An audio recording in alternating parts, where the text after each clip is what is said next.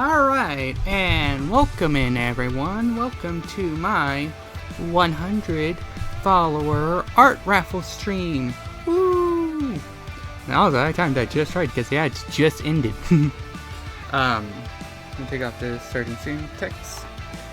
So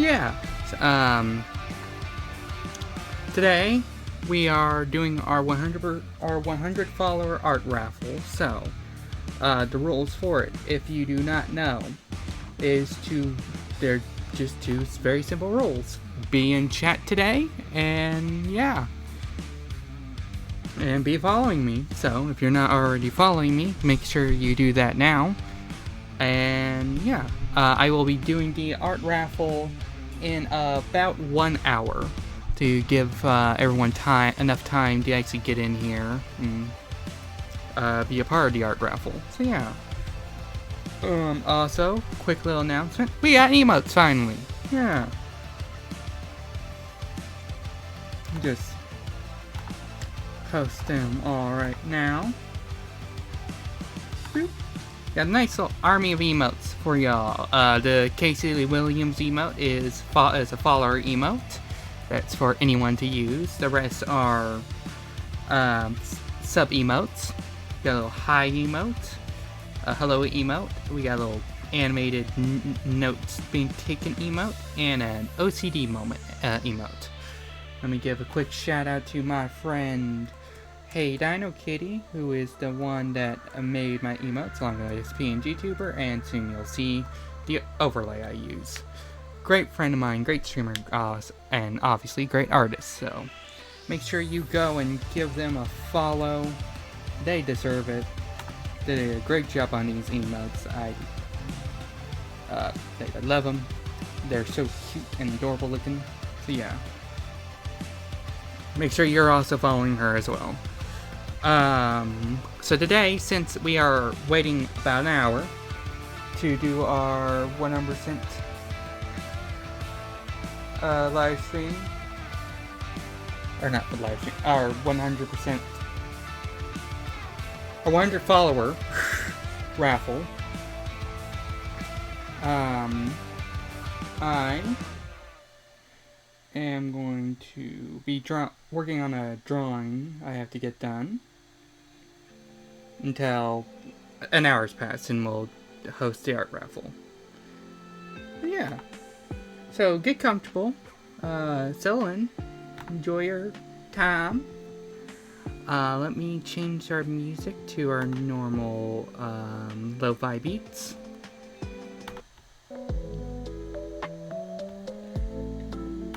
Oops. I actually took it off.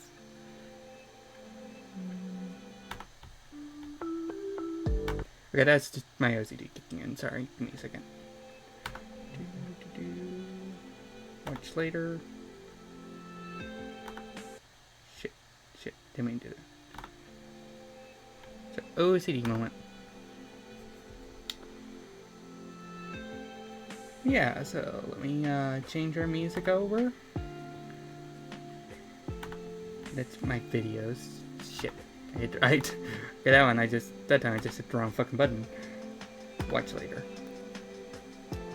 And 10 hour that. Shit. There you go. Alright, and put that over there. Hello! Captain Karen OG? Hang on, Captain Karkin OG. Sorry, I'm bad with words. Well, come on in. We're just getting started.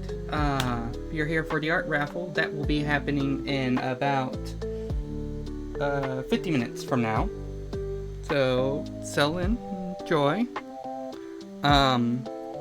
If you are following me already, but if you're not, make sure to be following me to be able to be entered in the art raffle. Kraken, okay, Captain Kraken, okay, like the sea beast, but just Captain is also fine. Okay. Then I'll just call you Captain Kraken. That's easy enough. So till about 49 minutes. I'm going to be working till then for the art raffle. I'm going to be working on this Krabby Blood Moon drawing for the wonderful Krabby Moon, who, if you don't know, great streamer and good friend of mine. And for the Blood Moon thing that happened, what was it, a week ago now, I decided to draw this for her, since, you know, she has Moon in her title, in her username. That was fitting. Yeah, let me just... tangled in wires. Set my mic there. We'll get started. See, we got the sketch out done right now, so we are going to be working on a line art for this. Also, let me do Daily Fire. Get my Daily Fire for our stream today. Yeah. Hope everyone's having a lovely day today.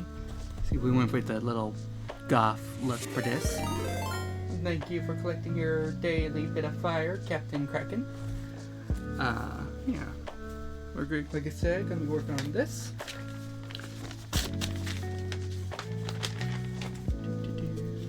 And also, I made this for my brother. His birthday was on the 16th off stream. And yeah. Good. Yeah, I drew him. I don't know her name, but she's a character from Full Metal Alchemist. I'll show that off properly later. Ink. And out. Nicely start drawing.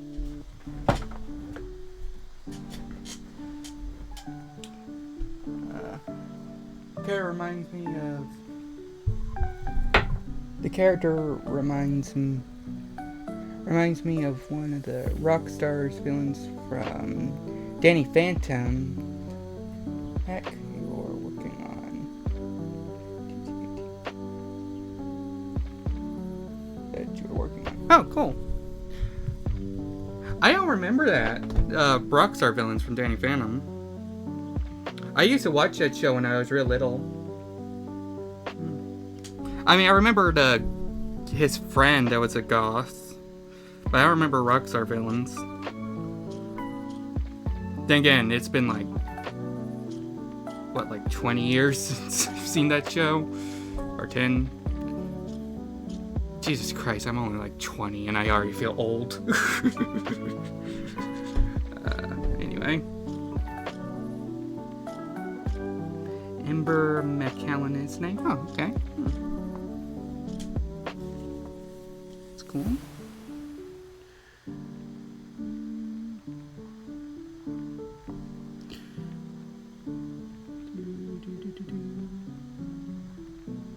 Let's see. Hey, you're 27. You're basically. No, you're not. 27 is not ancient. You may feel ancient, but it ain't ancient.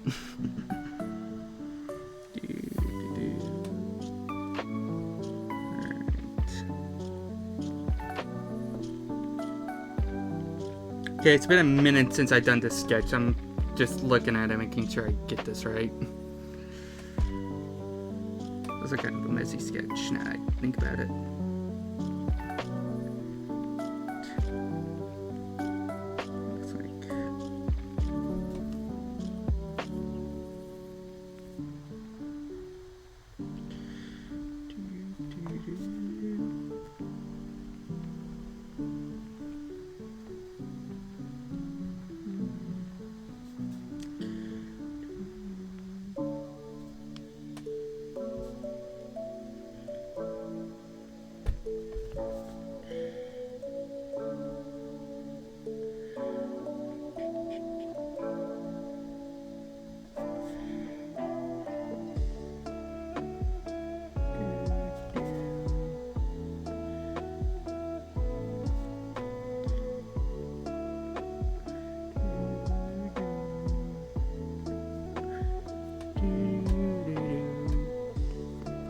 Yeah, I hope everyone's having a good day today.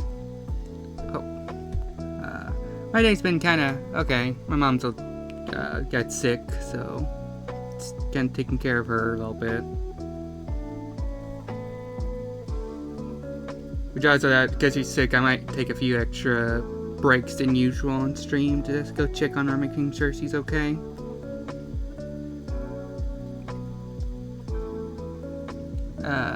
Pretty good.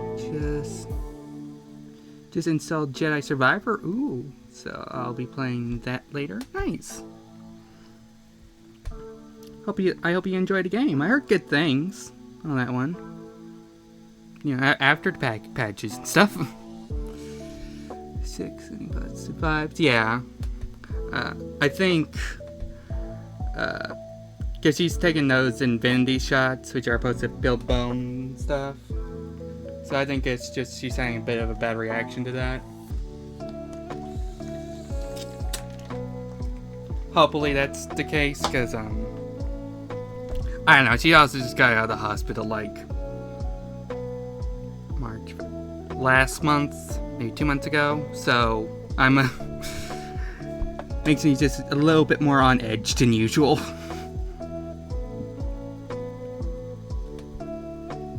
But she's doing okay at the moment. She's feeling better than she was this morning, so hopefully it just continues to go that way.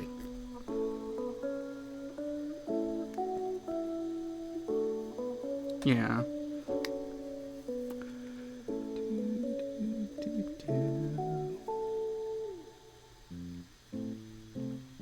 See what's this.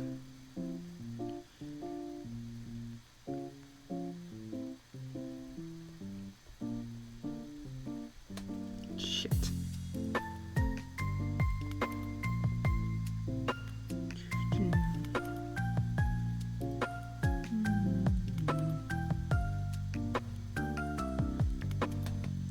Like I said, she's doing better at the moment. Like her fever's gone down and stuff, so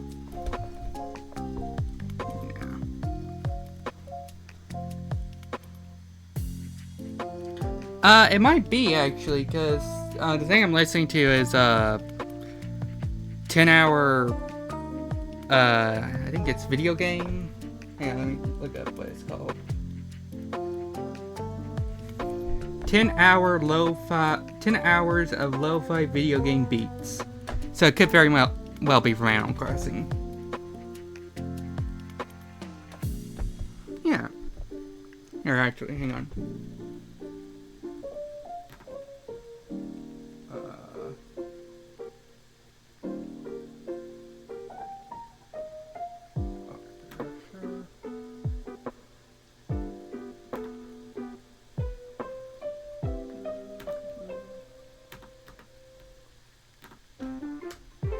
In case anyone wants to listen to it on their own time later, there's a link to it.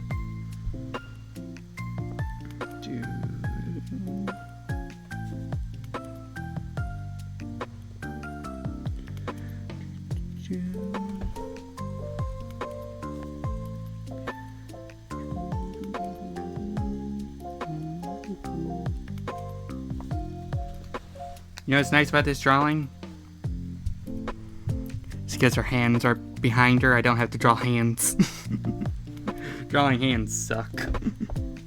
Or I don't like doing it anyway. Like for those artists that can just look at a hand and just immediately like that and just do it, it's like, damn, that's impressive. Yeah, hands or feet, they just suck. They suck. Also, judging by your response, I'm assuming you also draw Captain Kraken? You don't mind me asking?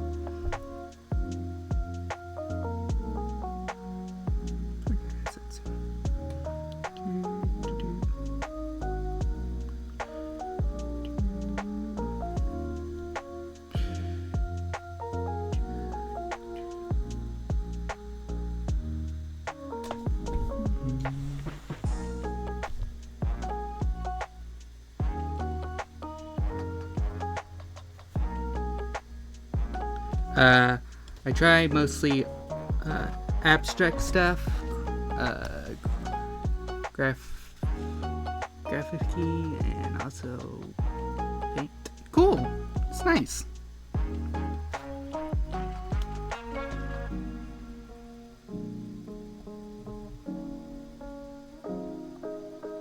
I really need to make a Discord.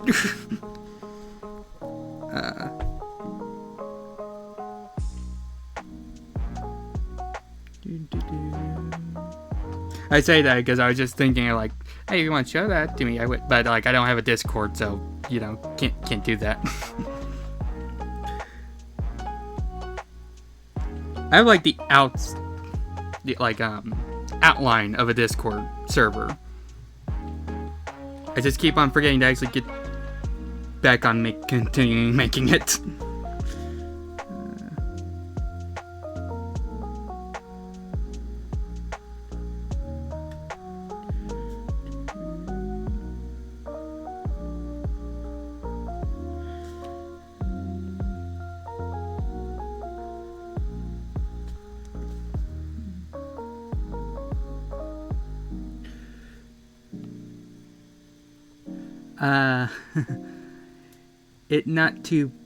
It's not too bad to start one. It's just very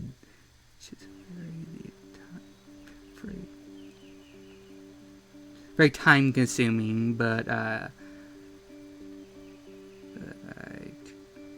think you can choose from a list of server templates to yeah, like I got the server template set up, like the chat rooms, everything set up. There's a few other like little behind the scenes details. I'm like, okay, what the fuck do I do? I don't know.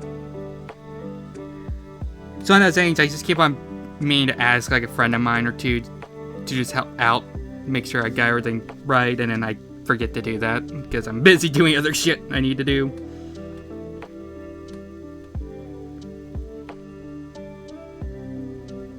The problem with being a content creator, you have too much shit to do and so little time.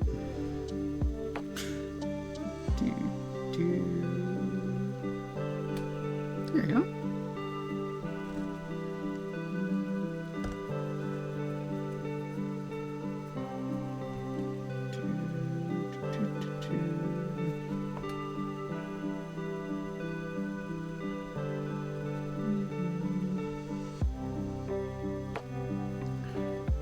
So a little reminder for everyone in chat, our art raffle is going to be starting in about less than 40 minutes, give or take. But it'll be happening at 3:40. It's 3:04 right now, my time. So yeah, about less than 40 minutes, give or take. Only rules is to be following me and being here in chat, so yeah. Are behind you? Okay, that's nice.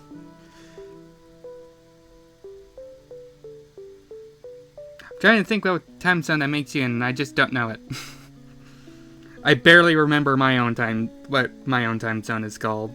I fuck it up a lot, usually. I think it's CST, Central Standard Time? Yeah, I don't know. Eastern? Okay. I think mine's Central.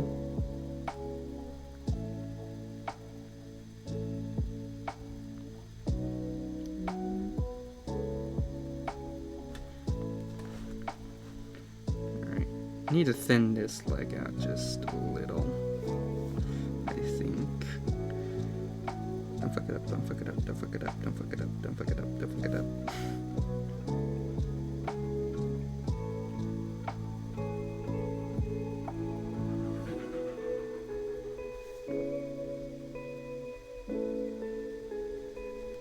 Yeah, that looks a lot better.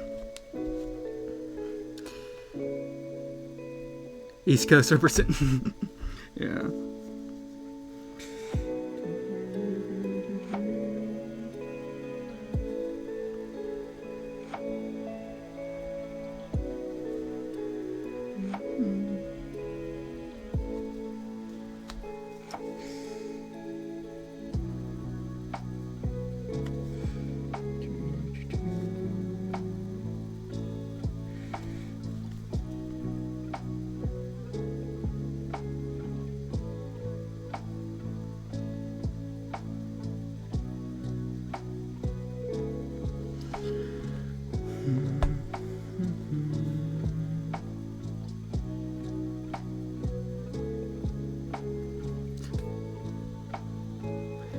I need to turn that off. Let me do that real quick.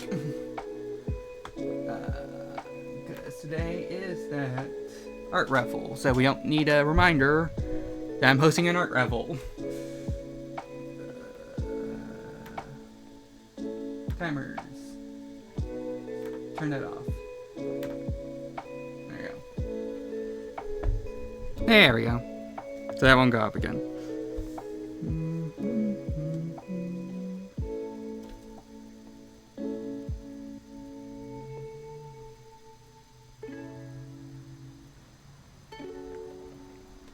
In case everyone in chat is wondering, little hint.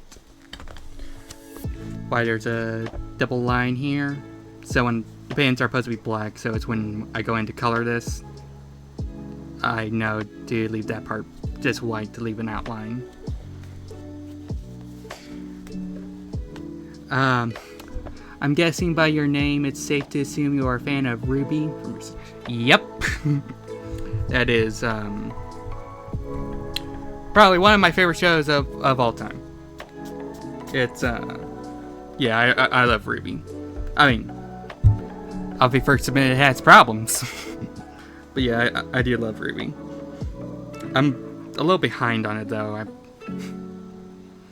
Funny enough, I actually remember the exact episode I left off. Hang on. Great series, loved it. Definitely my all-time fave web series turned into a full show. Yeah.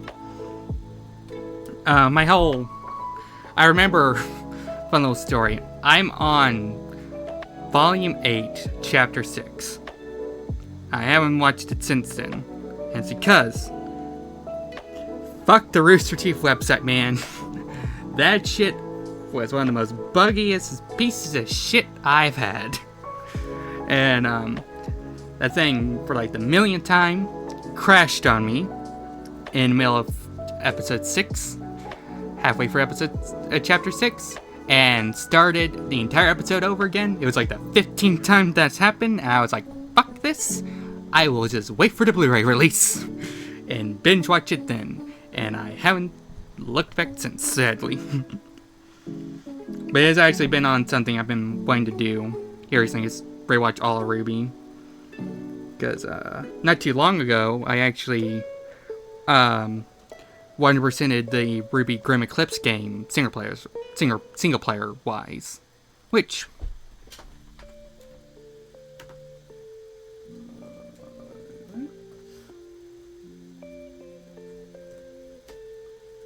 if anyone wants to go back and see that playthrough, just hit my links and go to my YouTube channel where it's archived there. But anyway, so yeah, playing that game really reminded me how much I love Ruby. I'm getting that Ruby itch again, so I'm going to rewatch it. We catch up on chat. Ruby Chibi is so hilarious. I love that show. That show too. I think my favorite bit from that show is Nora just going, "Nothing bad ever happened. Nothing bad ever happened." That or Cinder just going, "Would you get in the van for candy?" Yeah, that show is great. Anyway, could have been when Rooster Teeth got bought out by Warner Brothers, but then the founder of Rooster Teeth just recently bought back Rooster Teeth. Yeah, I read that. I was happy about that. I'm excited to see what they do. I know they can't do anything Ruby-wise anymore since they don't own it. But I mean, I think he would still have, and I know Red vs. Blue ended. But I mean, there's still Can Camp, Nomad Nowhere, which I love Nomad Nowhere, so I would love to see that continue. And, you know, I'm sure they can just make something new too. I'm just excited to see what's gonna happen there. Yeah, Nomad, yeah, that was like the biggest, like, I guess, blue balls I got from Rooster Teeth, because I loved season 1, and then nothing else came from it. And it's like, But why? It was a good show. Like, it was also like one of the few, I think, I remember, I think was, Eruption Fang pointed this out. That show was also like one of the few Rooster Teeth shows you could tell had an endpoint in mind. Unlike Ruby or Red vs. Blue that could kind of just go on forever. Or their end sight isn't anywhere near. So it's interesting. I don't know. I just wish that show... I hope that show continues. Too.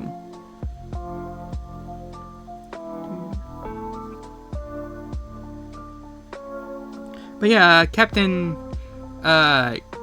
Kraken. Yeah, sorry. Forgot the name for a second. Since you're also a fan of Ruby, what's your favorite Ruby character, if you don't mind me asking? Top 4, if you have a hard time picking, you can give me your top 4. That's what I usually do.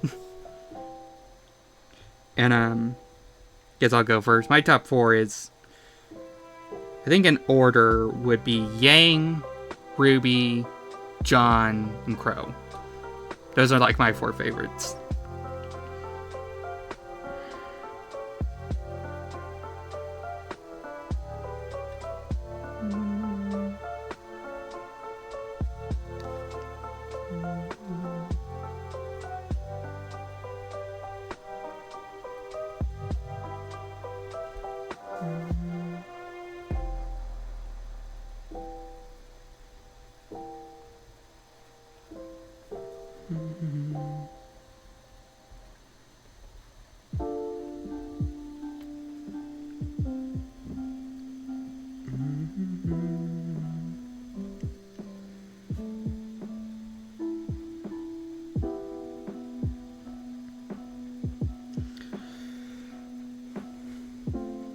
But yeah, I've been, like I said, been on more of a Ruby kick of really wanting to get back into it. Heck, my fave is Crow John. Now after catching up to Volume 9, don't worry, no spoilers for me, and Yang. Yeah, I have been spoiled a little bit on Ruby, so I know, on Volume 9, so I know a bit offhand shit, and like that offhand shit makes me go, what the fuck happened to John? I need to watch this shit, man. I do have a bit of love for Oscar and Winter 2. Yeah. Long story. Okay. I will say this right now. I love Oscar too. Oscar, that fucker is so adorable. And, I will say, not to get on the ship war bullshit with Ruby, but like, Team Rose Garden, mostly, just because I fucking love that name, Rose Garden. That is so fucking adorable.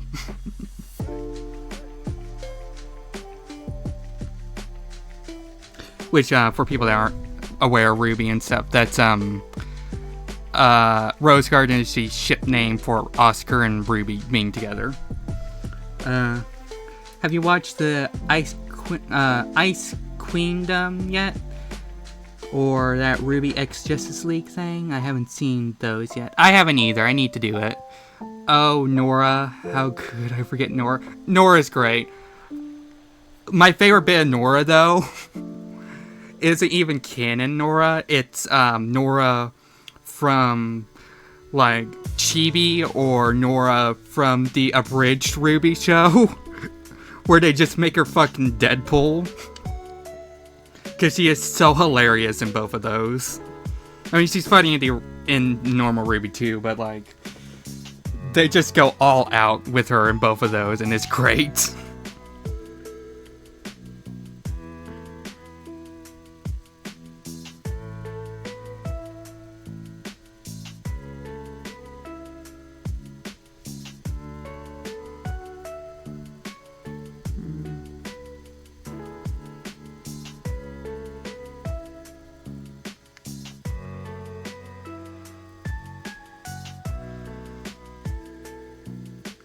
Yeah, oh really? Okay, yeah, I need to get caught up then. I will say, I reference her I'll just we'll break their legs line a lot. Because I just love that line from Volume 1. I will say, I do need to get caught up and on Ruby. I will say, from what I've seen, personally, my 2 favorite volumes is 2 and 6. Since I brought up favorite characters, I'll bring that up too. And my personal reason for that, at least there's reaction channels on YouTube who watch through the volumes. There's also, I looked this up, because Bruce Lee did disappear and shit. All of Ruby, like all the volumes and Ice Queen, that show, they're all on YouTube and the Internet Historian, so they're there to be watched.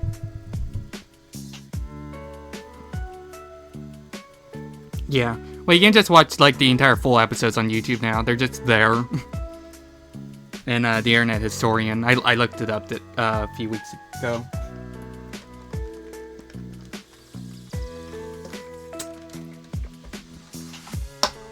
Yeah, they're all there. Like, if you just look up Ruby, one of the first things that'll pop up on YouTube is a giant playlist that has all of Ruby Volume 1 through 9, all of Ruby Chibi, all Ruby Ice Queen Kingdom, the 2D animated show.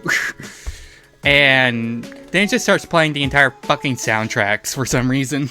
Like all the songs from the soundtracks there too. So it's a little bloated of a playlist, if you ask me, but it's there. It has the character shorts and stuff. Let's see. Here.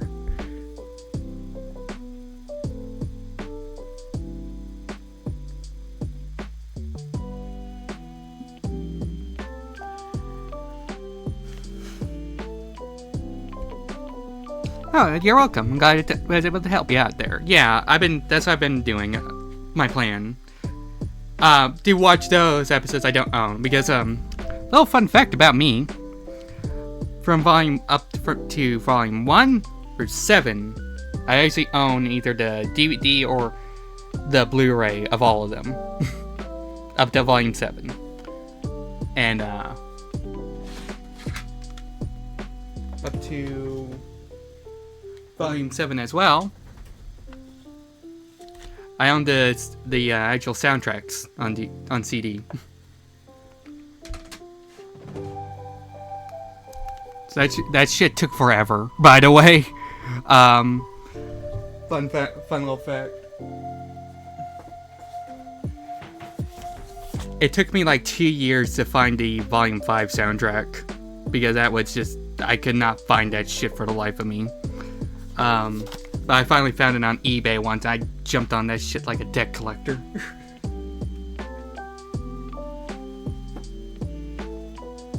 I'm really hoping one day they'll re-release Volume 8 and 9 on CDs. Because I like to have physical media. I'm weird like that. Give me the physical shit.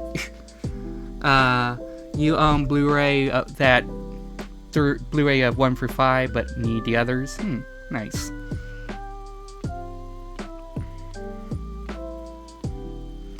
Pumpkin Pete's cereal? No, I do not know that one. FYE, yeah. Man, I miss FYE. The one there used to be an FYE here, not too far from my house, and it shut down. And that was such a bummer, man, because that's where I got the first, most of my Ruby volumes on Blu-ray and DVD was at FYE. Man, I miss that store. It's the cereal that Pura owns. Oh, they only manufactured it a few times in the show. Yeah, okay, yeah. Now you say I remember that now. I forgot about that.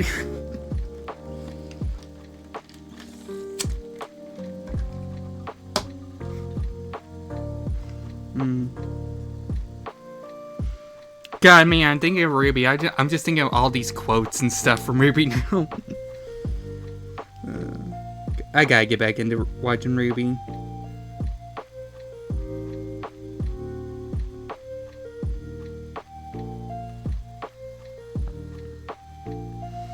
I will say, I think the biggest thing I ever popped off on with Ruby was probably actually in Volume 7, or 8, no, Volume 8, where that Talking Grim showed up, because I thought that was such a cool idea.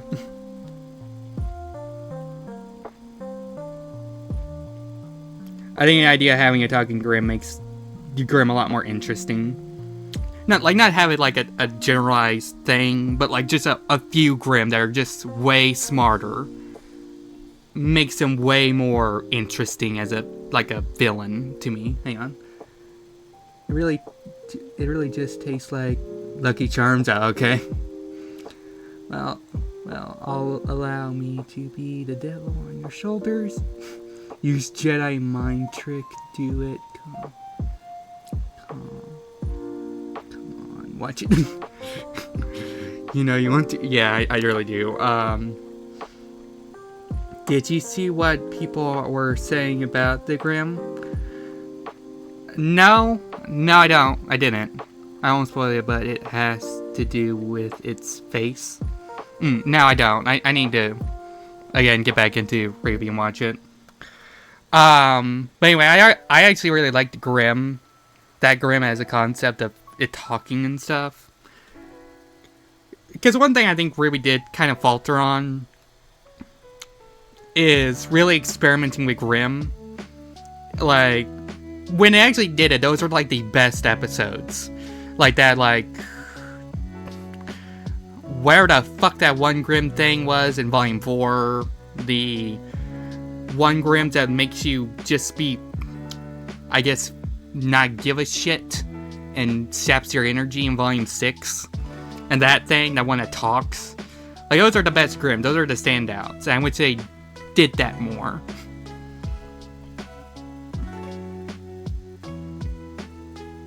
Apathy, that's it. The Apathy Skeleton and the House Rider Grimm. Yeah. See, those are the standout Grimm. And it's because they're interesting. They have a unique factor. I think Ruby lacked on that a bit of making Grimm actually fucking terrifying.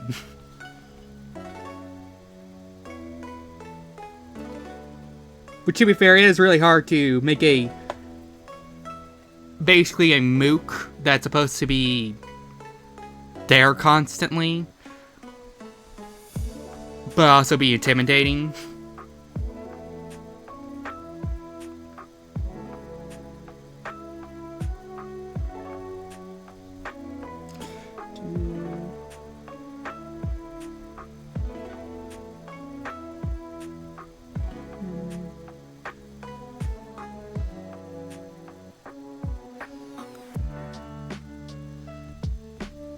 Yeah, I remember that. I also remember that got a lot of shit for it. I think because of how Rooster Teeth was doing it. Like, wasn't going to give the guy credit or something. I don't know. I remember some controversy with that. I don't know. I remember around that time Rooster Teeth was going for a lot of controversy. So, I drew one but didn't win. Damn. Yeah, I remember that. That was before I actually started drawing.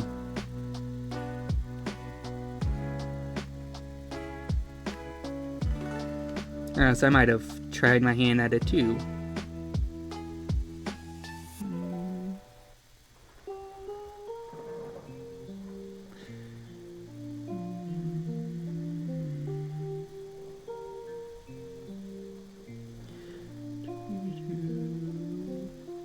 See, got another about 14 minutes before we do the art raffle.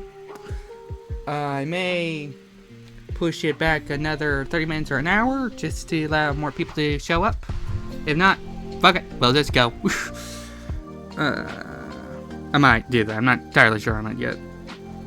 Let's see, all that. Now for the fits nuts. We're in the boobs. Whoops. finish boobs first real quick.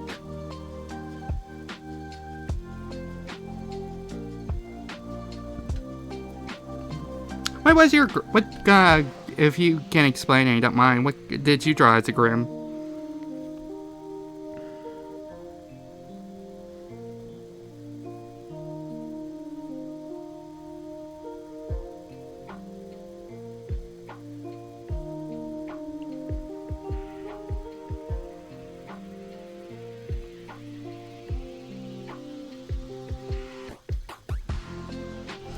But yeah, I think that's something Ruby should have probably have done more of.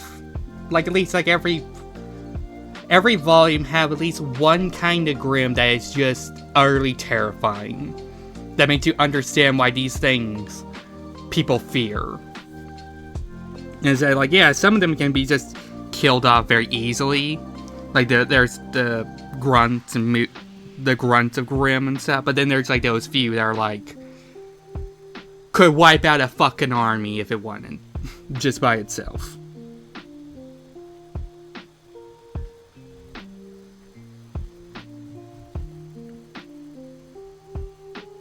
I thought of a Grimm that I personally thought would have been a cool concept is a Grimm that just makes you feel fear. Just, that's his entire stick. It makes you feel fear. So it's easier for makes it easier for it to kill you because you're terrified. It was a combination of a horse, fish, and Pingus. Huh. Again, Percy Jackson, the seahorse type of creature. It can fly, swim, walk on land, but it's weak to ice, dust, and lightning. Electricity dust. Cool! It's basically like a horse dragon. Cool! That actually sounds really cool.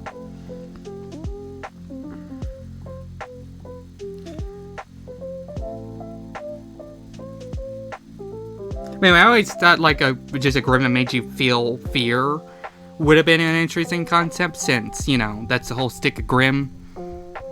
I think they're like literally called Grimm, for example. So, kind of, it'd be a cool sticking point.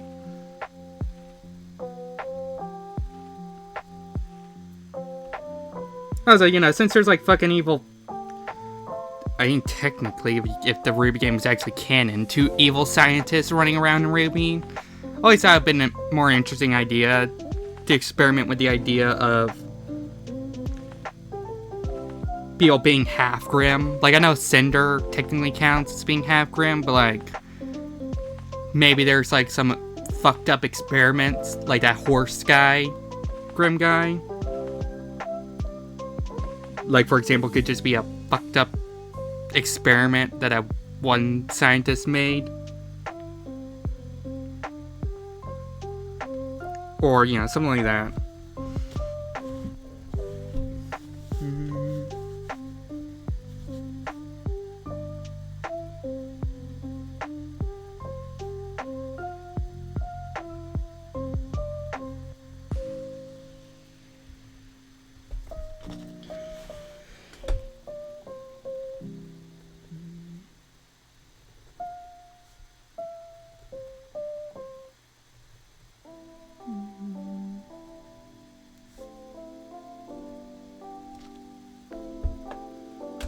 You never thought about that, but yeah, I guess Salem was turning Cinder into a basically... Yeah, I always figured... headcanon type of thing. I always figured the way Cinder's story was probably going to end was her trying to betray Salem, like, straight up, and instead of Salem killing her, just went like this, and made the Grimm inside of Cinder take over her body completely. Make her into a Grimm. Like, just reveal that Salem was, since like day one, never had a chance. Like, the moment she took that Grimm in her body, just basically signed her death sentence.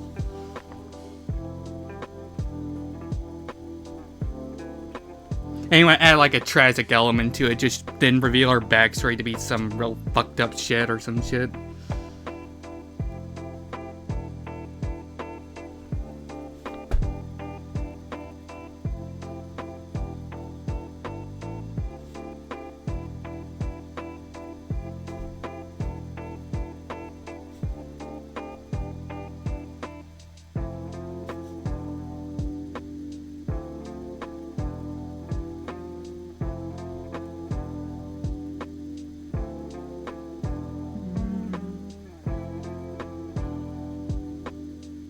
I'm surprised they didn't give Tyrion a grim tail, by the way. Like, they just gave him robotic tail. And it's like, it's right there, though. Just give the fucker a grim tail. Hell, that fucker turned into, like, a half grim creature. I'm pretty sure he'd be fine with it. BRB? Okay. Enjoy your lurk.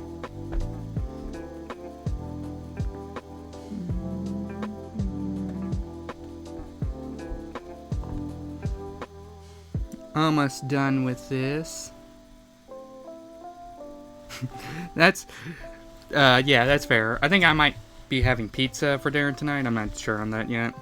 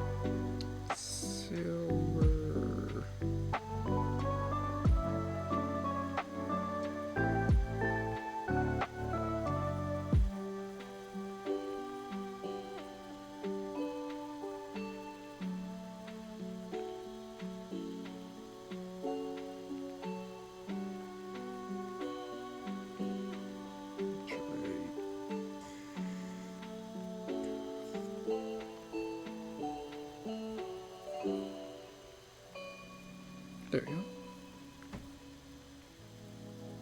Yeah, those I thought, okay. Had to look up how this belt went. Little reference on this belt because I wasn't sure how to. I need to add more of these silver boxes things, or it's good, we're good. The answer is we're good.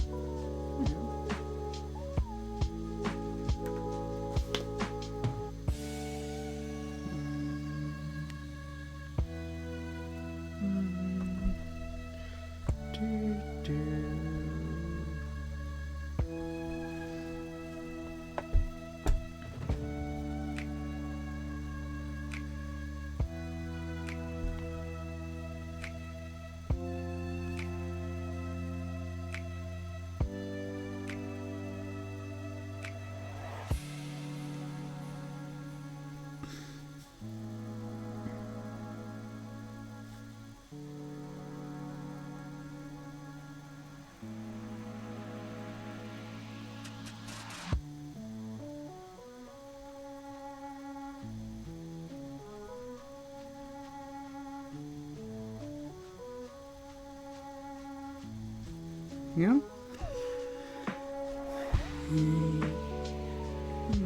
Nose. Oh, ad break. An ad break is about to start in 3 minutes. About 3 minutes, give or take. I greatly appreciate y'all sitting for those ads. They do greatly help the channel. They earn me a little bit of money. That little bit of money helps go back into these streams and stuff, and helps continue me doing these streams. So yeah, greatly appreciate you sitting through them.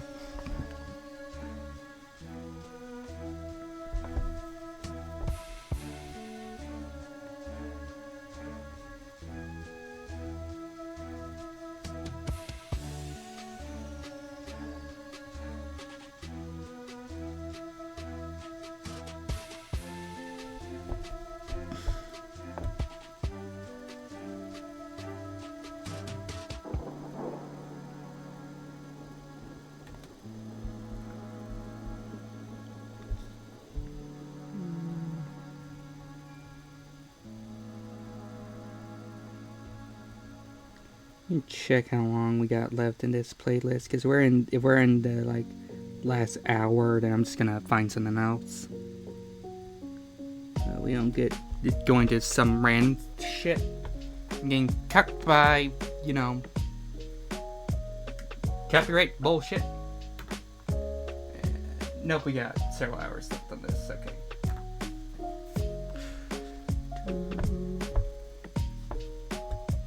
I never used that word before.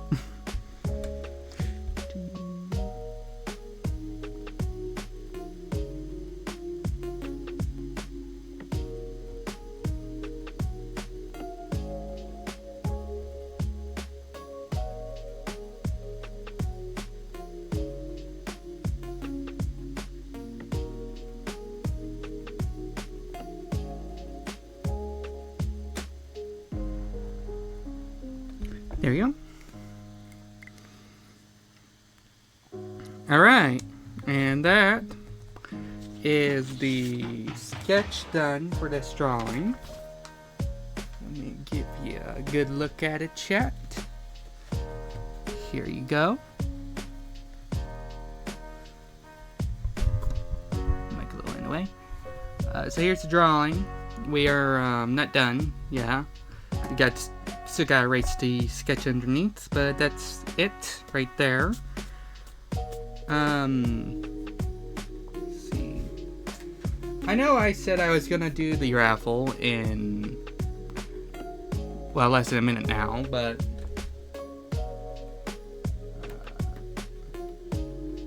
at the moment, literally no one's fucking here, so I'm gonna hold out another hour. Let's try and get some more people in. Not, I'll just keep on going till hopefully get a few more people in, and if that doesn't happen, we'll just probably default to Captain Kraken since they were here earlier. But at the moment, we'll play it by the hour, see how things are stacking up to be. So let's erase the sketch underneath this, take a picture of it, and then we'll work on the coloring phase.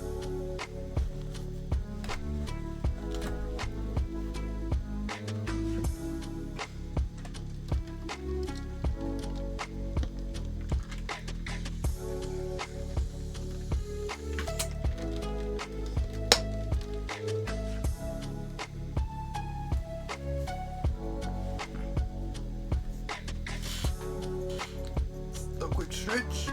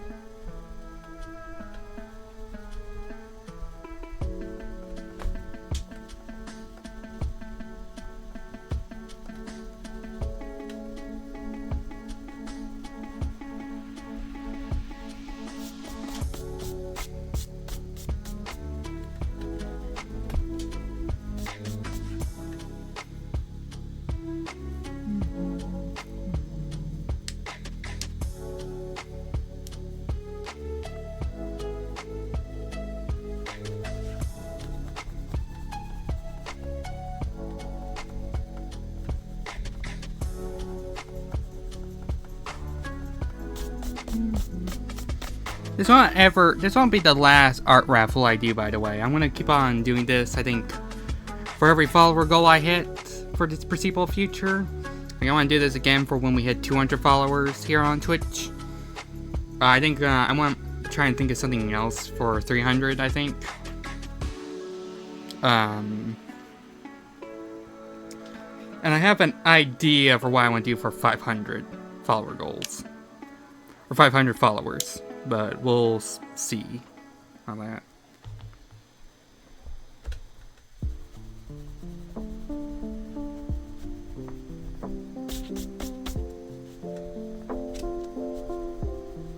The idea, by the way, is if I hit 500 followers here on Twitch, I'll do a Fallout 3 playthrough.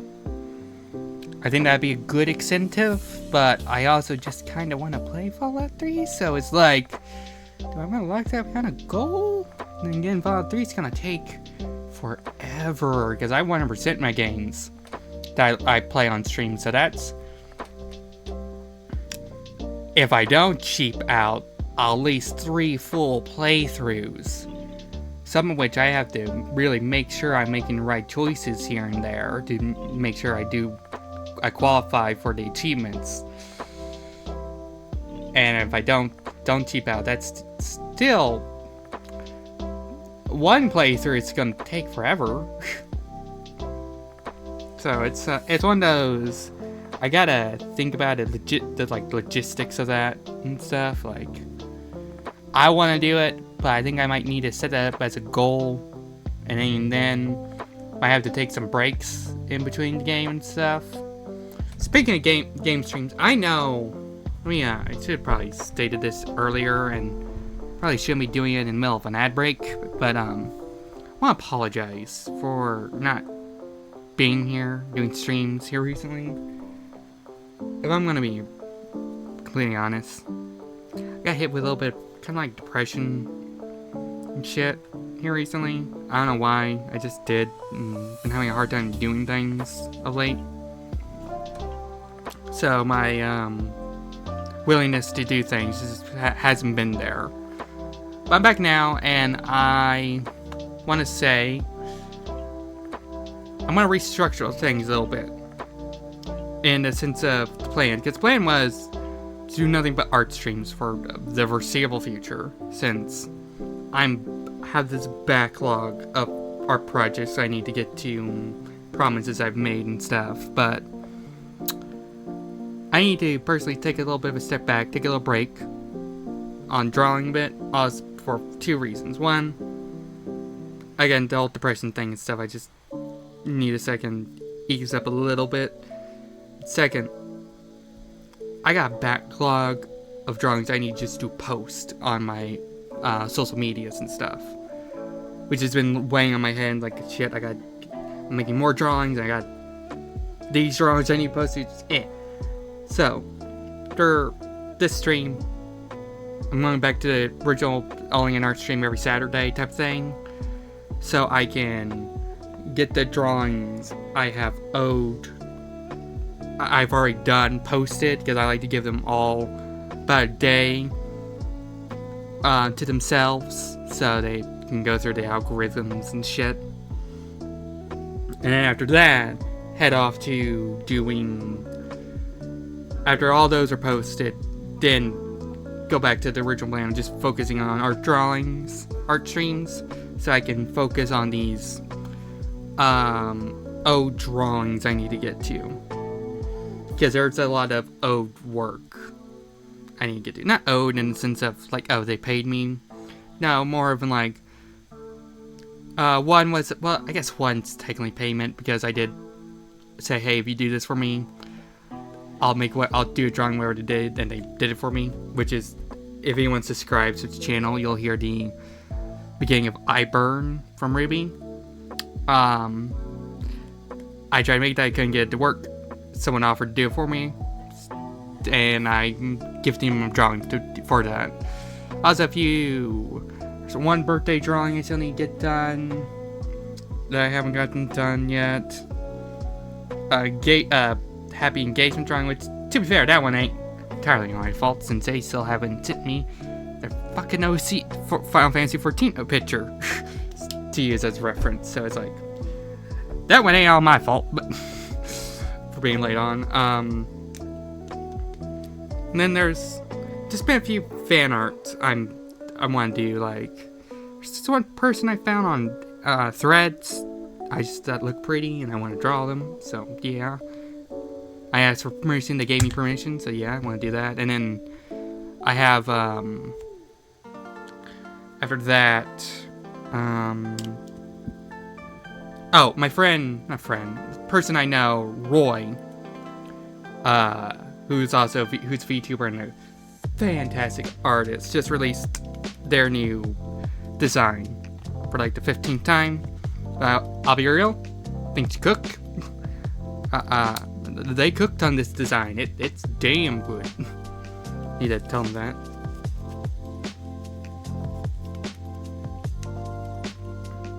So yeah, so there's projects in the works, things I want to do, but art takes time, and I need a bit of a break so I can focus on other things.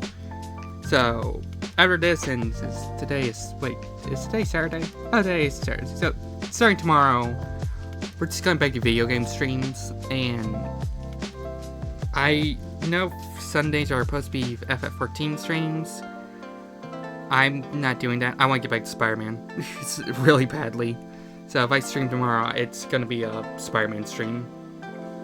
Also, I want to start doing co-working streams, so I need to get in contact with people I know to do co-working streams. See how they set that up. Because, I do work on Thursdays and stuff. Household work. I don't see why I can't combine the two, streaming and my housework, into same thing. So I'm getting two things done at the same time. So yeah, it's a process. We're getting through it. Yeah. So I've seen the ad breaks have gone off and are over now. So thank you for staying for those ad breaks. Let's get back to the drawing.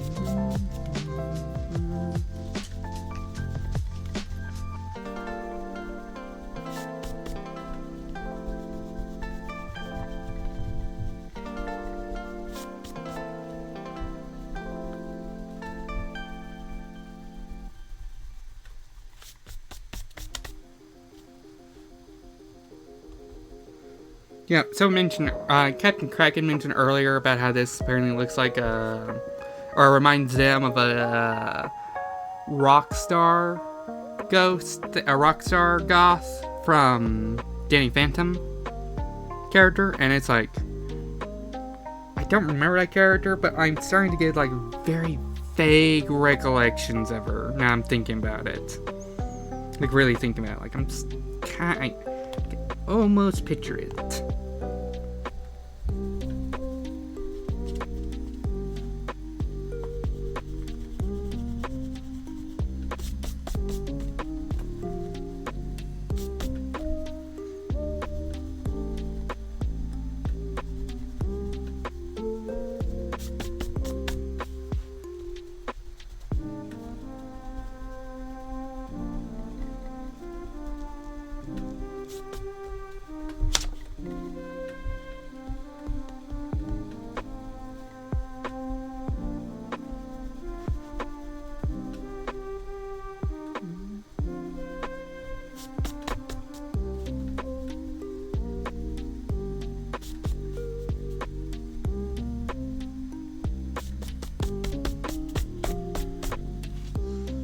Oh, this looks cute.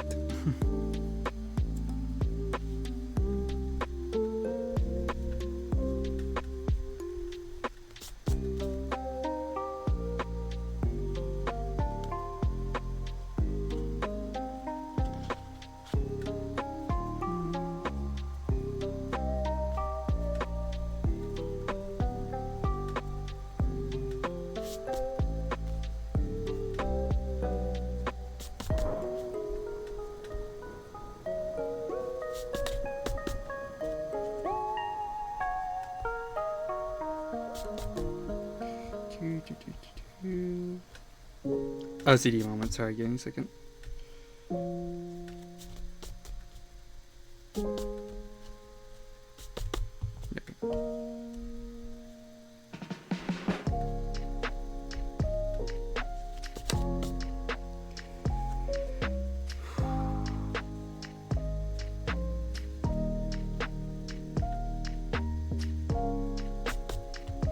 There you go. Alright.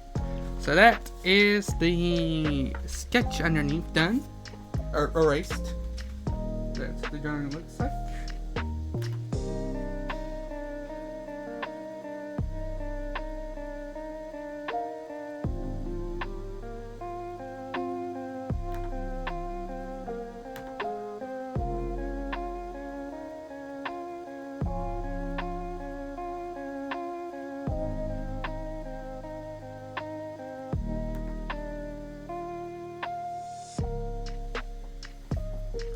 Alright, so yeah, since no one's here again, so we're gonna post the art announcing who's the winner and stuff. Or for a full part, an hour. So about 4:40 my time. We'll see if anyone's here. Not push back maybe another hour. Keep on doing that. Maybe just wait off till the end of the stream. We'll see.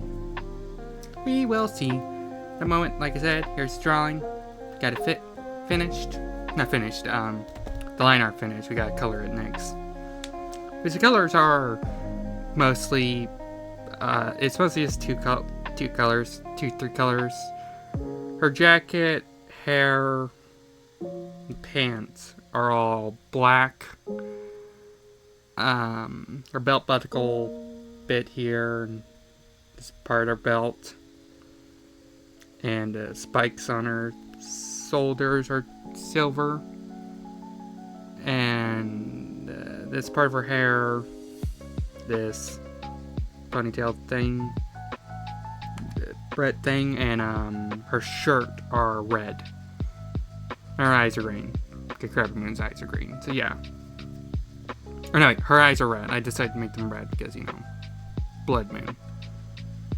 But that's the outline, kind of, got the colors and stuff. I'm gonna work on it now. Yeah. So let's get busy on that. Let me take a picture of this drawing first. Because I like to post finished, as I put it, the finished sketch and line art. You see how the drawing looks when it's all finished, how it looked when it was a sketch, and how it looks when it's in the line art. So you have a kind of see the progression of the drawing. Let me take the picture.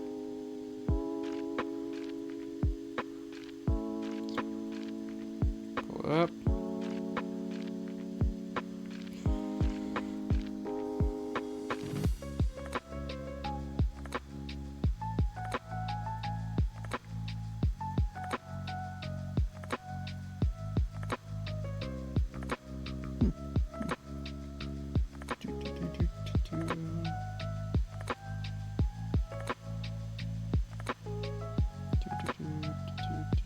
Sorry, OCD moment. Yeah, it's like to spam those OCD emotes.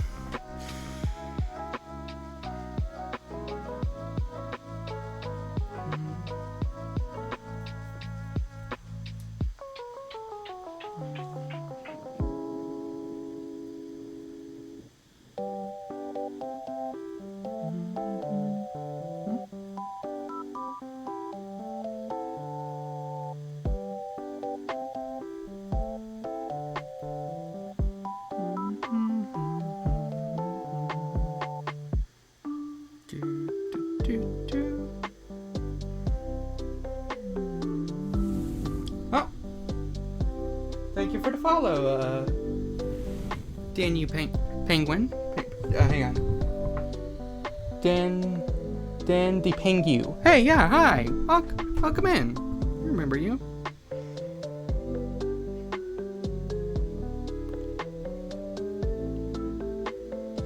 Take a picture of the drawing we just got finished.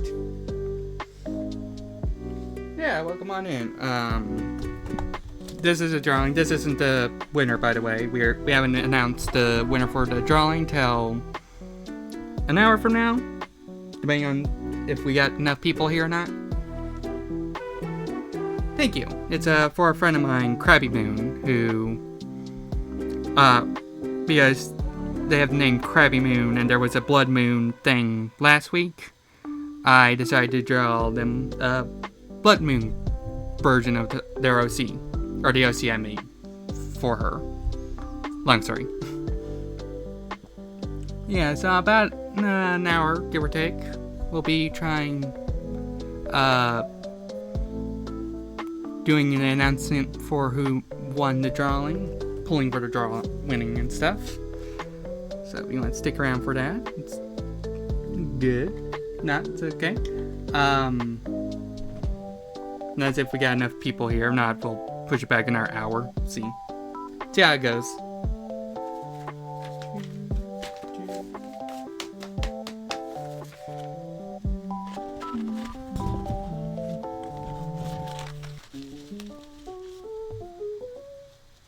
Yeah.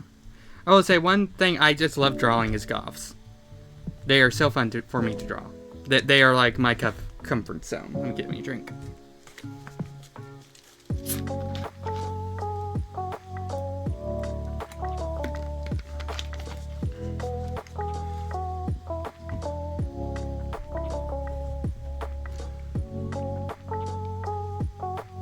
Yeah, anyway, so again, thank you for the follow, Dan the Pengu. You're now, I think, a spark in the flames of awesome. I think that's how I put it. Yeah, flames. Spark, yeah, that's it. I'm still coming up with little names and stuff for my followers and stuff, so.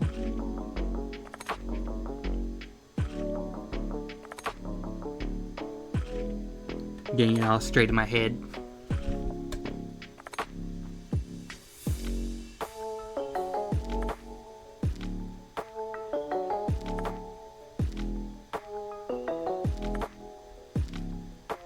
I did see your, let me actually give you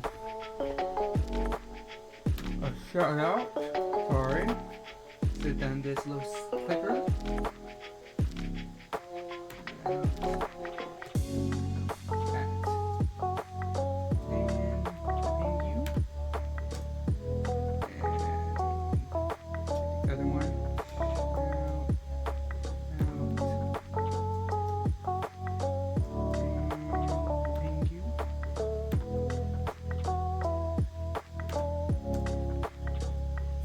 Go follow Dan the Pengu. They, been playing, Disco Elysian.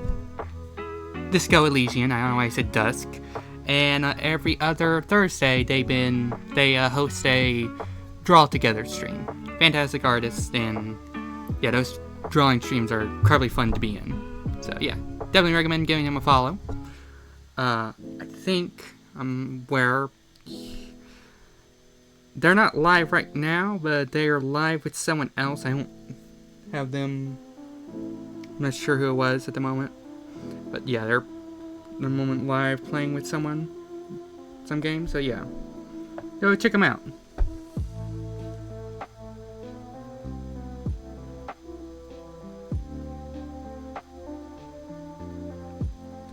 I don't know if you can hear me, Dan the Pengu, or if you're just lurking, but thank you for stopping by, and I hope you enjoyed the game you're playing with that other guy.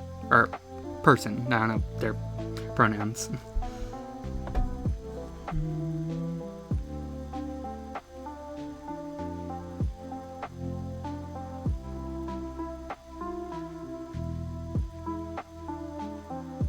And I think I believe your pronouns are they, them, too. And I think I said he. I'm sorry about that. I didn't think. My bad.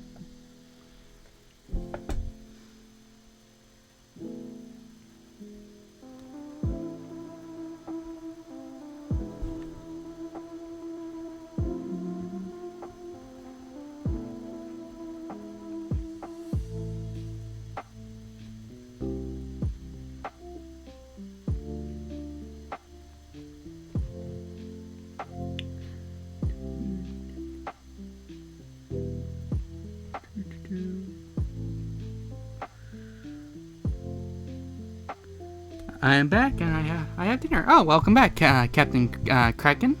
What'd you get for dinner? You don't mind me asking?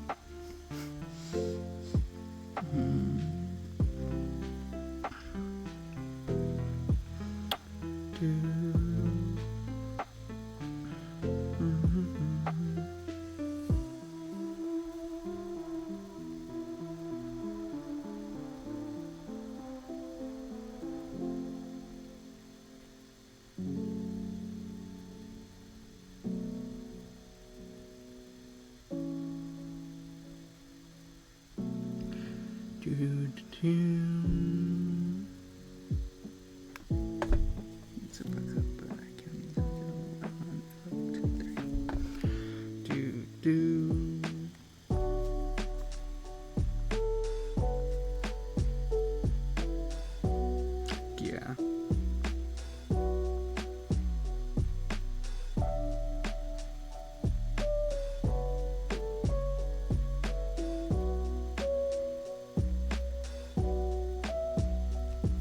There you go.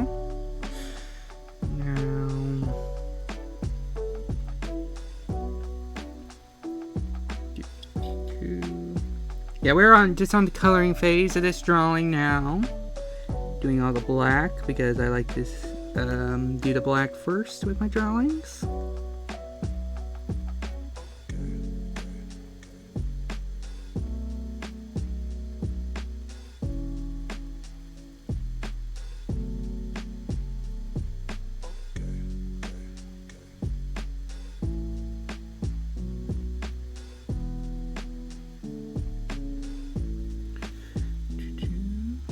Yeah.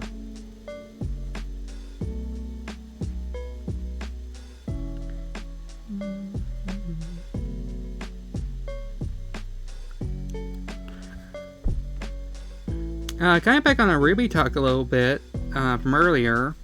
One kind of goal I would like to do later for art streams and stuff, and near future, because like I said earlier, I went on earlier. I have a bunch of plans for drawings. I'm booked on, not actually booked, but like I have already other drawing projects in mind.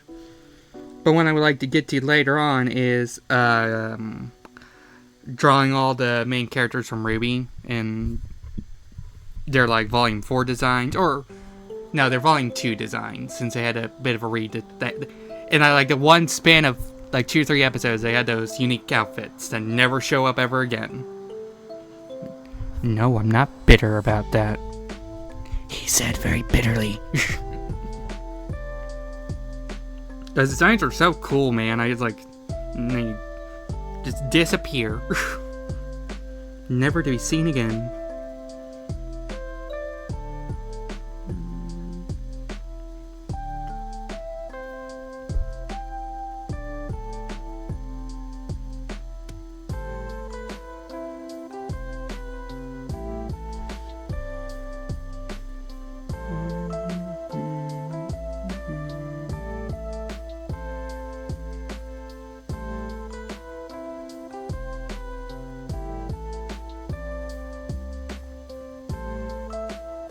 Yeah, Roman does deserve better. He was such an interesting villain. Like, I'm sorry, excuse me, by the way. I'm sorry, but this is the one criticism I will give Ruby 100%, and it deserves it. Ruby villains suck. They just suck. Like, Cinder is boring, in my opinion. She is not interesting. She's just an evil bitch. Why she's an evil bitch, I don't know. Show got to it, took too long. Salem's like one of the better ones, because we actually understand why she's a villain and stuff. I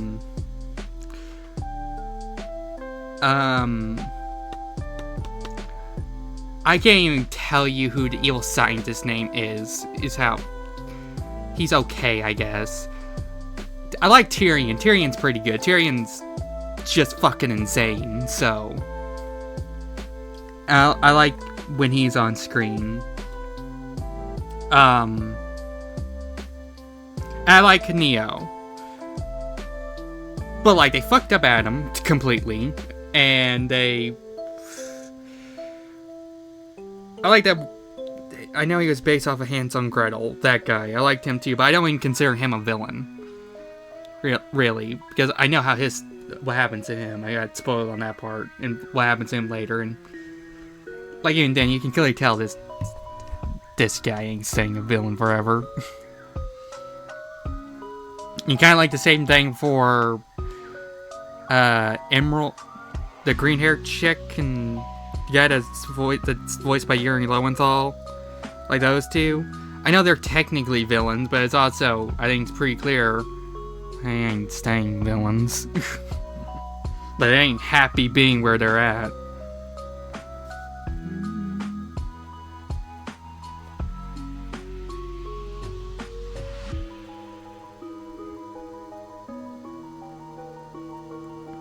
The only villain in RWBY I really liked when they were on screen constantly, is Roman. Roman was the one that... They start Roman off with Roman for a reason. He's the most... I don't know, he has the X factor with him. And then that fucker just got ate by a bird and we haven't seen him since. Granted, I can't tell whether or not Roman's actually dead or not, since he got ate by a fucking bird. And it's like, birds don't chew, so technically, could have gotten out of there. I don't see a body. you know that rule. The rule, if you don't see a body, they ain't dead. Case in point, Cinder keeps on almost dying, but we don't see a body. Could be alive. And ends up being alive.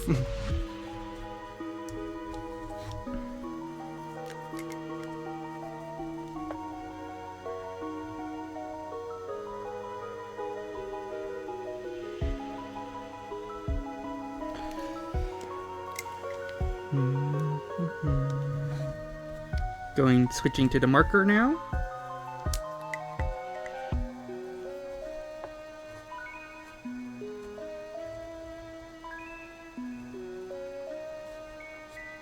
Oh wait, no, I got a spot with the ink pen still to do.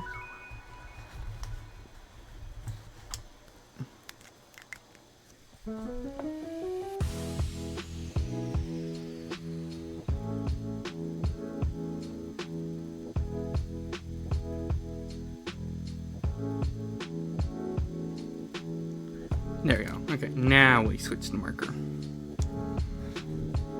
I know they came out with that Roman book, like Roman Neo book, not too long ago. Wherever that's any good. I think I remember reading, like, on a thumbnail that said, like, best RWBY book, so sounds like that's a good sign for the book's quality.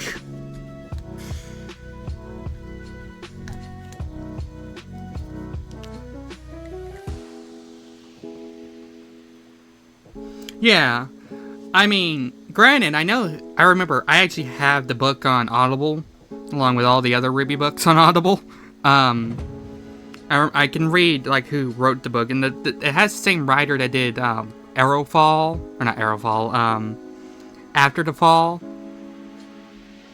and the other one, that's the sequel to After the Fall.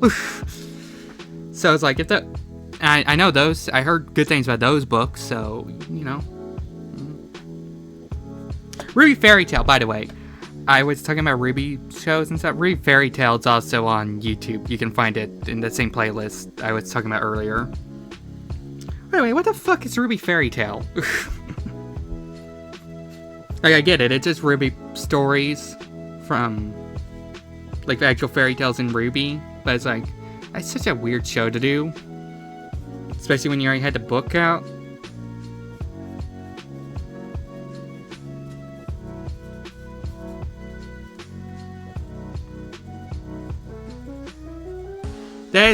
one other criticism I'll give Ruby.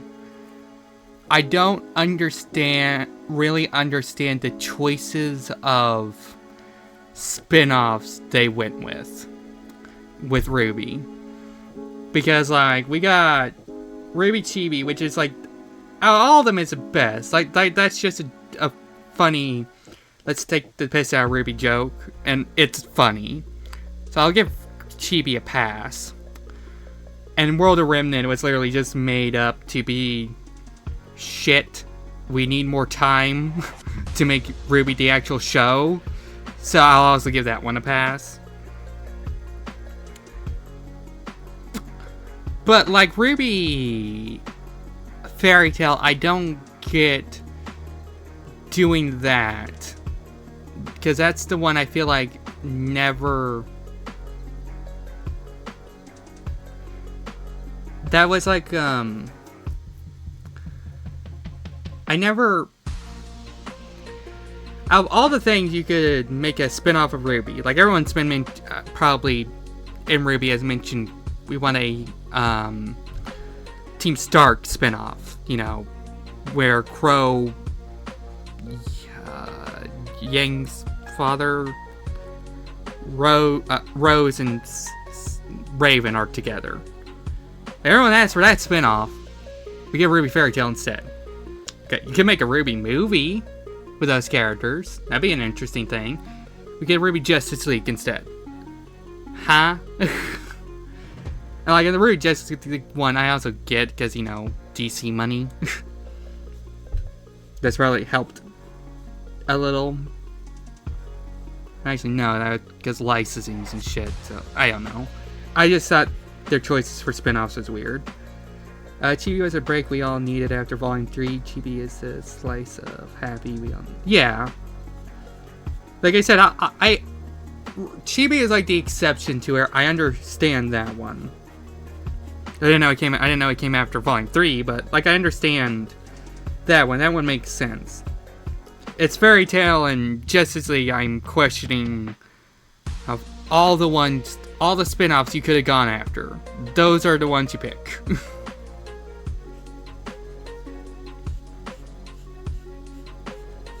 Like, if I was in charge of Ruby, I would have... It might have cost more, but I think it would have been more of a better success and went off well. You just did a Team Stark spin-off, or hell, even Team Coffee.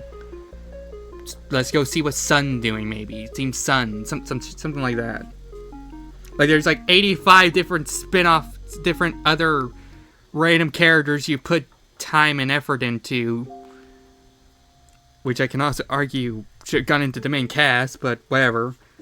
Make a spin-off show of one of them.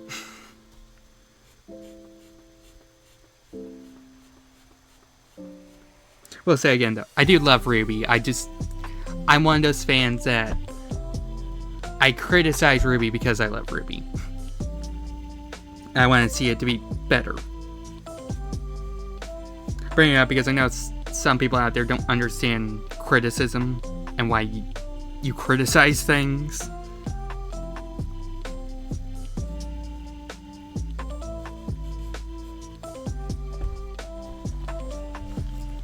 You know, like, yeah, like, I would argue, case in point, Volume 6 is one of my favorite volumes of Ruby. Up until, like, the last 4 chapters where I think it falls off a cliff. But I would argue the reason why Volume 6 is so good is because of all the criticism and backlash Volume 5 got. Because, and I will not mince words, Volume 5 is the worst volume of Ruby. Unquestionably. Even you like Ruby, I think we can all agree. Okay, well, bye from Jiao. I think we can all agree that Ruby... Yeah, Volume 5 is just overall fuck up. And the reason why Volume 6 is so much better and improved because everyone criticized Volume 6, or Volume 5, and I knew they needed to do better for Volume 6.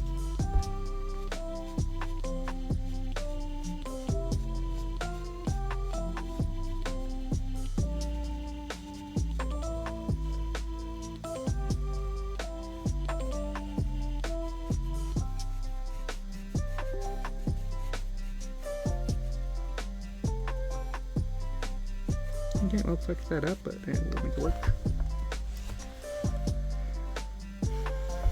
Your top 3 are 4, 8, and 2.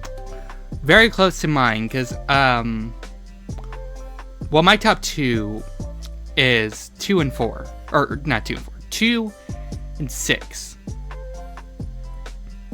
And after that, it'll probably be 3, 7, 4, 1, 5.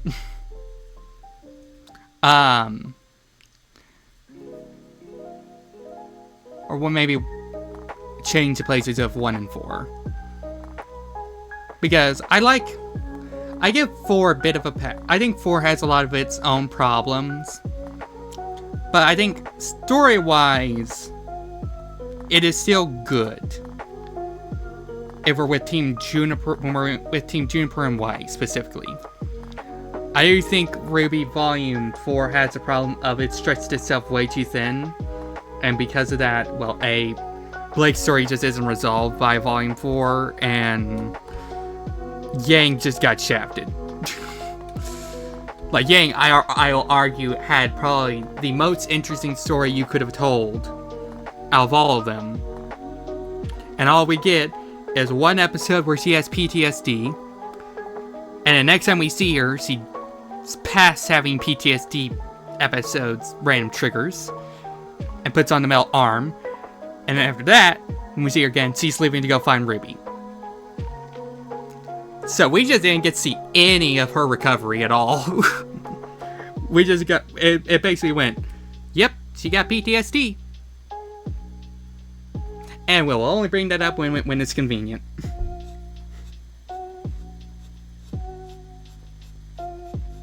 Like, you know, when she fights Adam again, nope. Doesn't have any problem with that.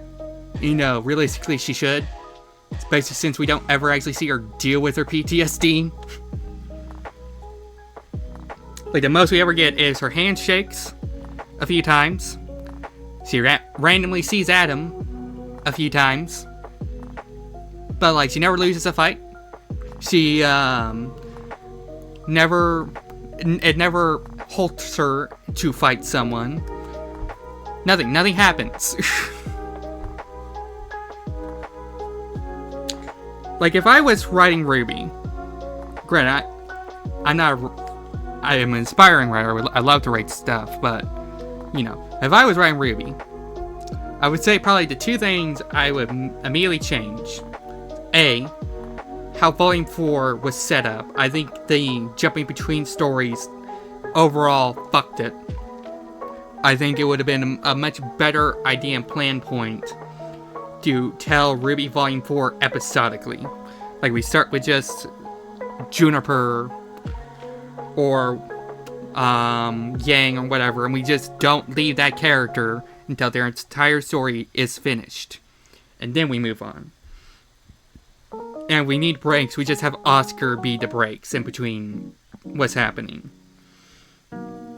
Like, Oscar should be the only one that's jumping back and forth to.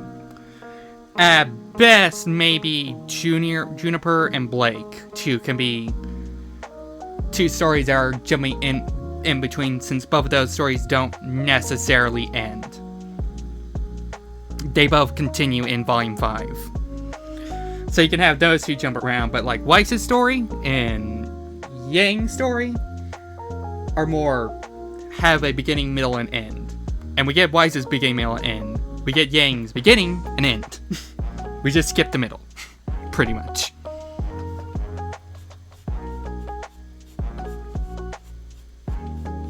I'll also say, one of my other changes I would do to Ruby if I wrote it is I would make all the events that happened in Volume 3, I would push that off to Volume 4, and I would have Volume 3 be another kind of filler chapter that, like, Volume 2 was. It's a fun fact, if you didn't know.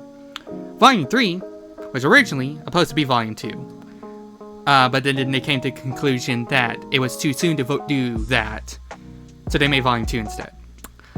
I personally think Ruby still went a little too fast on going to everything sucks. And should have one more volume of build up to that, of just them being in school or whatever, so we could learn to grow with these characters and really enjoy them. Because, like, I love these characters and stuff. I love Ruby. But I am also, will say, I am not a good example of a normal fan or a normal outsider for Ruby. Because I will 100% take this take of, I think, unless you are a diehard fan of Ruby, or you really like Ruby and you watch, like, YouTube stuff and stuff like that, graduate to read the books, there is so much of Ruby you will not understand. There are so many plot points and stuff of Ruby you will just miss, or not understand how this character is. I think the biggest point to that, of my contention with that, is you could argue the main character herself, Ruby. Like, Ruby Rose, I love her. She's one of my favorite characters. That's because I've listened to a little bit of the books. I know about what happens in the books. I listen to the songs away from the show. I look up videos of what these songs are supposed to mean and shit. I am a diehard Ruby fan, so I know how Ruby is as a character.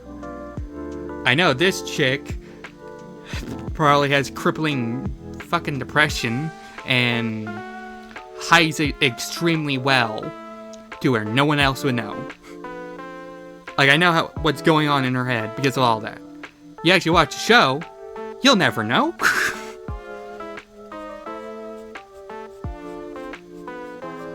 Because they never bring it up.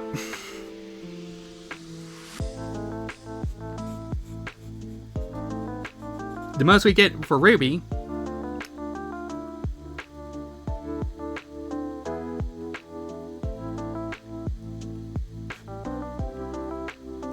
catch up? Okay, well, I will argue this still. Even if, we'll say Volume 9. I haven't seen Volume 8. We'll say Volume 9. Let's say Volume 9 fixes this problem, and they finally reveal a lot of Ruby problems. I will still make the argument that Volume 9 is way too goddamn late to finally be showing the main character to show her problems. That is shit we should have been, at least, actually been hinting towards since at the very least Volume 2.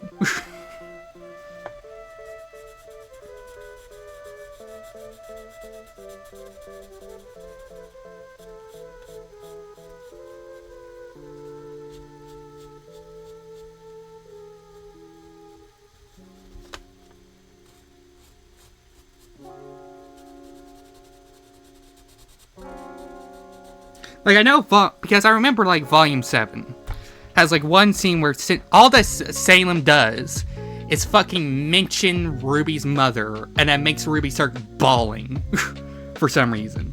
And, like, I, as a Ruby fan, again, massive diehard fan, I understand that scene. I know why that would happen. Mention that would happen. I will argue, though, if you're not a diehard fan, that scene made no fucking sense to you. And again, if they, like, in Volume 8 or 9 start to explain it, again, that's a long wait. Because you gotta remember, like, let's say you're not binge watching a show, which you could now.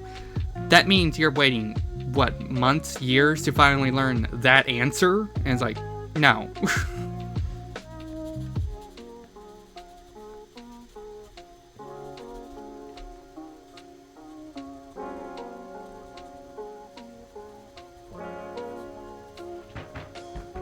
But I'm just gonna... I disagree. I think the longer the wait, the more real it feels. The longer it goes, the more she bottles up. Yeah, I get that. But my problem... Or, hang on. Let me finish reading what you're saying. It bottles up these feelings, which leads her on a bigger blow up. And the bigger the blow up, the harder it hits. Yes. But we as the... yes, I'm not saying... like, the cast should know what's going on in Ruby. Ruby's head and stuff, but we as the audience should. We as the audience should realize at some point that Ruby's hiding her emotions. When we don't know about it, it just comes out of nowhere. I think in the books, like manga and the books, they'll go into how Ruby feels and stuff, but we'll also do it where we only as the audience see it. The rest of the cast don't. And that's something I think Ruby the show should have been doing. What the fuck? Why the fuck is my camera doing that shit again? Anyway, should have been doing, and just keep on doing that. And then you see her keep on building this stuff up and have little hints of her cracking every once in a while. Which, granted, I will say they did that part at least right. Because after Volume 3 and Volume 4 starts, you can start to see hints of her getting fucking tired with everyone's bullshit. And not really wanting to be around, not wanting to do things and stuff, or being annoyed with people a little bit more, which I think is a nice hint on that. Why is my camera doing that? Let me turn off my camera and turn it back on. Did this a while back on previous art stream. Let's see if that. Oh yeah, it fixes it. I understand what you say. The bigger the build up, the bigger the harder it hits. I agree with that to a certain extent. But I just think, in the case of Ruby, there needs to be hints or let us know that that is happening. Whereas in the show itself, again, unless you're a massive diehard Ruby fan, you don't know that's happening.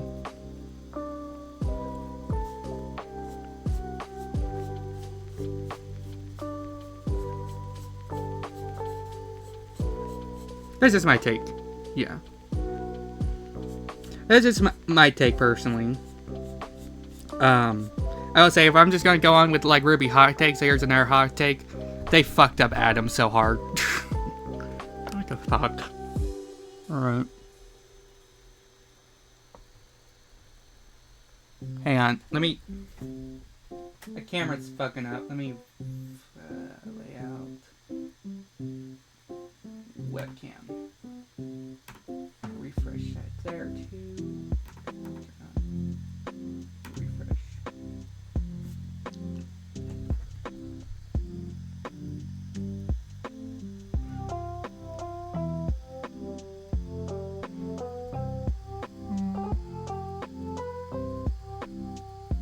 There we go. Hopefully that'll fix it.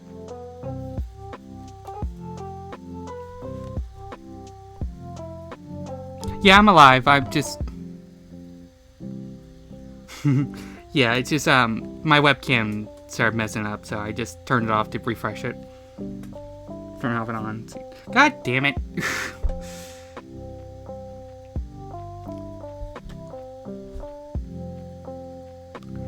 Yeah, technology's a bitch sometimes.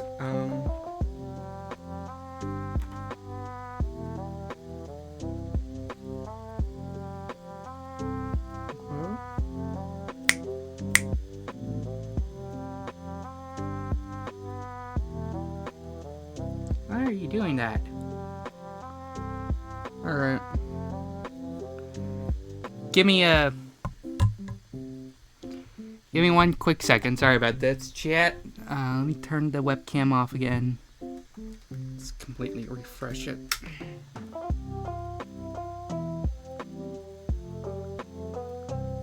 Exit out of Chrome.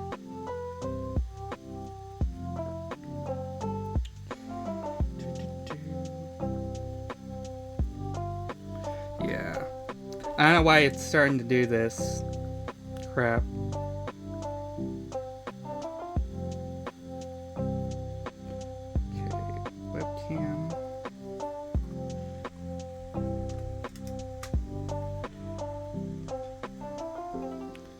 Turn Chrome off, like exit out Chrome and back on. So now hopefully that'll fix it. and if not, well, fuck me. But anyway, so back on the Ruby talk. I think Adam is a character that should have been Ruby's version of Suko. Or Suko. The guy with the... God damn it.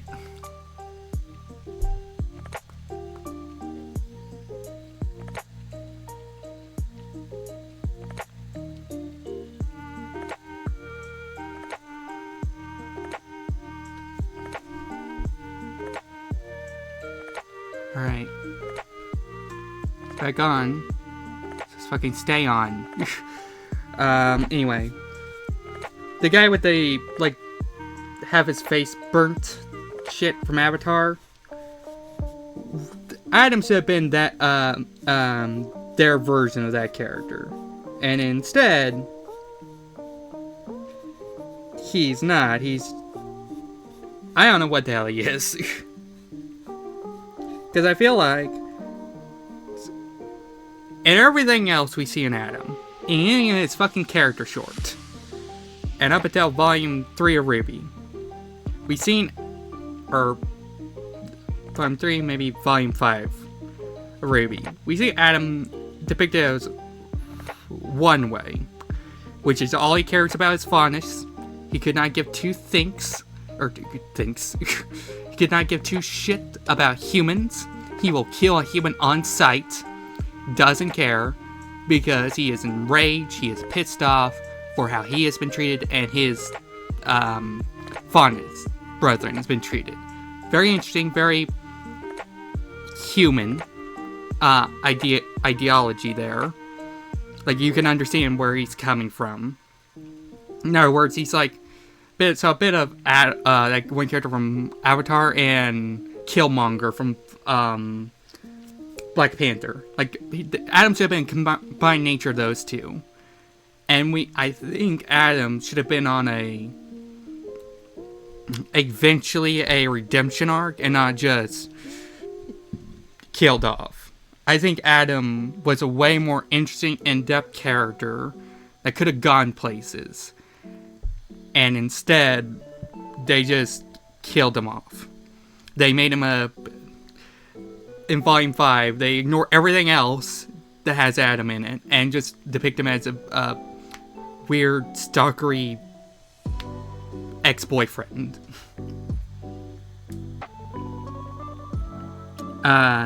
You think he works better as an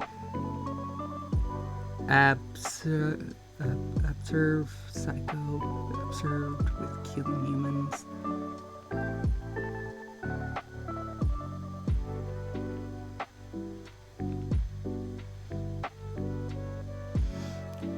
Yeah, I always thought, personal headcanon here, I think the way you redeem Adam is just one of two ways. A, you rewrite Volume 5 and 6, because that's when he goes off the deep end and they seem to do weird shit with him. Hang on.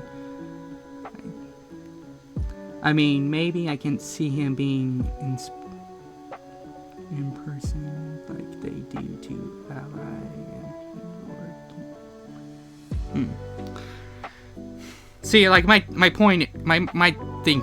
thought process is, we understand up until Volume 5 why Adam does what he does, because of all the shit he's been through and his fondest brethren have gone through. He is pissed, he is angry, he wants revenge. And that revenge, you notice, only goes after humans.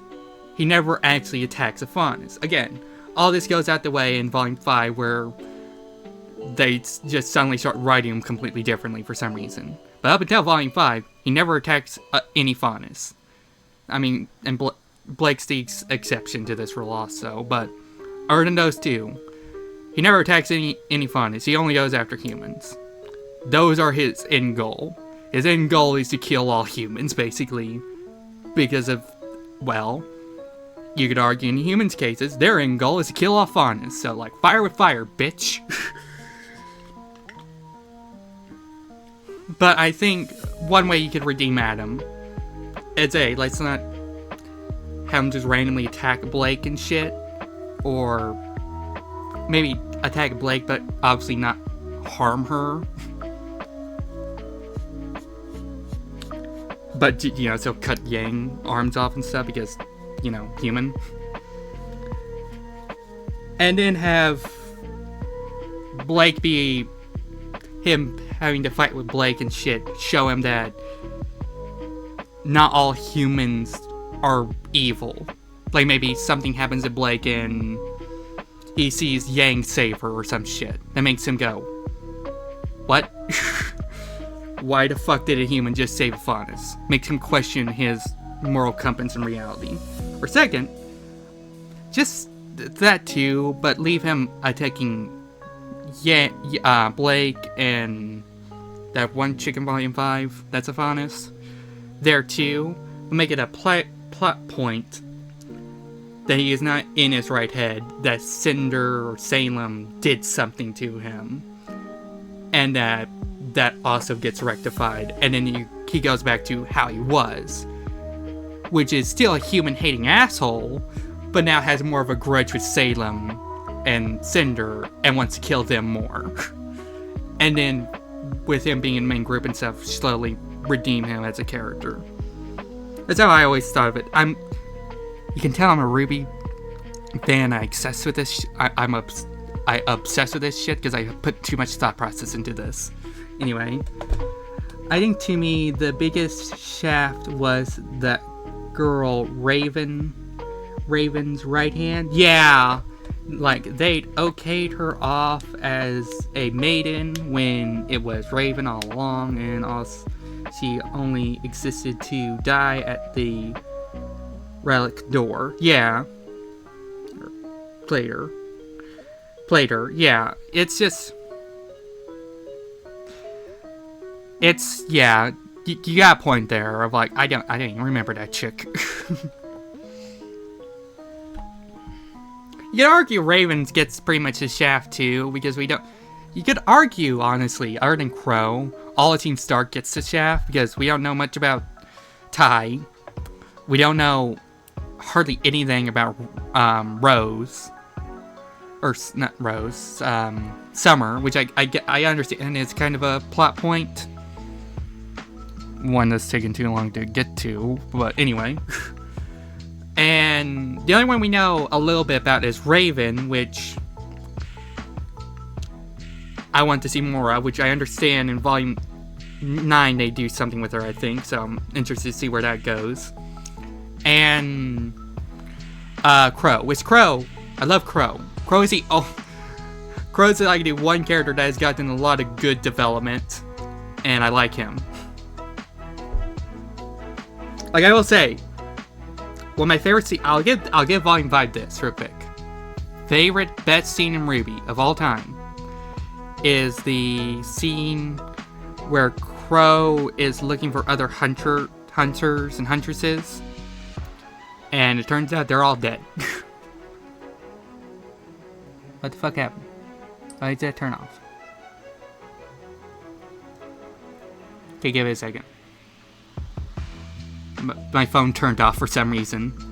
But yeah, anyway, when he's looking for our hunters and huntresses, the last bit, he can't find anyone. And then the last one he sees is he knocks on doors, that guy answers, and he's asking for someone, if someone's there. And the guy doesn't say anything. Crow gets annoyed and goes, look, is he here or not? And then that guy's daughter shows up and asks, and she asks, does he know where mommy is? And you see on Crow's face, perfect animation of like, so you can see like tears in Crow's eyes and just realize what happened, that woman's dead. And he just says he's sorry, and he walks away. And it's like, this is my favorite, best scene. He takes his flask out, he sighs, and he puts it back in his jacket without taking a drink from it. I absolutely love that scene because that's a perfect example of saying 1,000 words, understanding exactly what Crow is thinking, what's going in his mind, without actually saying anything, without telling it, without him verbally saying it. I love it when shows do that. That's my favorite kind of storytelling. And RWBY, I will give RWBY this, is a masterclass at doing that. I'll argue they do it too much sometimes, and they need to actually start saying stuff sometimes, but like they are masterclass with it, and they do it extremely well with Crow. I see ads started, but another one real quick I'll mention again when ads in. Crow's picture that he carries of Team Stark, how you can tell it has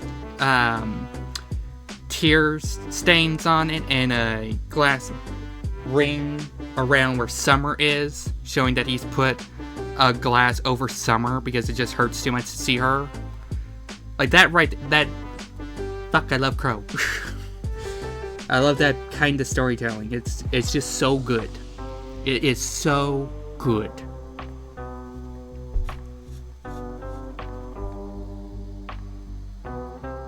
Let's see.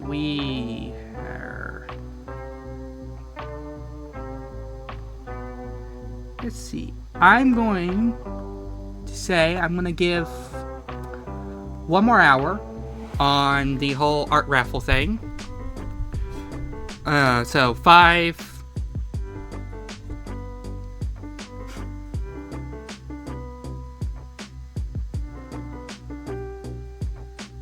Okay, yeah, I definitely will. I think something I want to do when I get my Discord server finally set up is I want to host movie nights where we just watch fucking RWBY. And I can sort of catch up that way or something. I don't know, because yeah, you're right, I gotta watch RWBY, man. By the way, I don't know if you can hear me. I'll wait till I know ads are over. But yeah, I love RWBY. I love talking about RWBY.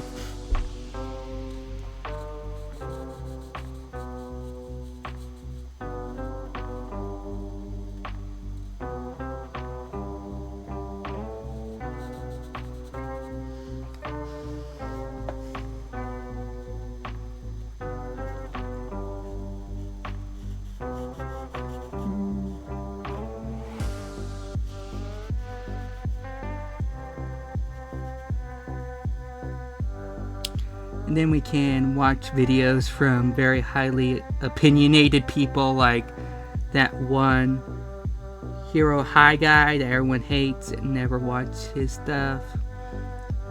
Except for one, and I was like, wow, how wrong are you? I don't even know what content he does now. Okay, I'm waiting for ads and I'll get into that in a second.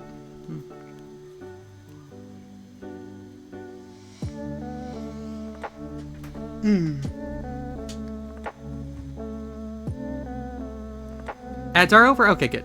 Yeah, okay, I just saw that. Okay, so first, Hero High, if I remember correctly, I did used to watch him too.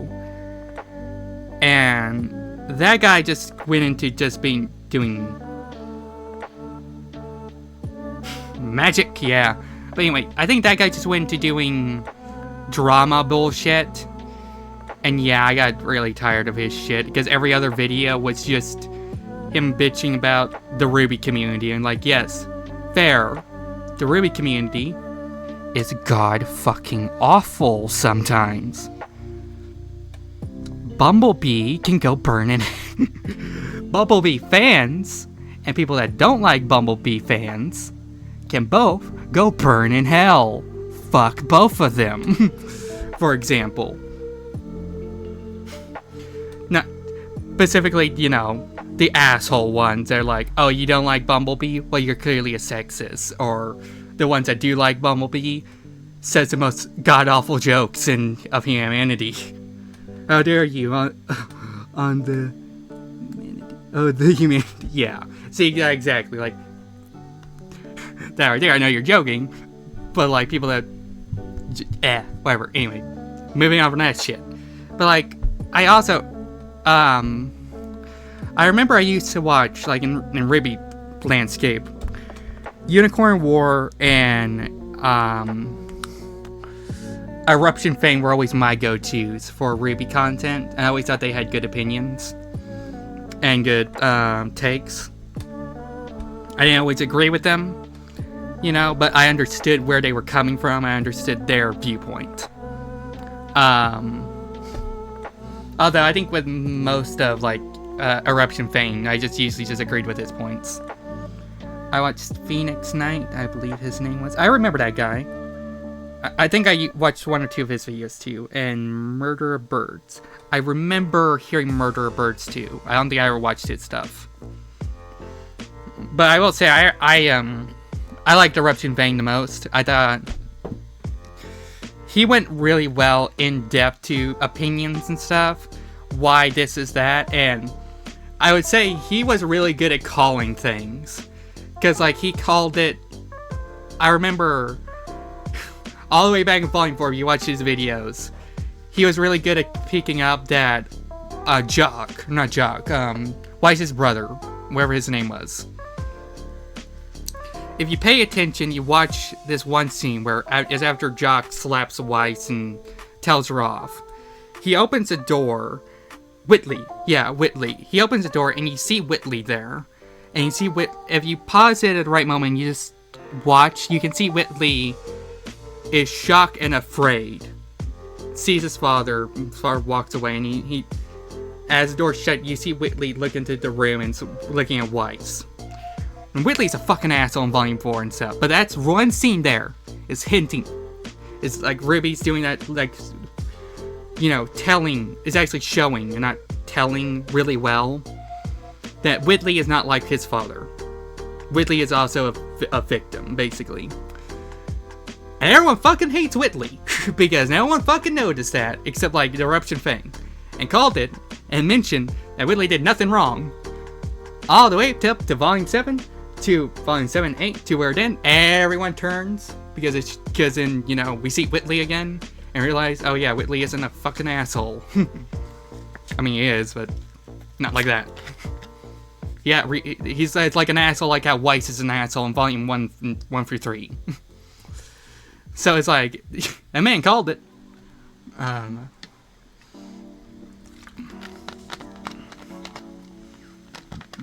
We noticed first, yeah. But yeah, he has great takes and stuff. And he did the same thing, I think, with Raven, too. Like, Raven's more in-depth. There's something about Raven. And everyone's like, yeah, Raven kind of sucks. And it's like, even teams over here, like,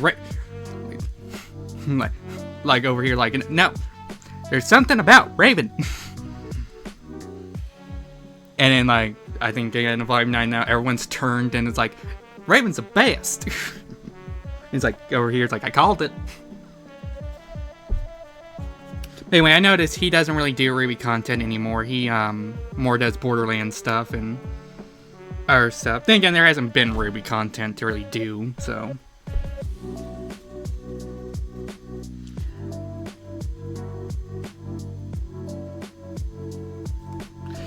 I would say the tribe had nothing. Fan theory here. The tribe did nothing. There was nothing about the tribe that made her abandon her family. Ozpin made her abandon her family. She saw or noticed or learned that Ozpin did something fucked up. That Ozpin is just using people as fucking pawns for a bullshit game, war, that he isn't telling anyone about. I think Raven knew that, found out, and left because of it. Now, arguably, she made probably the worst choice, because she chose herself and not her family, or probably, for what we know of. I don't know. We don't know the whole story. There could be something about how she might have tried to get Ty to go with her, and he just didn't. Yeah, I think the whole point is more she left because she knows who Ozpin is, found out who Ozpin really is, which is a user and stuff. Like, I fucking hate Ozpin, by the way. I think he Like, if we're talking about villains, he's the secret worst villain of the show. But,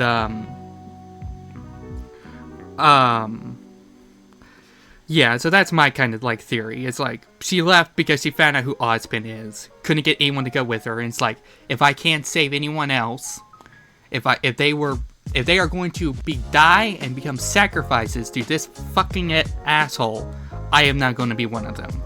And left because of it. You notice, she left Tai, she left Crow and everyone else. She never really left Yang, because this is another little nice detail. If you go back and watch all the way up to Yang Yellow trailer, you notice there is a raven following Yang in the background. Like a raven is flying up into the sky as he's walking into the club. And there's like, there are a few areas where you'll notice there is a raven in the background around Yang. So in that case, Yang, in the near scene, there's the obvious Volume 2 scene where, like, Raven literally just fucking shows up to save Yang. So, you know, she never actually left her daughter. So, yeah, I like Raven. I like that aspect of her.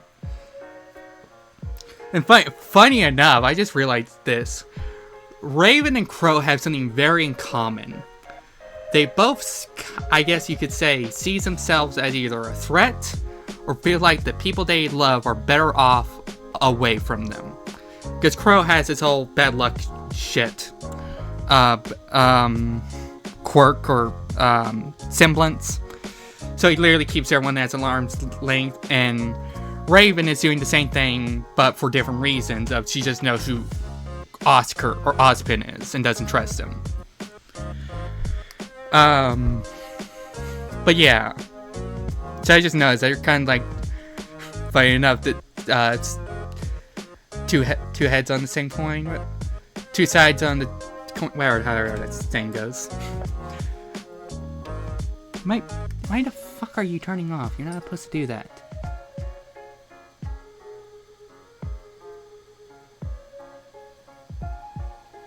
Okay, that's getting annoying. I gotta watch that now. Anyway, let me catch up on chat. Unless maybe it was to protect them. She ran because she was already the maiden and had to leave because she wanted to protect others. That has been my theory. I will say, and granted, Raven could be lying, but Raven herself did say that she got the maiden powers because one of the maidens came to her village in the first place after running away from Oscar or Ozpin. And she kinda implies she kills her. Or, I don't know, you can look at that as she implies he or kills the maiden, that maiden chick, so she doesn't have to suffer. Because I think she implies she kills the maiden chick because she was badly wounded in the first place, or something like that. I think that's the explanation of how she's the maiden. I'm not sure, it's been a while. You do remember that scene? Okay, here's a fun one. What would your semblance not need, and what kingdom would you be from? Alright? So, fun fact. My OC...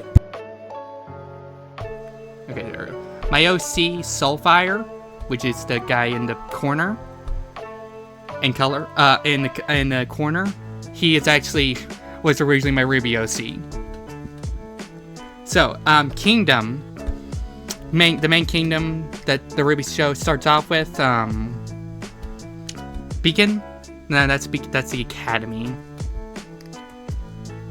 I don't know, but Vale, thank you. Vale is his home, and is originally he's not a Ruby OC anymore. I just made his own world and stuff. But originally, OC was Vale, and his semblance was Copy, or is Copy, which is, as long as he can see anyone else semblance, he can copy it and understand it. So, like, for example, Yang powers, literally, she gets hit, she hits harder. That's very easy for him to copy, and he does it like that. Same thing with Ruby. She just runs fast. Raven's teleporting bullshit. It's hard for him to wrap his head around, so it takes a while for him to ever copy that, if ever.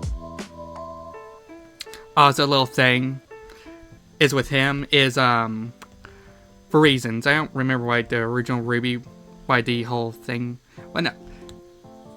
In the Ruby, he was just completely copying shit. Yeah, so yeah, that's it. That's it for him when he was a Ruby OC. Well, no, it's kind of like, with Vanilla's semblance to copy weapons. Yeah, exactly. Oh, so that was her semblance? I just thought that was her weapon. But yeah, exactly. Except his was with other semblances. His power also gave him unique features, which is because the way I always thought of it is how it worked was he was way more in tune with other people's auras, which is how he could sense people's semblance and understand how it worked and copy it. Because of that, it allowed him to do two other things. A, it gave him Spidey sense, basically, because he can sense other people around. He is always in tune with everyone else's aura around him. So he knows if some asshole is hiding, like, behind a tree, he knows that asshole's there. and getting sneaked up behind. And second, because he is in tune with someone's aura, which is basically Ruby's idea of a soul, basically. I like the idea because of that he allows him to become a human lie detector. He can literally sense if you're lying to him or not.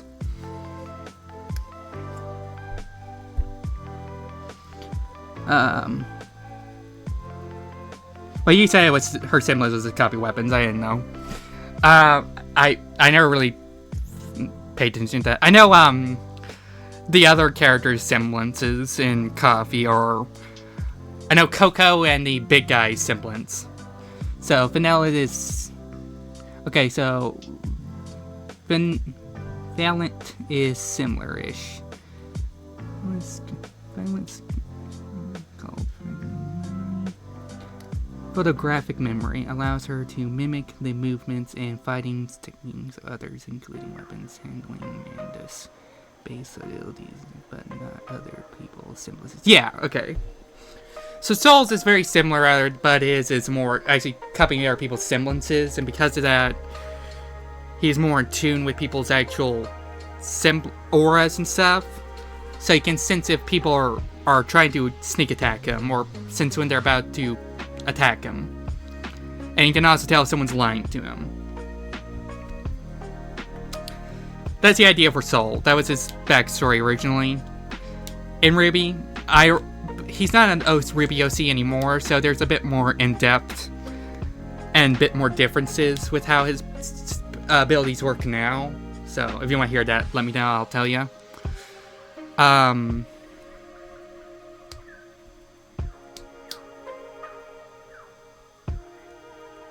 Thank you. I designed, in Ruby, well, real quick, first, thank you for, complimenting the design. The design is, I designed it myself, and the PNG tuber was made by my friend, Hey Dino Kitty. She also did the emotes and stuff, except Casey Lee Williams emote. Anyway, she touched the design up a little bit. It's really cool. Okay.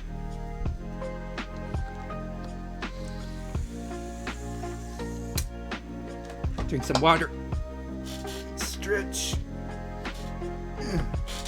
Hi, Sabajack.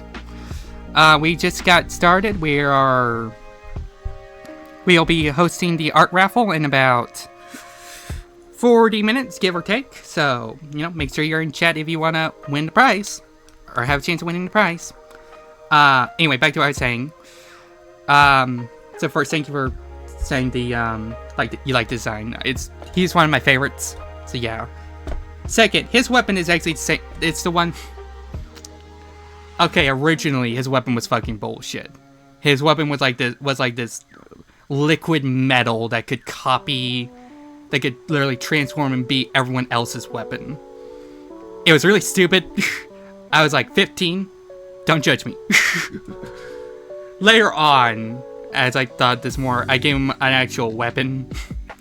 And, It's his weapon he has now, which is he has a katana-like sword and a handgun, which is attached, which are both attached at the ends by like a metal-ish rope that can extend and distend. Like, it can extend up to 100 feet, and can, I guess, distend or shrink to about be the size of a belt buckle.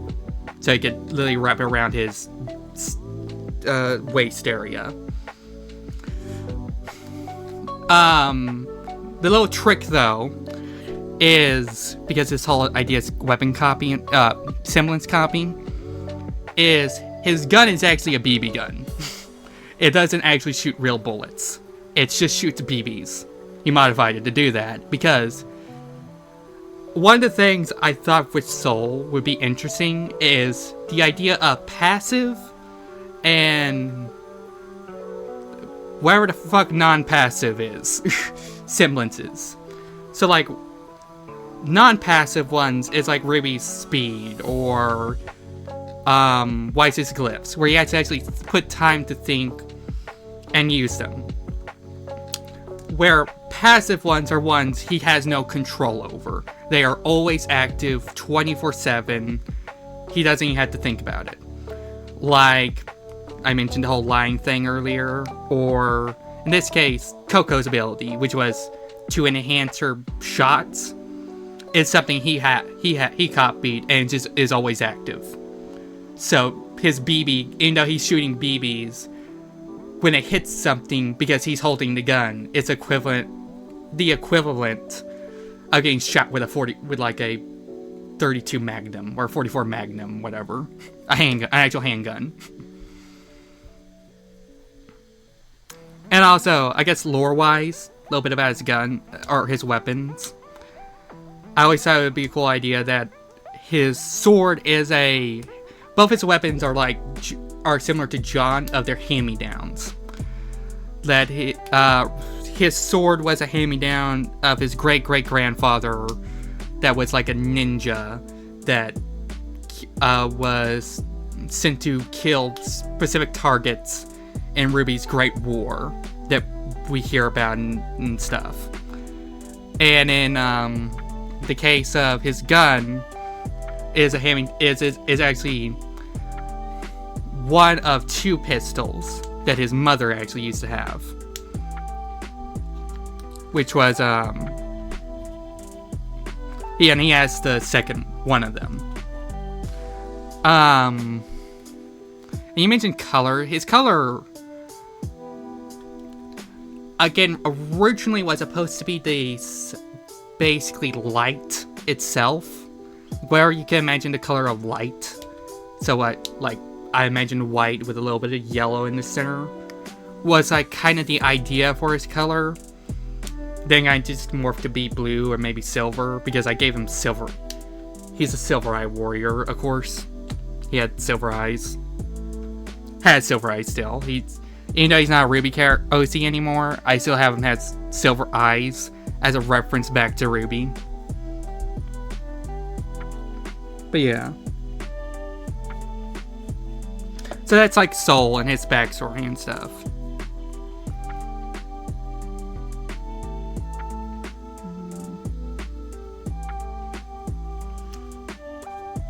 I will say, because there was a time when I was, again, around 15 or 16, I really had this, fantasy, I wanted so badly to write for Ruby. Even though I was, 15 or 16, never wrote anything. Granted, all my, I think back at most of that stuff I think about, how that was, shit. That shit was shit. That fan fiction stuff, but there's some bits of it I still love to this day. I still have bits and pieces of, I want to use that for something else.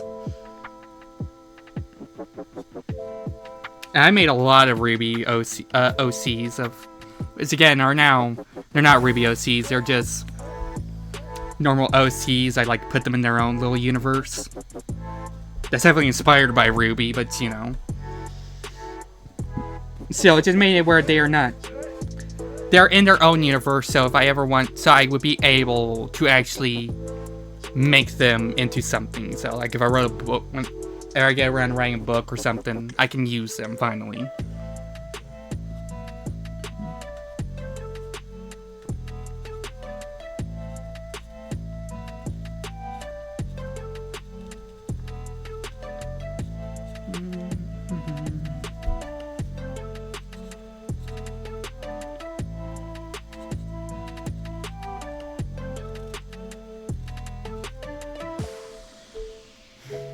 Hell, if anyone else here has a Ruby OC by any chance and you want to share it, go right ahead.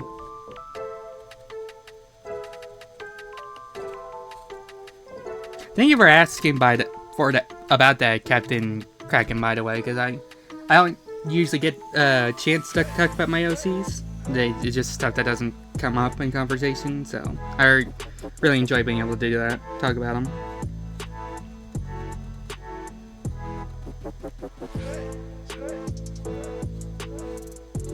I think we're getting near the end of this thing. Let me check real quick.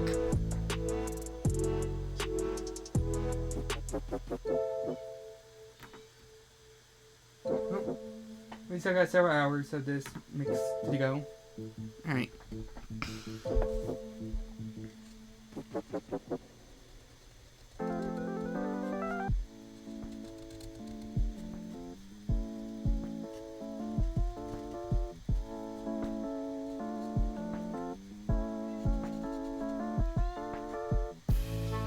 Here's another question for y'all in chat. Favorite Ruby song? Because, man, I fucking love the Ruby soundtrack. If you can tell by the fact that I have Casey Lee Williams emote. I love the Ruby soundtrack so much. I love that woman's voice so much. Like that, she is my favorite singer of all time. And I'll start off. My favorite Ruby songs are Time to Say Goodbye, the original opening, Gold Acoustics, I Burn, the normal version, and I would probably say Rising.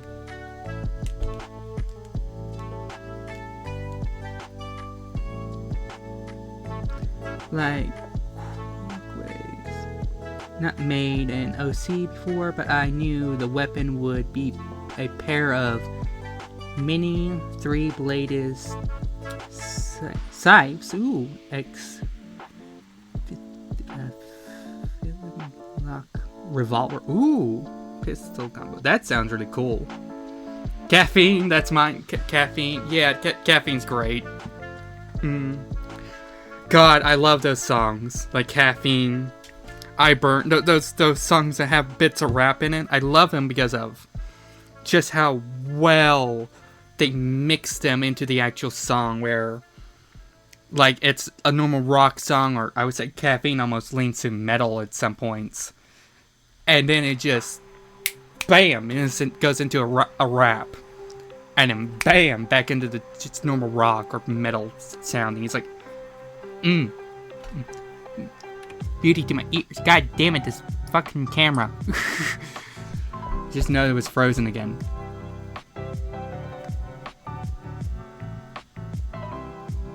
There we go. Okay. Let me try to fix that real quick. Gonna go off for a second.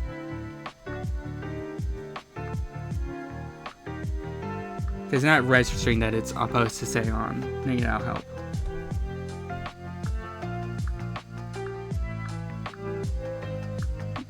No, I'm just having an OCD moment. Give me a second.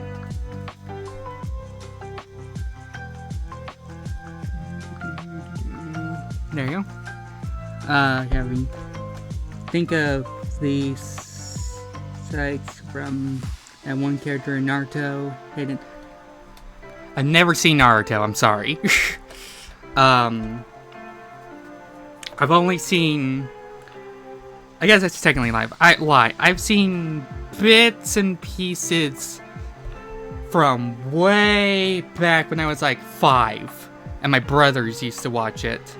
I remember like seeing 1 or 2 scenes, and then I saw like the first 5 minutes once on Netflix, and then something happened. I had to stop watching it and never went back. All right, you say rip. Here's a rip for you. The only bits of Dragon Ball I've ever seen, one of the most popular animes out there, is the live-action movie and Dragon Ball GT. That's all of Dragon Ball I've seen. I'll just let that sink in for you.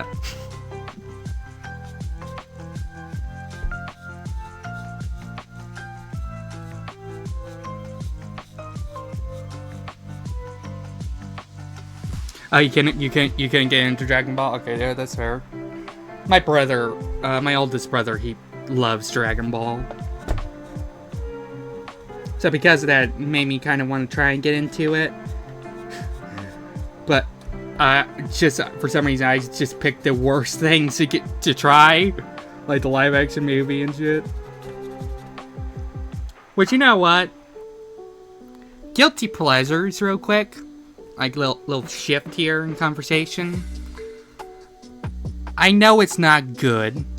I know it's not a good movie, and I know it shits all over the original book.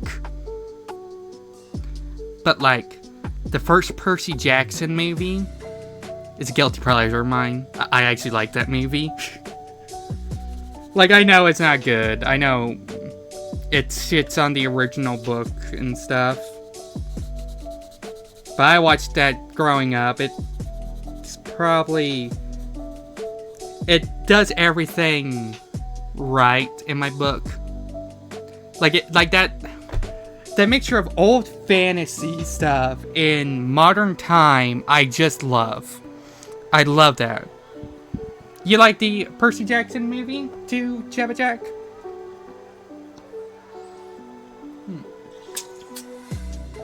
Was Percy... Okay. Well, I just hear a lot of people don't like the movies because they're radically different, if not just shits all over the books. And I think that's why people are enjoying the... God damn it. Are enjoying the show more. I didn't finish the show, but I was enjoying that. I don't know. I love the movie. It's, like I said, guilty pleasure. I know book-wise it's not very good and accurate, but I still like it. Anyone else that's a hot take, feel free to share it.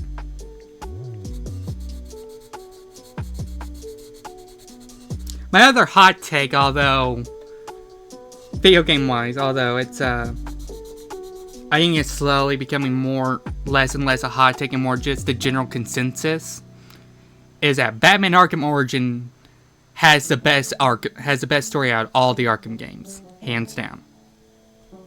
And that game, I think, deserves a lot more respect, honestly. Like, that game gets acted like it's the black sheep of the franchise for no good reason, in my opinion. Then, like, I wait for over, 10 years to finally get an actual proper sequel to Origins. Finally get it. It's a fucking VR game. I'm not bitter at all. Why do you ask?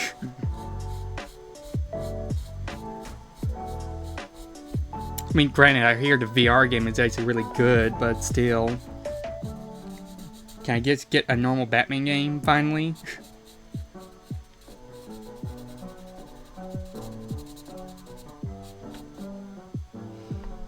Oh, you know what deserves better? Genlock. Fuck yeah, man. Genlock got shafted hard because they put so much money into it. They market the shit out of Genlock just for it to...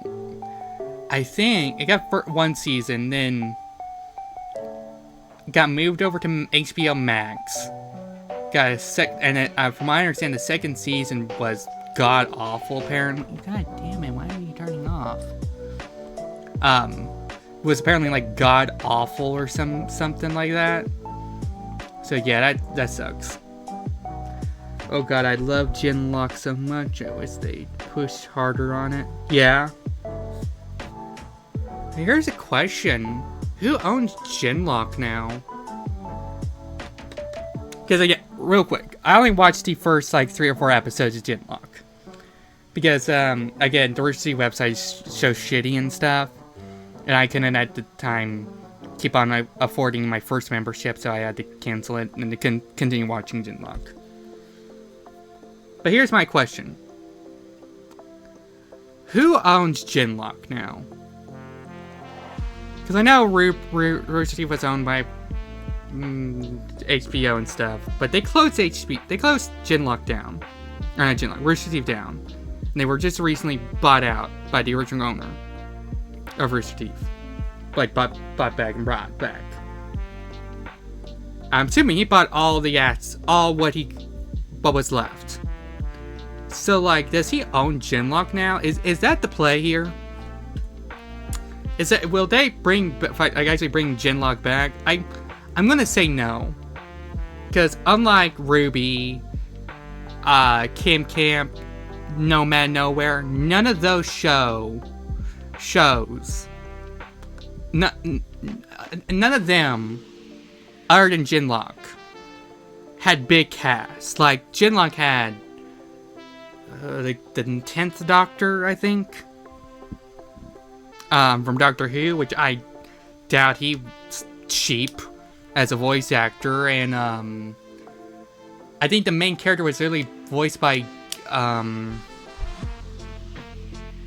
Michael B. Jordan, so it's that man, it costs money to get him.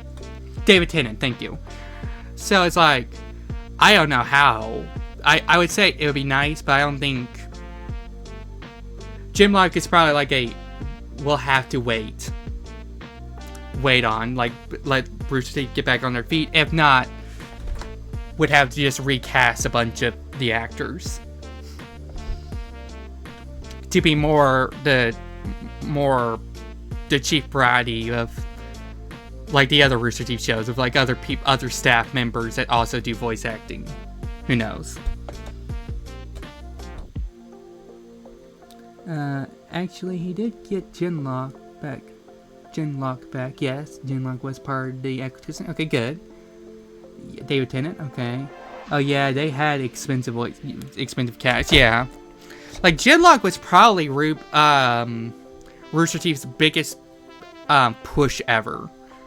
Because they went all out of, we are a studio type thing. It sucks that they didn't really pay off. I think probably Genlock's biggest problem, and why it didn't take off well as Ruby, is Rooster Teeth lost its way and understanding of why it was successful in the first place. Because it was never because of their website. I doubt hardly anyone except the diehards used the Rooster Teeth website, because that thing was a bugsy piece of shit. So locking shows to that website, later on making where Ruby was only on that website, killed Ruby's momentum, I think. And then in Genlock's case, because it was never even on YouTube, except maybe the first episode or two, I think killed Genlock. And it only ever being a first membership. It was, you never, a week later, got it for free. It was Rooster Teeth first exclusive, killed Genlock. I think Genlock's best chance was probably when it finally went to HBO Max. But because that was the only Rooster Teeth show that really did that, I think hurt it. I think because, again, from my understanding, you can correct me, Captain Kraken, because you've clearly seen it more than I have. From what I heard, the second season was also garbage. I think it's what was probably the final nail in the coffin. Again, I would like to see them try and bring it back. I think that show was like Ruby and it had an interesting story to tell. I would like to see that story to continue in some way, fashion.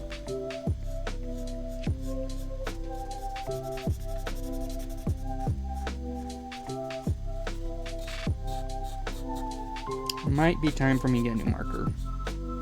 In about less than 20 or 30 minutes, we'll be pulling for our raffle prize of who wins the drawing. So, again, rules are to just be in chat when it's time to pick a winner and be following me. So if you're not following me, here's your chance to make sure you're following me.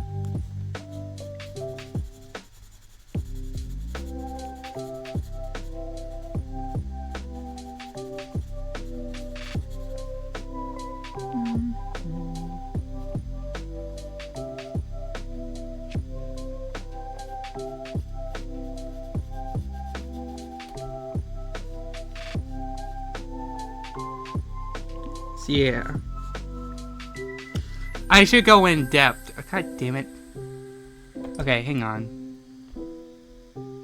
Refresh.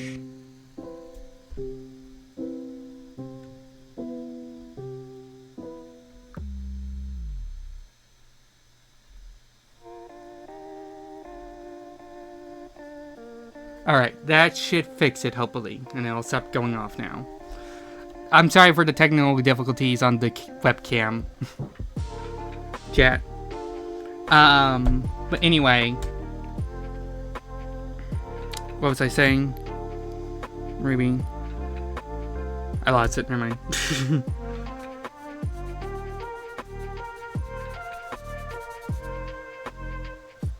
Oh. Oh, damn it.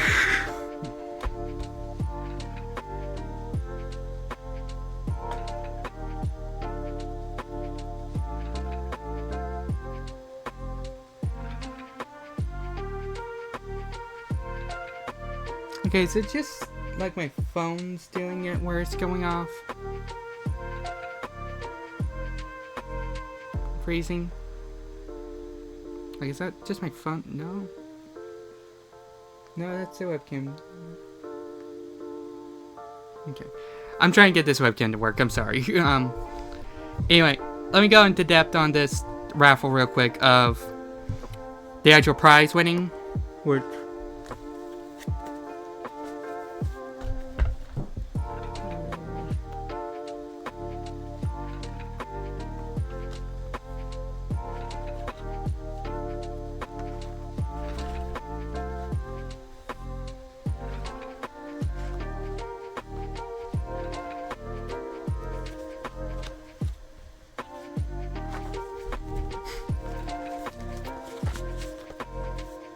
I don't have much full body drawings in this book yet. It'll be something like this. Now, it doesn't have to be something exactly like this. I'm just saying. The winning prize is a full body colored drawing by me. So, could be whatever you want. You could be your OC, your fan art, whatever it is. Be a full body and it'd be something like this, for example.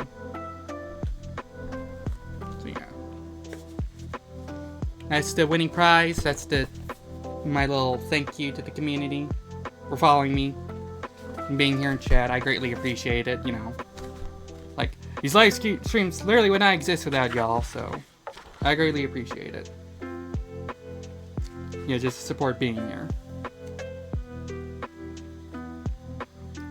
Thanks. Yeah, that book is full of Luna drawings. Luna's my favorite hell of a boss character, so I just went for a little series of just doing Luna fan art for a bit.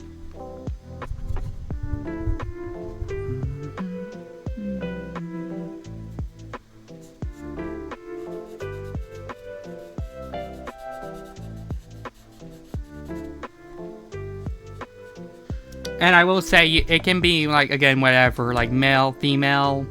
I'll even do mechas, because,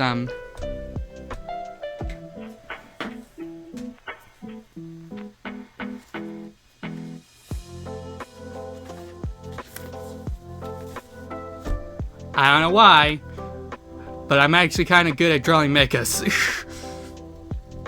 So yeah, like, even if it's like a Transformer, whatever, can request that. Sonic OCs. Thank you. Yeah, I'm still really proud of that drawing, how it came out. It can even be Sonic OCs, because I'm also pretty good at doing Sonic characters. Let's show that off real quick, because that's in this book. Hang on. Let's do the Sonic head. There we go. I made this for a friend of mine.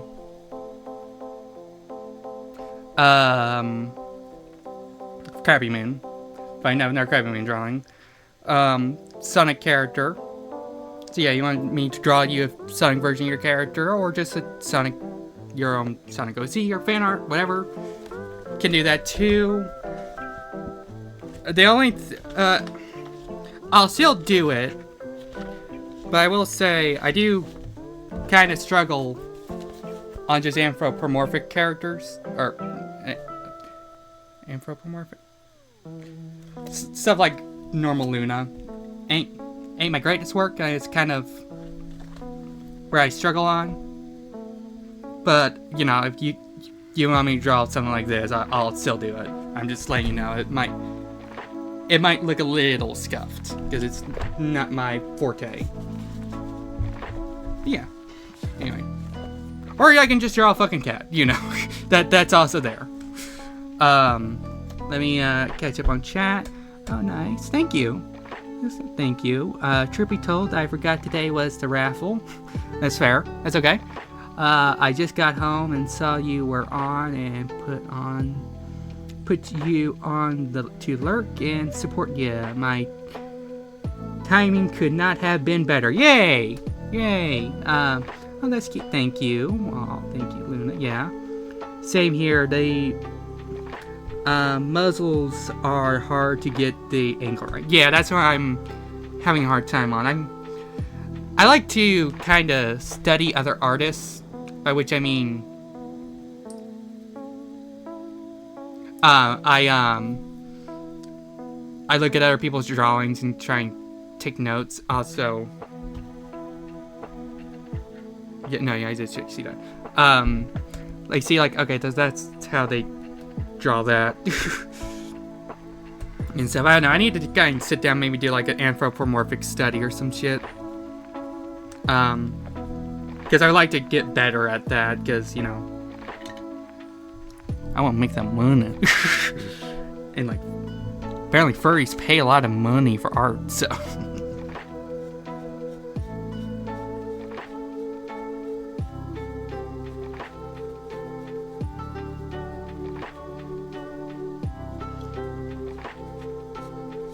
But anyway, so yeah, little show and tell.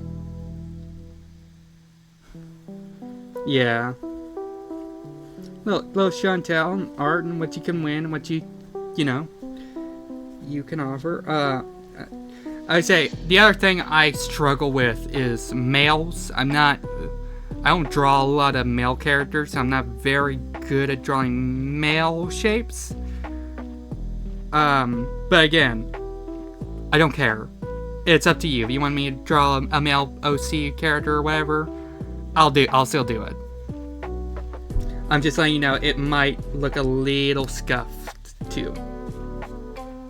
I actually don't even, and it's not a full body, but to give you an example,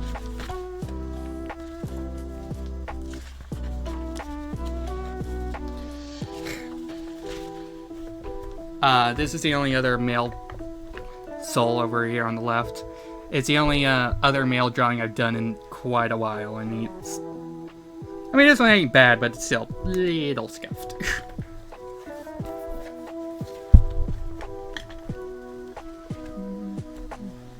I will say though, I actually have this as my lock screen on my phone because I love this drawing. Like, whenever I have a little bit of extra money, you can bet your fucking ass I'm finding one of my art friends. I'm asking him to just draw this in their style. Because I just love this drawing.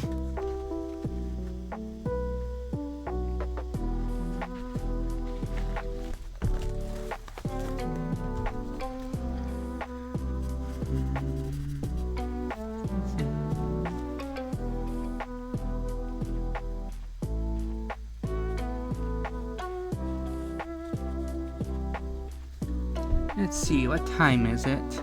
Okay, so the art raffle will be in about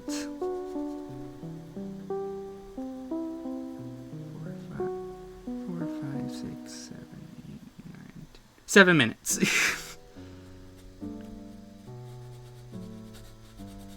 Want to make sure I got it right. Okay, that actually makes it look better.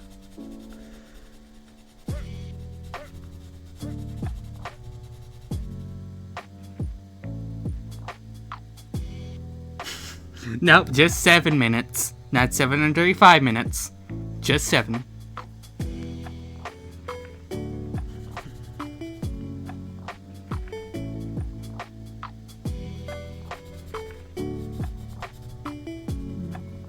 Did I say 735 minutes or something?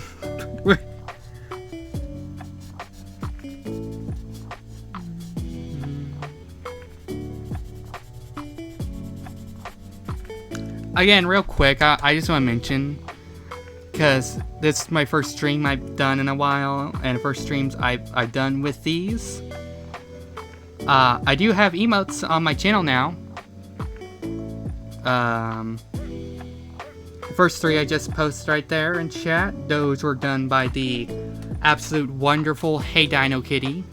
They stream here on Twitch, and they're fantastic artists. They're the one that did the PNG on the right, and the overlay you see here on screen. So, they did those emotes, they came out wonderful.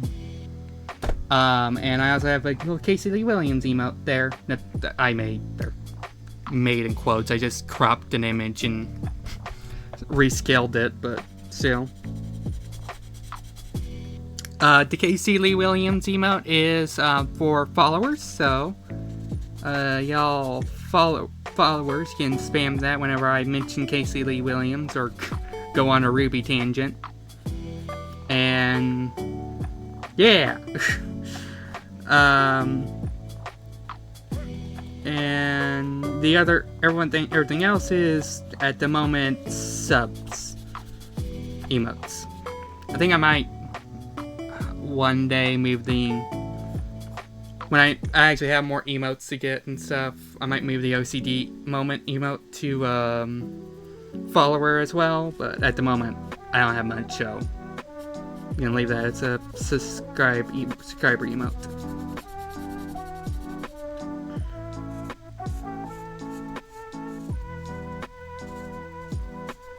I will say, oh, god damn it. Hang on, this is bugging the hell out of me.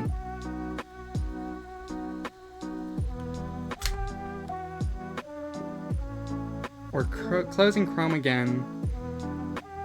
I'm gonna open it back up. And hopefully this time, this will get it to work without coming off constantly.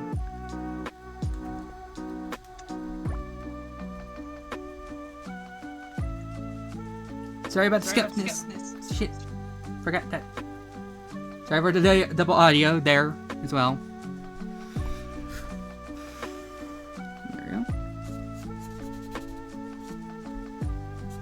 4 minutes left, and then we'll start the art giveaway.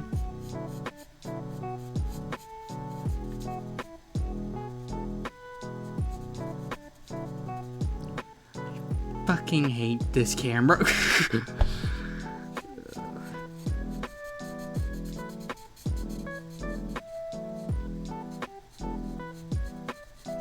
Maybe it's the software I'm using. I don't know.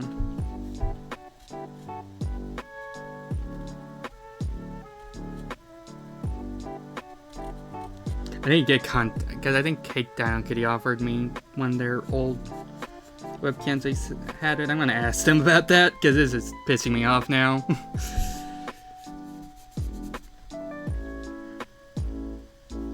Not like angrily pissing me off, just it's annoying. Oh, ads are gonna be starting in 3 minutes. First off, thank you for saying for those ads. They greatly help the channel, you know. Earn me a little bit of extra money, and that extra money, you know, goes in streams and stuff. And second, for if I notice ads are still going when it's time to do the raffle, which looks like it will be, I'll just wait for I'm just gonna wait for those ads to play off, and then when those ads are finished, then I'll start the art raffle. So, yeah.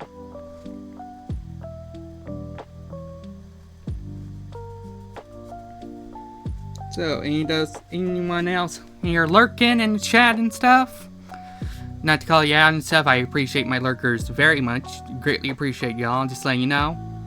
You know, the art raffle's gonna be starting here pretty soon, so if you want a chance of winning it, make sure you're able to be at your keyboard and type in what I need you to type in a minute. Not yet. Don't worry, you still got time. So enjoy your stay of Lurkville. Lurkville. I don't know why I said that, but anyway. Just trying to give y'all a heads up, so, you know. Means everyone who wants a chance gets their chance to win. And again, I mentioned this earlier, but I'll mention it again. This isn't going to be the last art raffle I'll do. I plan on doing another one if I hit when I hit 200 followers. And maybe another one when I hit 300. I don't know, we'll see on that one. And I will say, specifically here on Twitch, we do have I do plan on giving away a Sonic OC raffle, where I'll draw your OC or whatever you want in the Sonic art style if I hit my bits goal here on Twitch, which I don't know what it is, but we're 75% of the way done on it. So, yeah, whenever that hits, I'll be doing that as well. And let's see, other cool stuff I got in the pipeline, art-wise. I think that's it. I think those are like the few other art raffles I have planned, but you know, if you still want drawing by me and you don't win, or art raffle isn't happening anytime soon, just remember, you just lurking here gives you a shot at getting a drawing from me, because you head over to my channel points, or Ember points. One of the higher end redeems is, in fact, what's it called? A black and white drawing, where you'll get a black and white busted up drawing from me. So not the same as this like art raffle, but you know, still drawing. And my commissions are also open-ish. Like, I don't really promote them, but like if you want to pay me to draw you something, I do accept that. And my prices are like really cheap. Like, it doesn't cost much to get a drawing from me. Which, if you want a drawing from me and you want to pay for it, just DM me anywhere. Let me know you're wanting to commission me, and yeah, we can talk about that.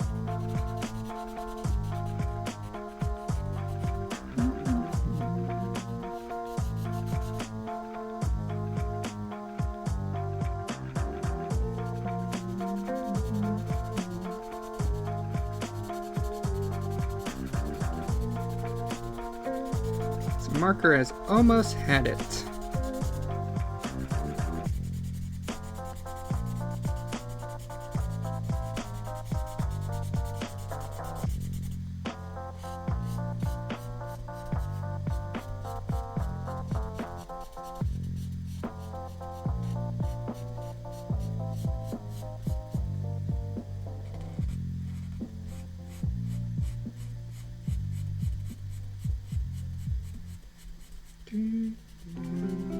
So yeah, I will say the another one I have, since I brought up my Ember points, the other really high one is shoutouts, which, you know, if you're a streamer and I don't know you stream, or you have like a video you want to promote, song, whatever, use a shoutout, redeem, and you can shout it out. Just don't post any links at the moment, because I still haven't fixed that yet. So, but yeah, let it be known. Then I'll, like, whisper me the link and I'll post it. I get that fixed. Also, I brought up shoutouts. I forgot to do this. So, sorry for the delay on this, but I know Stabbajack, you stream. Let me get you a shout out.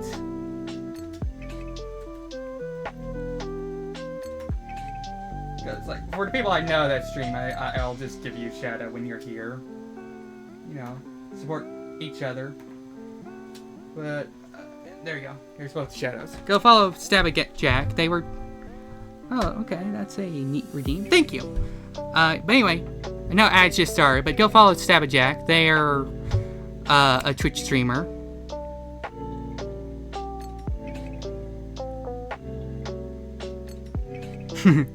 Yeah. They're another Twitch streamer who plays games and stuff. I think they were last night. Where it's playing Legal Company with Krabby Moon and several others. So yeah, give them a follow. They're nice. They got a cute little cat, VTuber and cute cat emotes and everything. So yeah, give them a follow. They're nice. I know, like, no one heard that because my ad started, but, you know.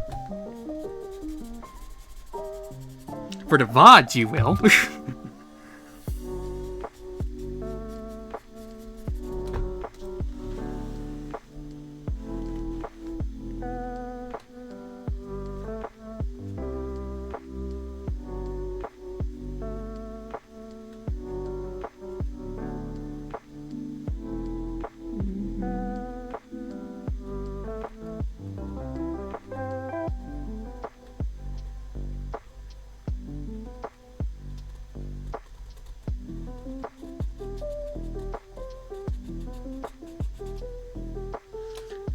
Yeah, okay, so I guess ads haven't started for you for some reason. Yeah, we played a modded Lethal. It was so scuff at first, too. Yeah, I was there at the very beginning, and then I had to leave, but I stayed on lurking. But I did see a little bit, see the scuffness, like, audio trouble. At first, too, we somehow managed to spawn an infinite number of mimics masks and almost crashed our game.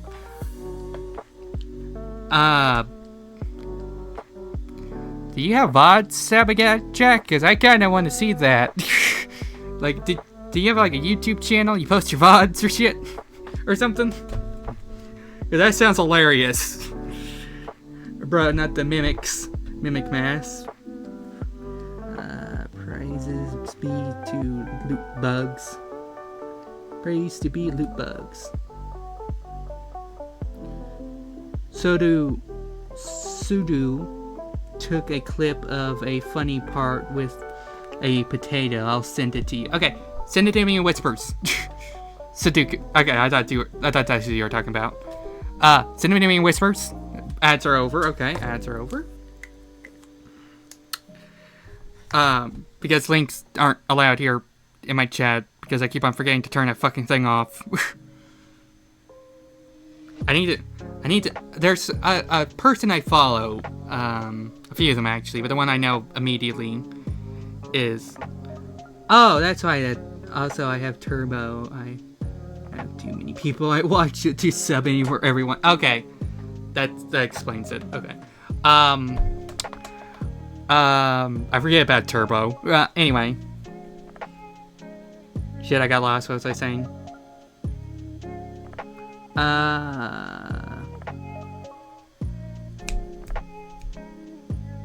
Fuck, I lost it. Alright, anyway. Well, I said when the ads are over, I would start. Oh, I remember. Hang on. There's a. There. Blank trails all over the place. Now there's a streamer or two I follow where they're able to give link permits and stuff. I need to ask them how the hell they do that so I can do it. But anyway, So, I mentioned when the ads would end, I would be hosting the art raffle, and they have ended, so let's scoot over here and head to the just chatting screen. It's jack as shit, but it's what we got. Hi. Or no, actually, we'll say in the art screen, because I can just, that's where I had to lay out.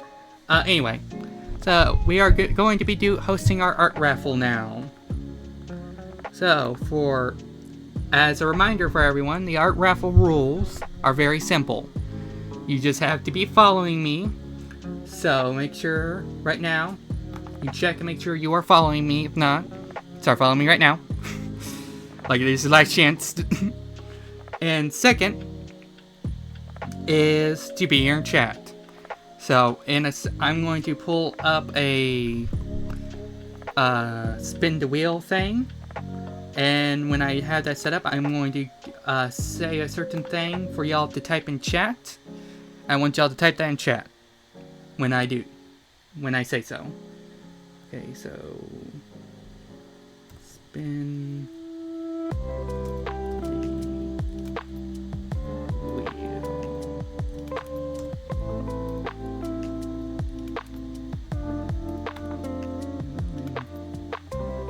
All right.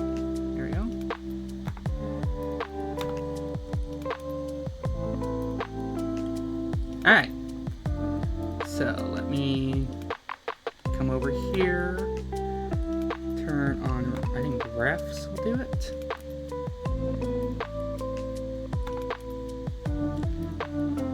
Bring it up. No, it does not, alright, then let me add source, display capture.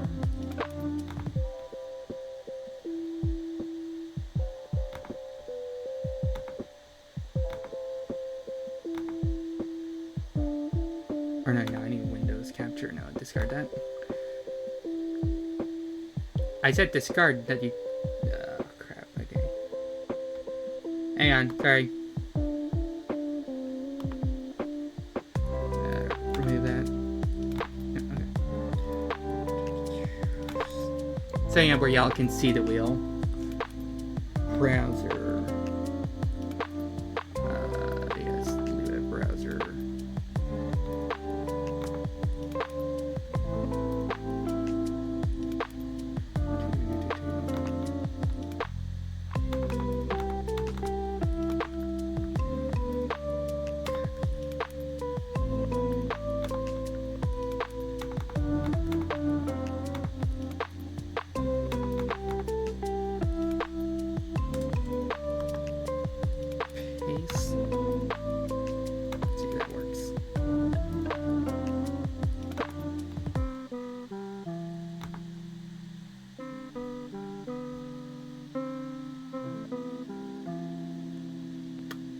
Why that didn't work? Because I don't think. Hang on.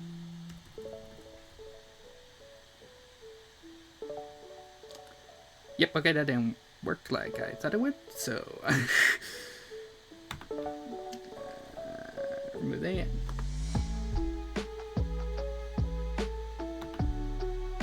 Hang on. What the hell is my ref titled? Window. Okay. Window capture.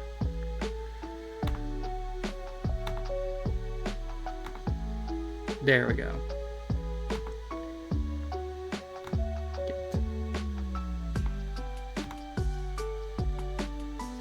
And put my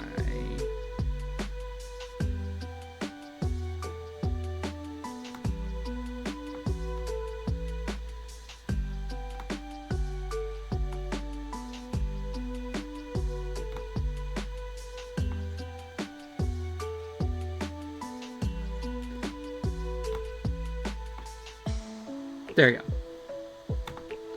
Alright, so, everyone in chat ready? Alright, so everyone in chat, I need y'all to type in 1 in chat. Number 1. right now. Okay, so we got Captain Kraken. Let me get your name copied. Captain Kraken. Paste. That's not what I fucking meant. I hit the wrong button.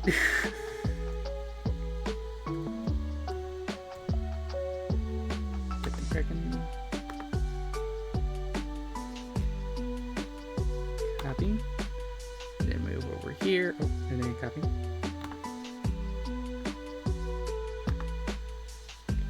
Copy. Okay, at this point it would have been faster if I just typed it out manually.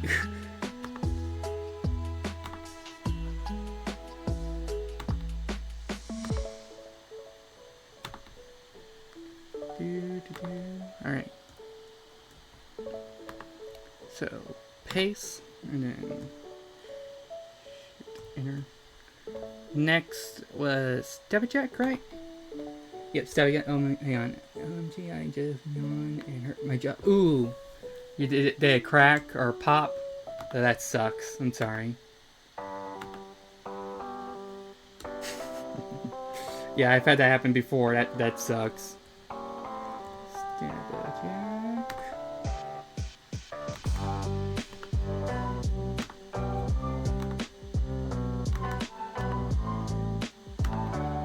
Copy.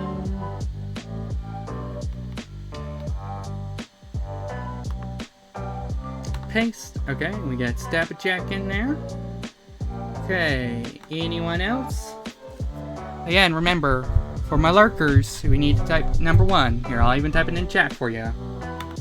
So in case you can't hear me, you can at least read me. To enter the raffle, please type in 1.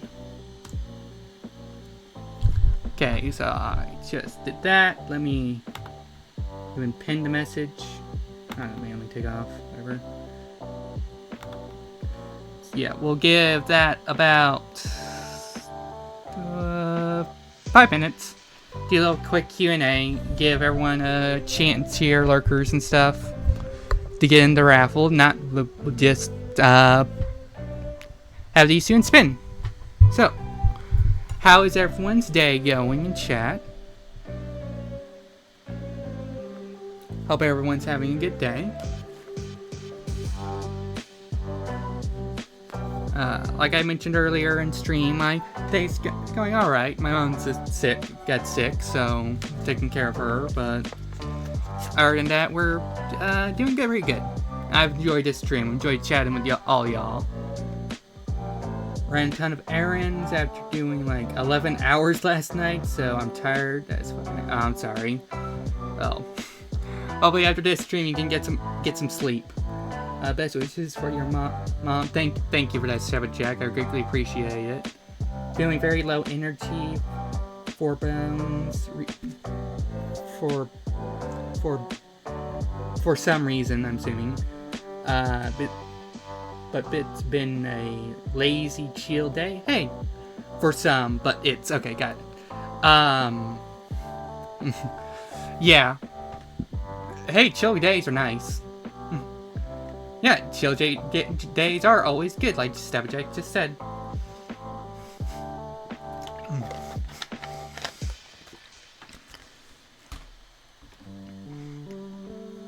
I will mention, again, for plans of the next few streams, after today, I am going to be taking a bit of a break from art streams.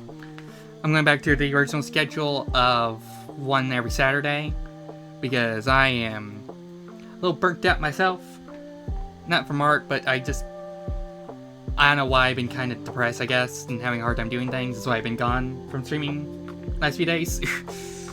But so yeah, I got a lot of art I need to catch up on sending, because I have I have 4 drawings I have not posted yet anywhere, and I need to get that done.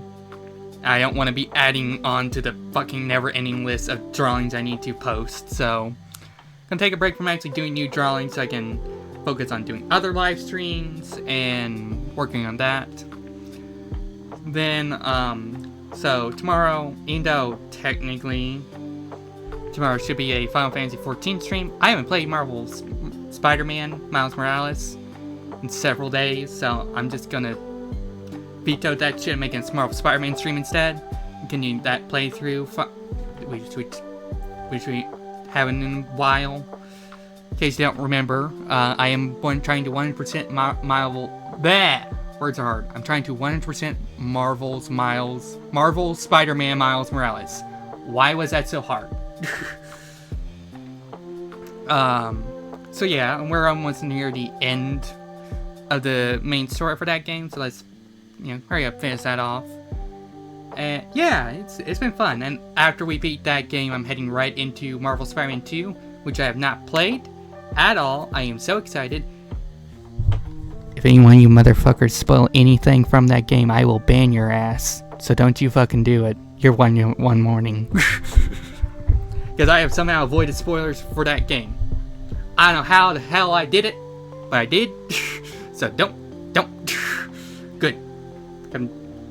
Okay, good. Yeah, don't do it. But anyway, then after that, I don't know what the next game I'll train 100% is. I might, since my friend Hey Donkey is getting really into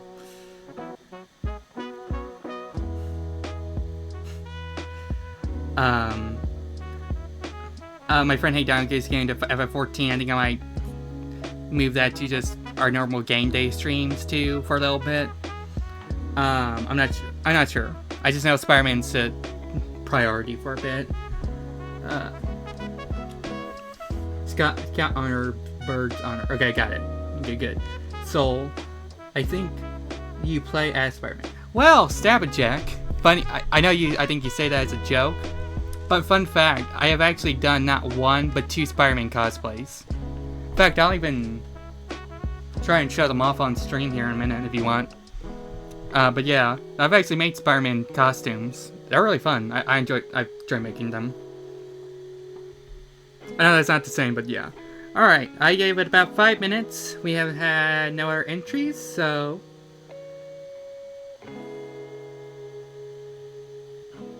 that would be nice. If I got, I might, you know what? Hit 400 followers, I'll do a cosplay stream. Just for y'all. There's the goal. Oh, I've only done a Kanekuro cosplay. Cool. Oh, that's Naruto. Bullet dude. Okay, cool. Anyway, like I was saying, I've given it about 5 minutes. I've done hadn't even buckled his. Cool. I gave about 5 extra minutes. We have had no extra entries in the raffle. So I am just going to spin the wheel we got. So we have a 50-50 shot between Captain Kraken and Stabberjack. I wish you both good luck, and we will see who wins. Okay, on in 3, 2, 1, go. And the winner is Stabberjack. Congratulations, Stabberjack. Woohoo! Yay, yeah. So, Stabberjack, what would you like me to draw for you? Let me know in chat if it's your OC, regular cat girl OC, or cat OC, whatever. Yeah. You can do my cat tuber? Okay. I know we messaged each other on Discord for the thing. I'm just going to keep it as thing. Super simple, any style you want. Okay. If you want, you can send me the reference to your PNG tuber in DM to me on Discord. Okay. Also, I can either, I'll just point this out. I can either just draw your since you mention art style, I can either just draw your cat tuber, or if you would like, I can Sonicify it. So draw it into Sonic art too. Make it done up like a Sonic characters are done up. I don't know. I'm bad at explaining shit. And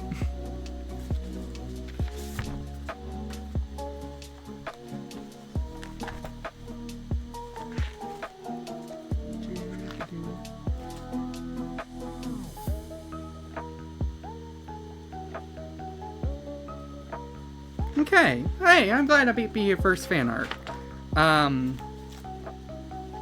Let's see. You say it's up to me, but I'll just let me point it out still. If I can get to it, why can't I ever get to the drawing I need? That'd be a pain in the ass. I've gone too far.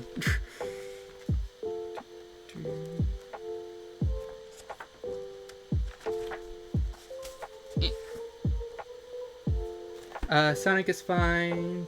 Don't want to put too much pressure on. Hey, listen. You follow me, you watch me. You won the art raffle. Don't worry about it. Don't worry about putting pressure on me. You won fair and square, and the rules are literally full body drawing of whatever you want. So if you want it just to be your normal Stab Jack VTuber, I can do that, or the Sonic version. It's up to you. Don't feel like you have to be pressured into doing one or another. It's whatever you want. I'm just trying to show what I mean by the Sonic thing. I'm having a bitch at stuff. There we go. Got it. Okay, hang on.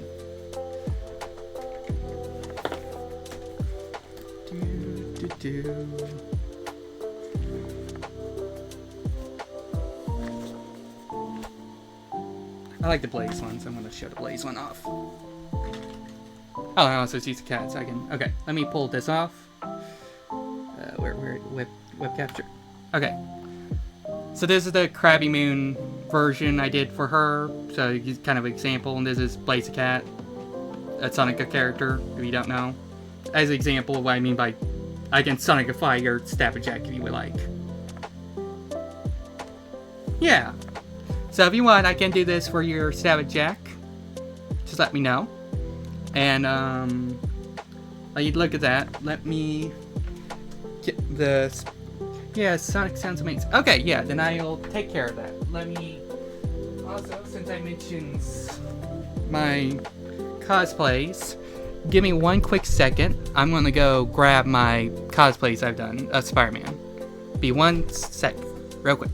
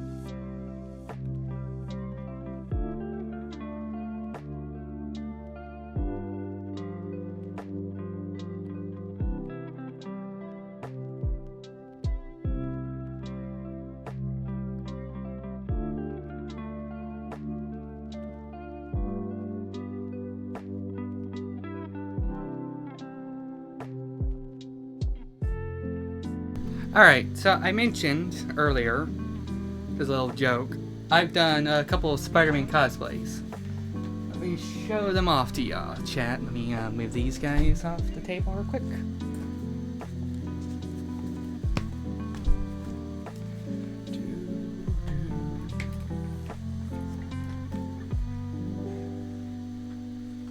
Move that over here. Alright. So the first one I did was a Scarlet Spider cosplay. It's kind of... the mask part broke off, so... it's pretty simple. Did the eyes. Mask itself. Here. And then I got the hoodie part. So I cut off the sleeves for it and painted on the Spider-Man logo myself. So that's the Scarlet Spider costume.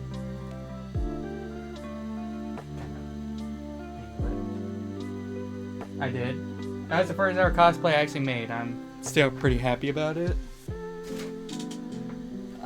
Although that zipper for this broke, so I can't even wear it at the moment. The face part.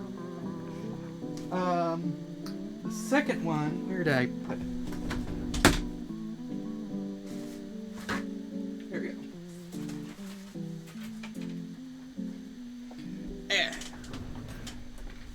Okay, here's the second one.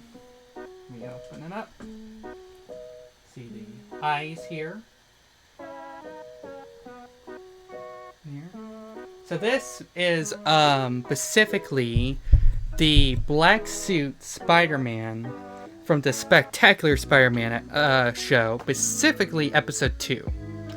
So, for y'all that don't know, don't watch Spider-Man. In Spider-Man, the Spectacular Spider-Man show, when he got the black suit, it took him it was like a 4-episode arc, where 30 episodes he had this black suit. And the black suit at first was literally just the Spider-Man suit, but just black. And it had the white lines and everything. Like the black lines turned white and everything. By episode 2, the suit itself started losing the white lines, its web lines, and the Spider-Man middle chest symbol started to grow. That is what this suit is based off of. That episode 2 specifically. So the hands itself still has the white lines on it. And if we flip it over to its back, it has the Spider-Man logo on its back. Yeah. It was really fun. This one was really fun to make. I made it last year. No, year before that. And it was really fun to make. And since I'm showing off cosplays, this is the one I did last year. So, this right here is, if you remember that shitty Green Lantern movie that came out in 2011, one of the McDonald's toys was this Green Lantern visor, which is what this is. But I guess was supposed to look like his mask. But it always looked like Scott's lasers things, like he wears, in those movies and stuff, the goggles he wears. So what I did is I painted this yellow like it is in X-Men Evolution. Then I had this toy gas mask that had a red visor in it. I took that visor out of the gas mask. I cut it into a thin strip. And I hot glued it into the visor. And I made Cyclops glasses. So yeah, that's all the cosplays I've done so far. I want to do a Punisher cosplay, since that one's pretty easy. You just get a fucking Punisher shirt. But yeah, those are like the few cosplays I've done. I really enjoy them. They're fun to do. Let me catch up on chat, because I was focused on showing that off. Let's see. Sent you some refs image and the clip from last night on Discord. Thank you very much, Stabbajack. Oh my god. OMG, freaking Scarlet Spider. That's your favorite one. Hey, yeah, I really like Scarlet Spider too. I mean, I never read the comics. But from what I've seen, from what I've heard and stuff, from what I've seen on YouTube and stuff, I really like Scarlet Spider too. I think he's pretty interesting. I love his design. Both his Scarlet Spider design and his actual suit look really cool in my opinion. Yeah, it legit looks like Cyclops. Yeah, I know, right? This is a fantastic job. Thank you very much. I do greatly appreciate that. I have a couple of Scarlet Spider ones. like Scarlet Spider cosplays you've done yourself, or comics? If it's cosplays, that's really cool. If you don't, no comics. Okay, cool. Yeah, I only have one that actually, I can't even show it.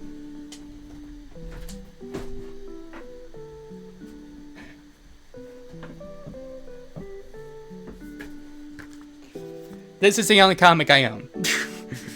Because comics are so goddamn expensive. And I don't have a lot of money. So, the only one I have is the first Hellboy volume. Oh, is that they're expensive, and B, I refuse to buy trades. Or the single ones.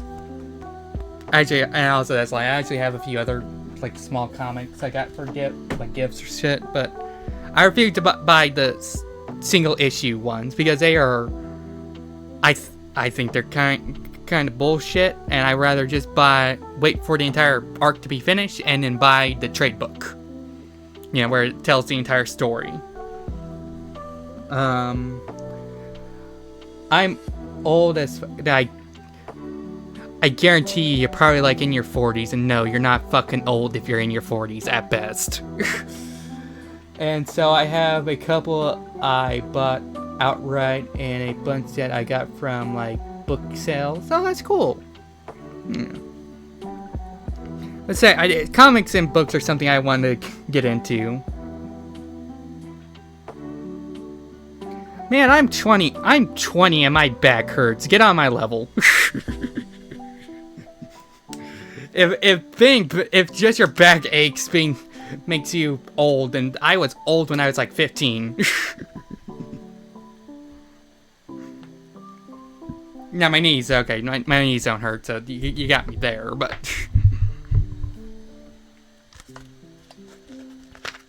Also, if I stopped fucking shrimping all the time, probably have a better back, too.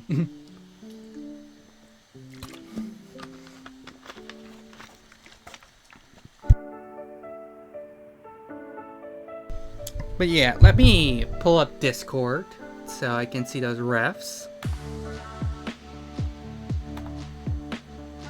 See there. So, oh god, okay. Changing what we're listening to in just a minute, because we're getting close to the end of this.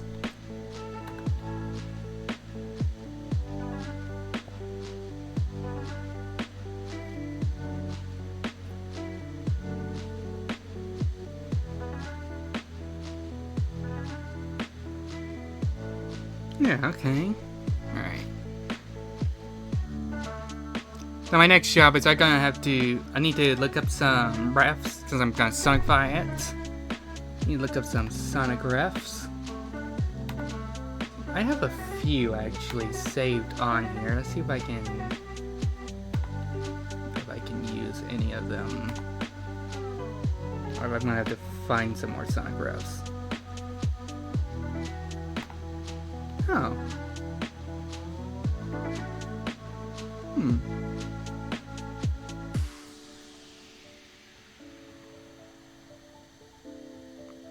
Can make this an open palm. Yeah, okay, we'll use that as a ref. Okay. I'm getting the Stab Eject thing set up. Getting the refs I want and stuff set up. Real quick.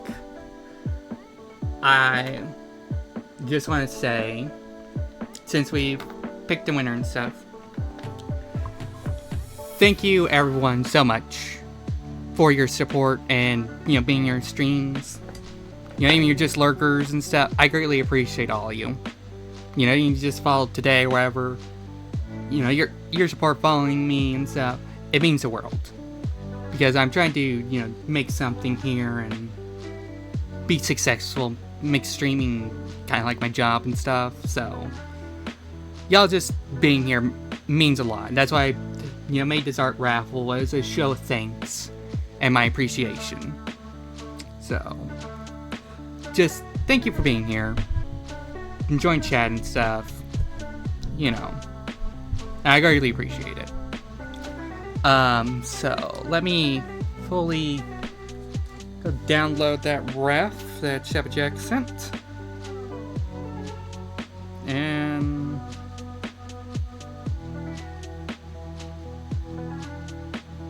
yeah.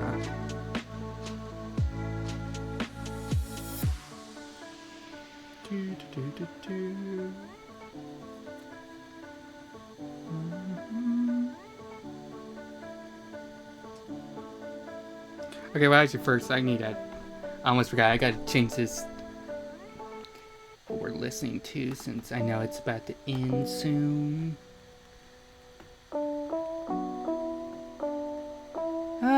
You know what? This is perfect. We're doing Sonic character, or we're gonna put in the, what the hell did I just do?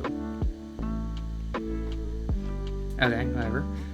We're going to be making a Sonic version of Jack, so let's listen to some Sonic Frontiers lo-fi beats.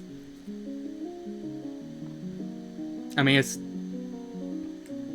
you know, Sonic's music, so it shouldn't be a problem.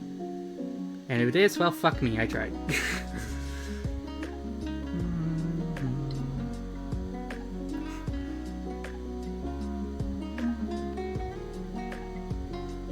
I shouldn't get copyright claimed on this, is what I mean, because it's Sonic music, and Sega never really goes after you for playing Sonic music.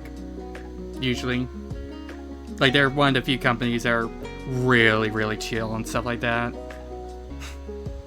But they understand, hey, you know, you just let your fans kind of do stuff like this, you get more money in the long run. And that's what kept Sonic alive, pretty much, just fans. Being allowed to make fan games and stuff.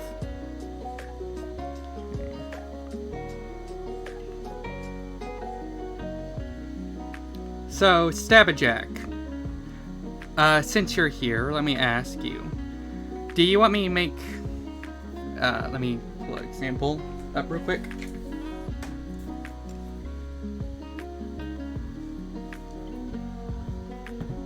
Now, I do appreciate you offering that, Jack, but that's something I personally don't want to do. Because to me, I think that... this is my thought process on that. That's just kicking the problem I'll have. Like kicking the can down the block, because then I still have to find music. Copyright-free music for the VODs themselves. Because otherwise you just... Okay, I just muted the desktop audio so you can't hear anything. So it'll just be this. And then whenever I talk, you hear stuff. Like that wouldn't... It's not great content, so... For VODs and stuff, so I just... Nah. I just rather stick to copyright-free music that I find. I do appreciate that, though.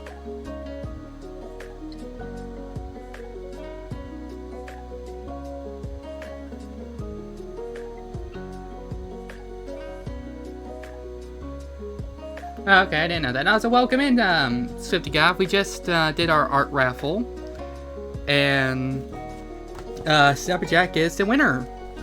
So, congratulations, Jack, again. Also, Jack, since I mentioned you, I just want to ask you, because I noticed your PNG model has, the cat has orange irises, or where the white part of the eye is orange, and the eye itself is black. I was just wanting to ask, for your Sonic version, would you like me to color in the white part as orange, or would you like me to just keep it white and color the actual iris orange? Let me know. Also, please be aware of new info. I've gotten hit 3 times now.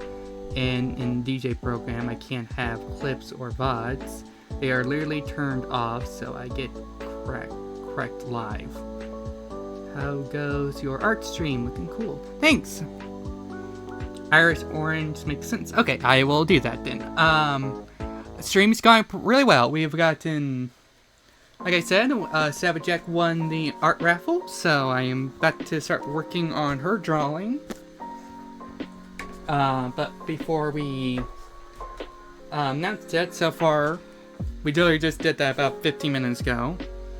And while I was waiting for that, for everyone to be in, have a chance to get in here and stuff, I was working on... Let me get to it. Ow, ow, ow, ow, ow. Nice, you mailed them out to them. No, I just send pictures to them. But anyway, I was working on this for Crappy Moon because there was a Blood Moon thing that was, I think, last week. Yeah, I think last week it happened. And I made a Crabby Blood Moon for Crabby. Because, you know, she has fucking Crabby Moon. So, that makes sense. Anyway. So, but now that we have the winner for our art raffle, we are going to take a pause on this drawing. And skip the... Sorry, I got a secret project in here I can't share at the moment. Just don't want to accidentally show that off. Secret project. Okay, there we go.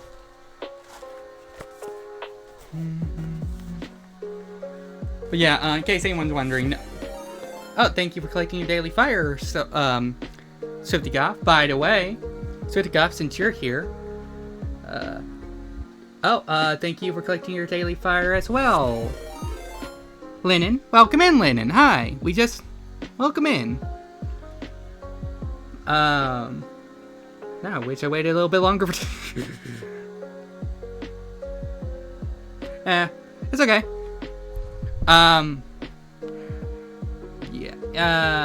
Speaking, by the way, I want to point out, since Goth, you're here, and you keep on telling me to do this, I have emotes now. Let me get them all sent out. Yeah, there's my emotes. Oh, care package. Is that audio doubling for anyone else?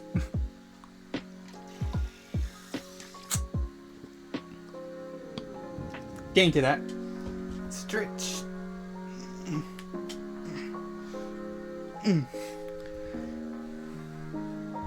Not double for you? Okay, just checking. The emotes were made by my great friend, Hey Dino Kitty.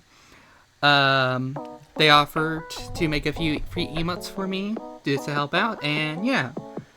So they made the little hello emote, the little doodle emote, and the OCD moment emote, because that's the one you may know as I posted a few places. I did make that myself, but apparently it was hard to read. I mean, Hey Dino Kitty, and they offered to fix it up for me. And I said yes, and they did that.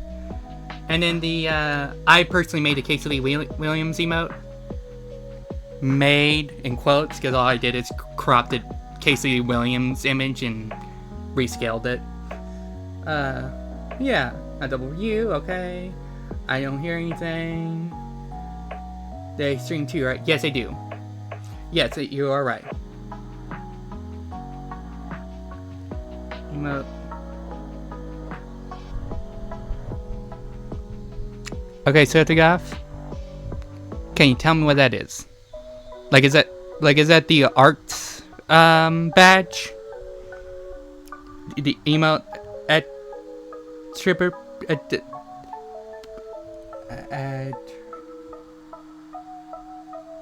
on the emote. It's okay. I don't know how to do that, so I'll have to. Okay.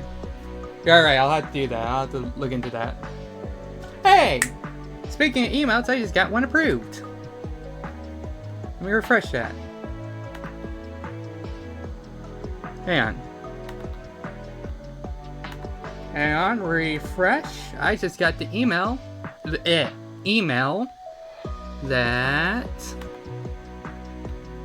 my Sonic email got approved. Hey, fucking liar, this was transparent.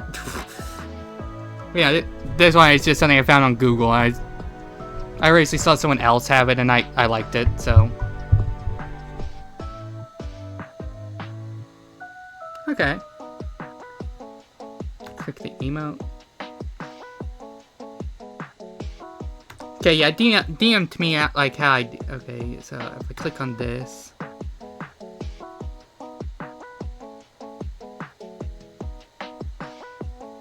Let me see if it does it here.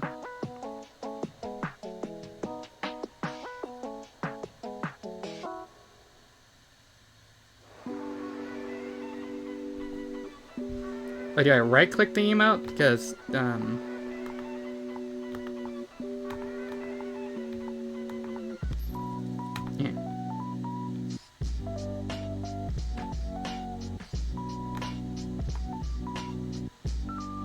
Oh, there we go. I see it now. Artists.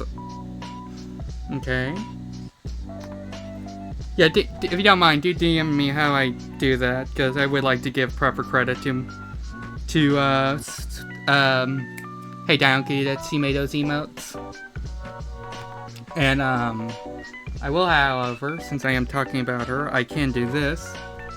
So hey Dino Kitty. Go follow my friend Hey Dino Kitty, you know, the one that made the emotes. If you are not already. They are a fantastic person. They are a fantastic person who made everything art-wise on this channel so far. My PNG tuber, my layout, the emotes, the custom emotes. Yeah. And they are just now getting back into live streaming, so make sure you give them a follow. They've been playing Final Fantasy XIV online. Yeah. They're great. Let me go into that.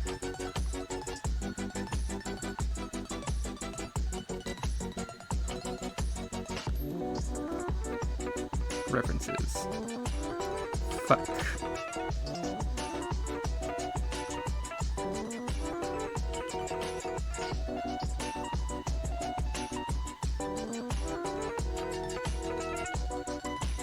There we go. Alright. Also, real quick, I looked up Sonic Dancing Transparent, and that's the one that showed up. I see that fucking white background, you fucking lying pieces of shit. Transparent my ass. Also, I accidentally pinned a message. Let me unpin that. Unpin this message. And let me actually go.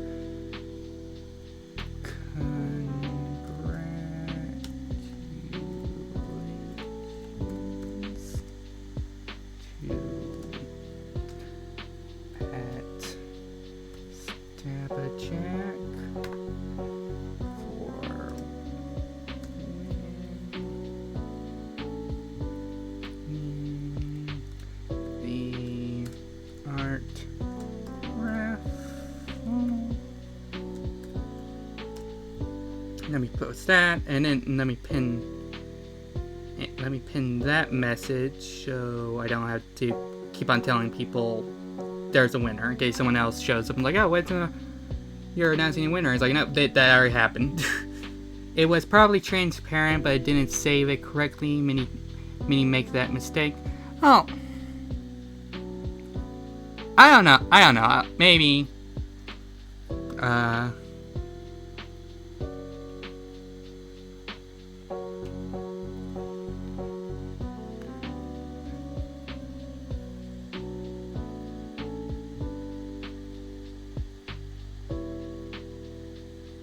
Anyway, that email specifically, I just found on the deal. So it could have been on Google, so it could have just not have been a transparent email, and I just got lied to. All right.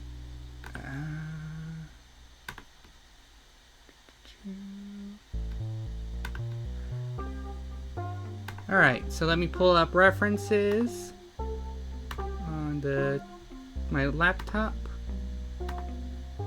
And you finally get started on Sabajack's drawing. So, here in chat, let me pull it up. Oh, it is pulled up? Okay, good. So as you can see, we are drawing Sabajack, little PNG tuber here. in the Sonic art style. So we're going to Sonicify it. And the pose we are using for that is, let me scroll down. There you go. Don't have to scroll down far.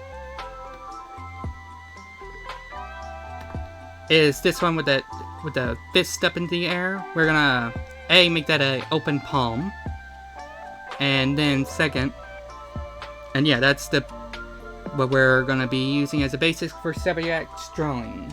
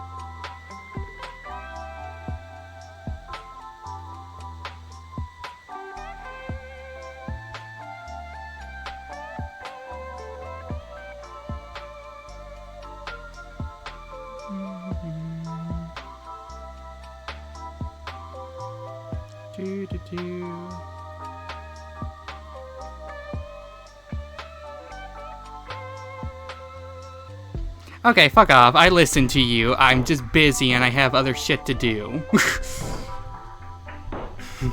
Okay, Jake. Okay. Sorry, we're saying fuck off.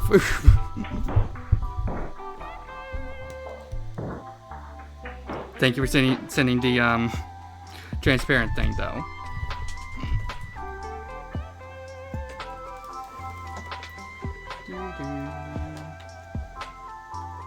Alright. So you can see that. Got mechanical pencil.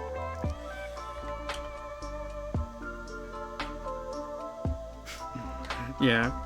Yeah, if you, like, seriously, if you have a problem with swearing, I hate to break it to you, I curse like a pissed off fucking sailor that stubbed his toe. Might have something to do with my great-grandfather being a sailor. A drunken sailor.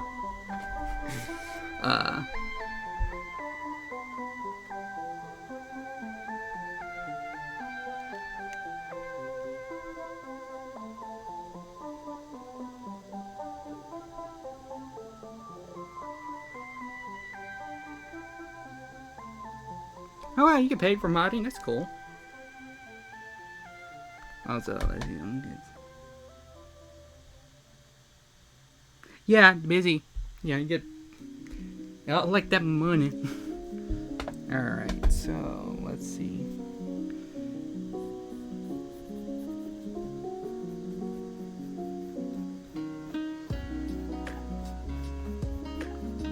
May shrink the head, make it bigger. This is just a basics.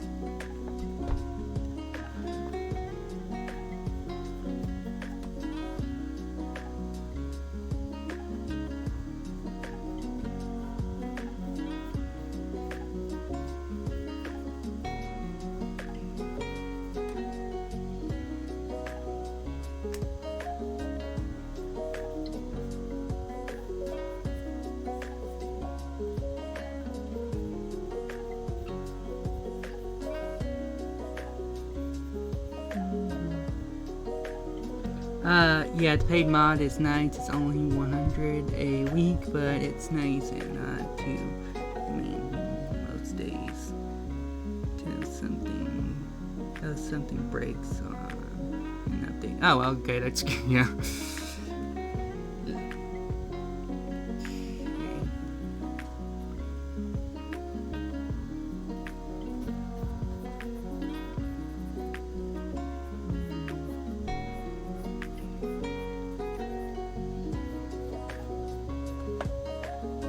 Alright, let's go straight up. We don't want to go straight up. And a little to the side.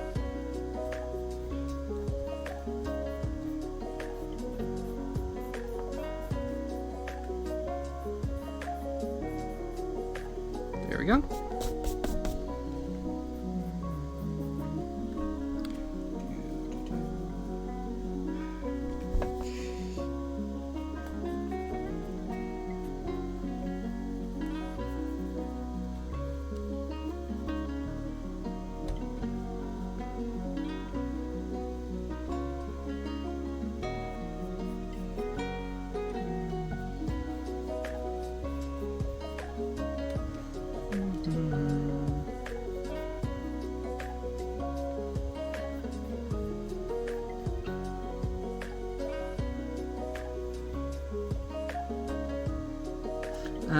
It's also why it takes me so long to draw such finished things.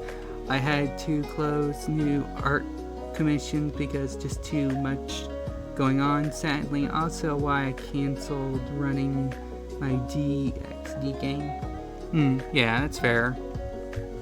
Gotta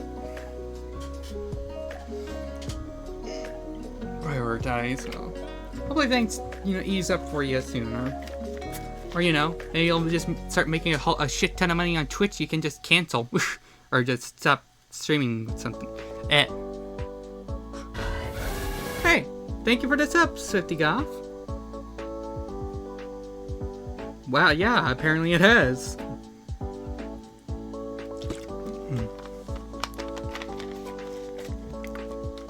But thank you for the subscription. You're now up. Wow, okay,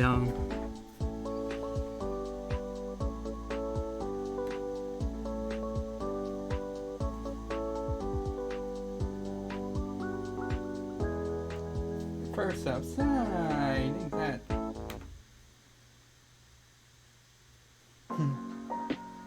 Hang on. First, why did that alert go off?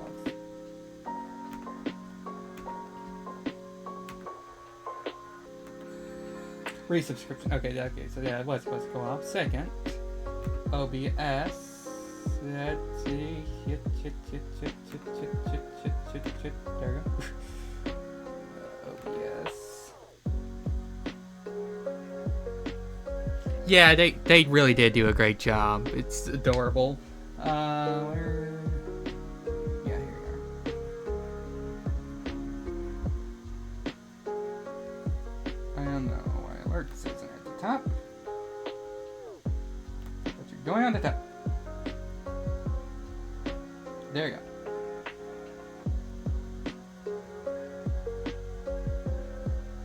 There. Okay, that should work right this time. But anyway, thank you for resubscribing, Swifty Goff. Greatly appreciated. And yeah, my friend did a great job on the emotes. Like I said, her name is Hey Dino Kitty, for people that don't know. I mean, honestly,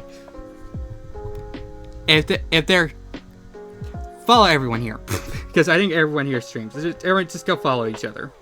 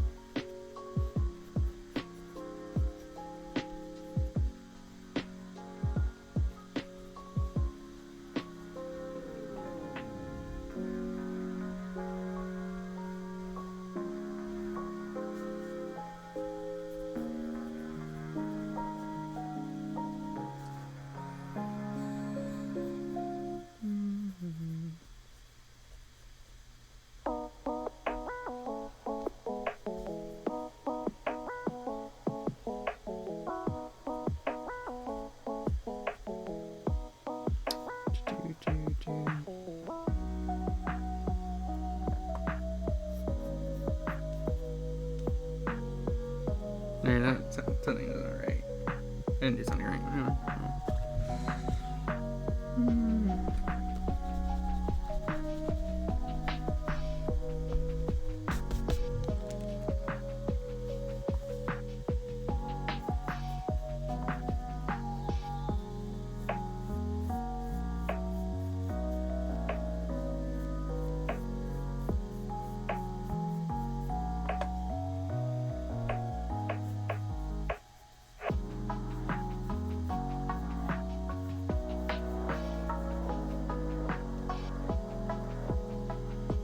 There we go.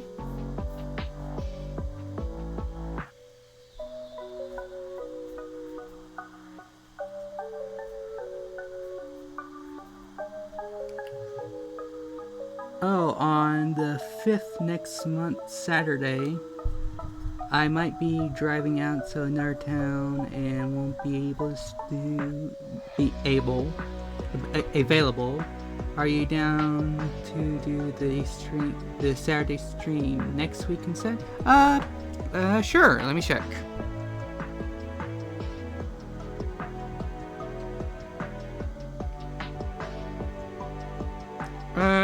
Yeah, we can just move April's stream to next Saturday. Yeah, that's completely fine. Oh, so you found 2 more people interested in art? Yeah, I need to. All right. Fucking note to self: me. Fucking ask people to do that because I'll be real. Kind of forgot about that until like yesterday, and then hit me, and then it's like, shit, it's the middle of the night, can't do that. I'm tired, but yeah, I need to do that. So I do know a few people that I don't know if they'll be interested, but I'm gonna ask them anyway.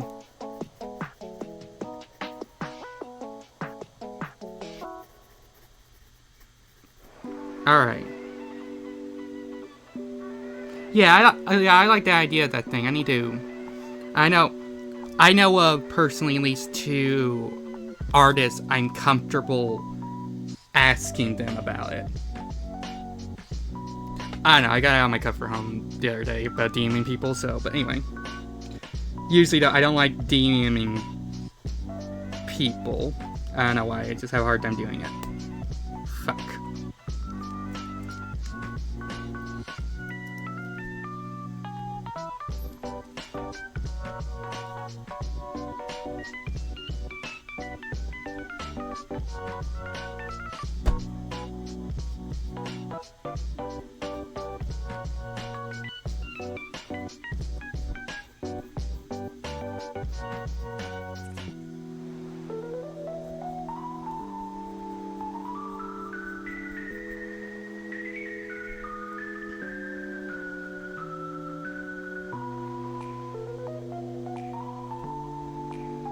What I can do is set up the raid stream schedule, and then we can send invites to people, and if they want to fill a time slot, they can. If not, no worries, okay.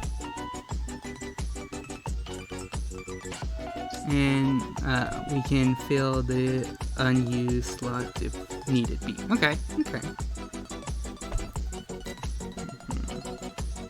So over. How do we want to do that here? Let's see.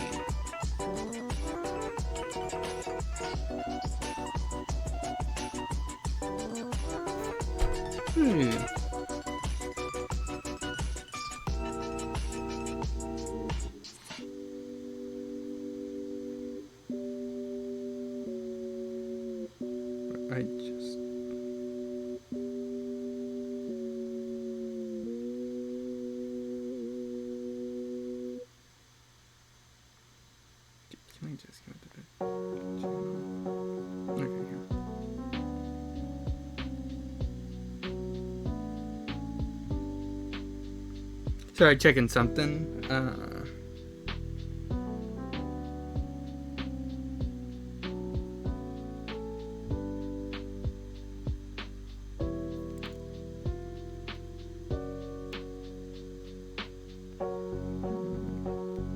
Trying to figure out what I want to do for the clothes on this.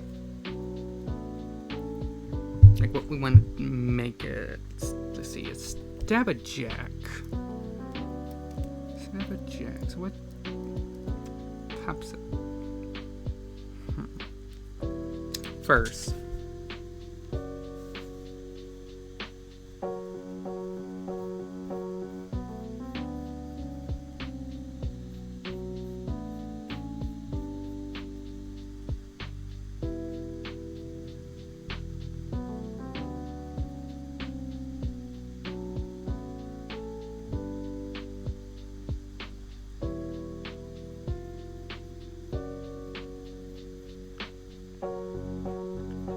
do the eyes first, since I know what to do there.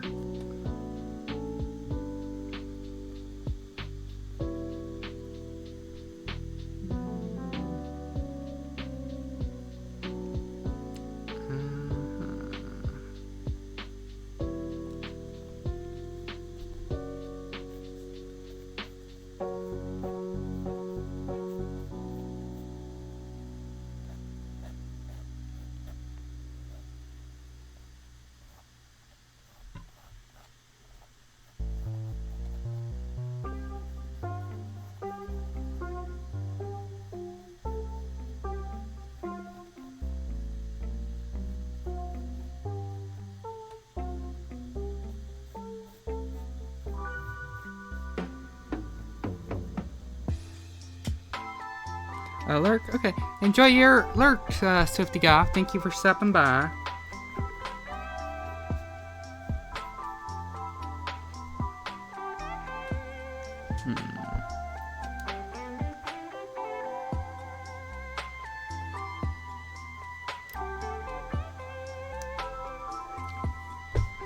Don't know this hair choice.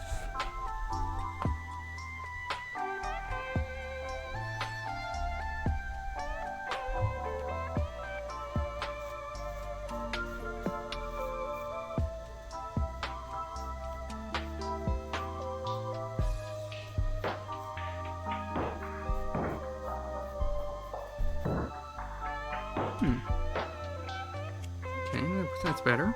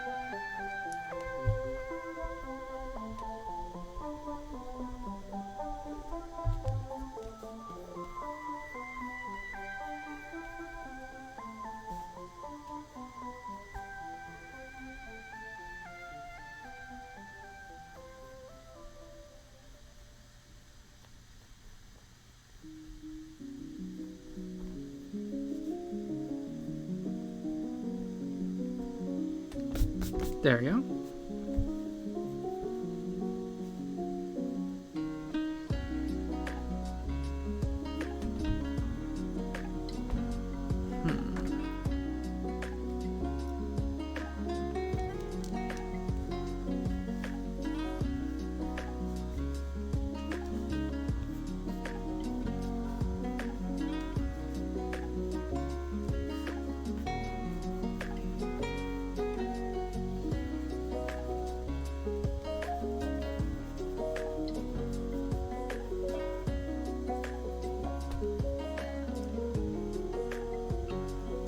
Do a little heart.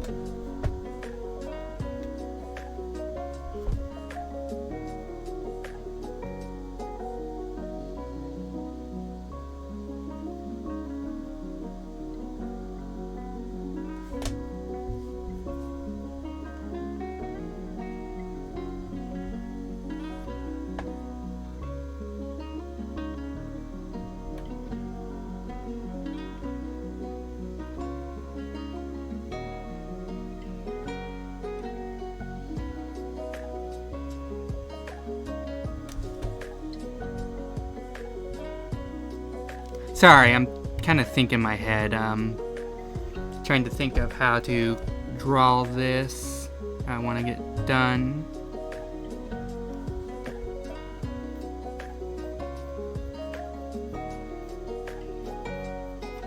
I think I'll leave the muzzle white, gloves white. I think kind of a leotard look suit here, where her thighs here are open and long, kind of socks with the paw part open. Let's get some feet paws here, and then long hair. Trying to think, maybe pastel purple here. The suit-like color. Dark purple for the breast part. And skin, arms and stuff black, because it's black cat.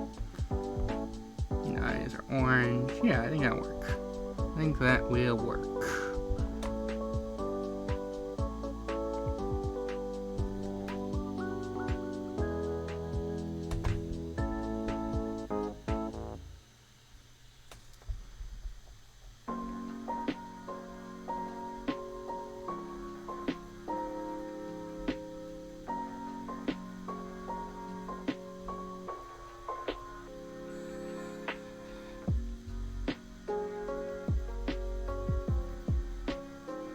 There we go.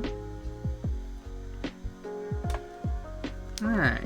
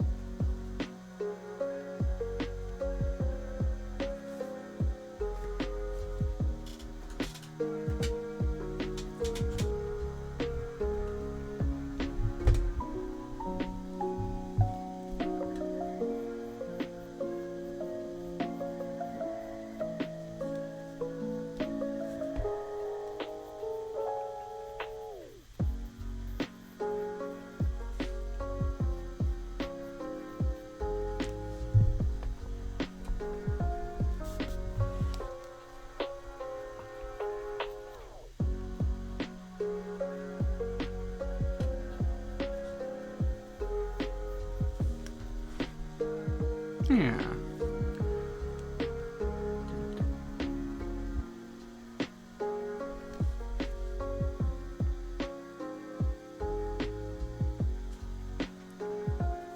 Alright, Stab It Jack, you're still here. This isn't finished, obviously, but what do you think of the little sketch we got so far?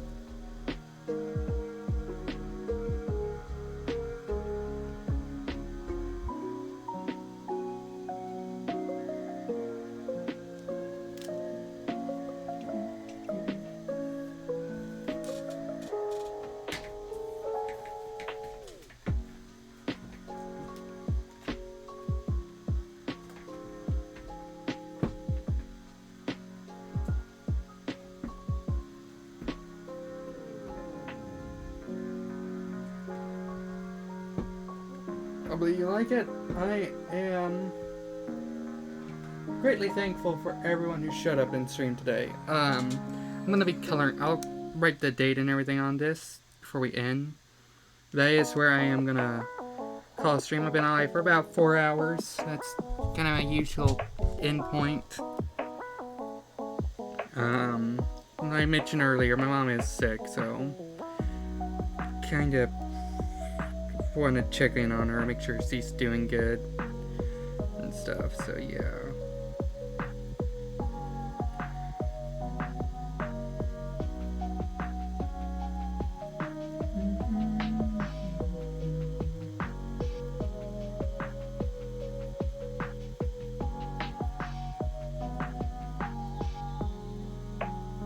So yeah, that's where I am going to call it. Stick around for the raid, don't leave. I'm going to be raiding out. So...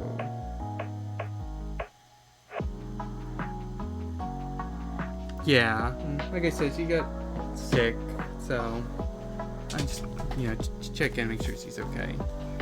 So we are gonna call it for tonight. Let me just write the time and date. Today's 22nd, right? Yep, 22nd. So...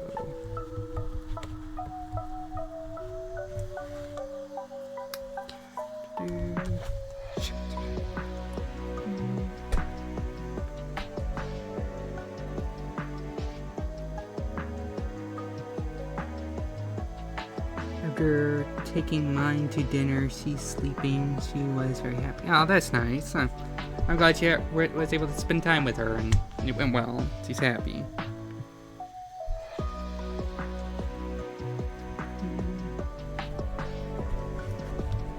Just trying to get my ink pen. LCD mount, sorry.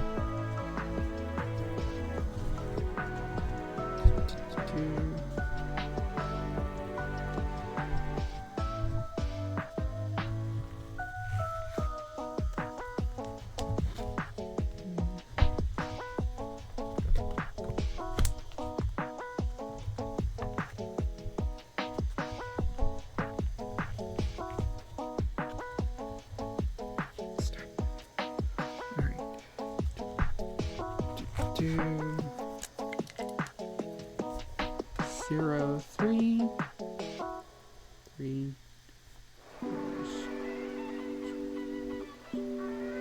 22nd of 2025.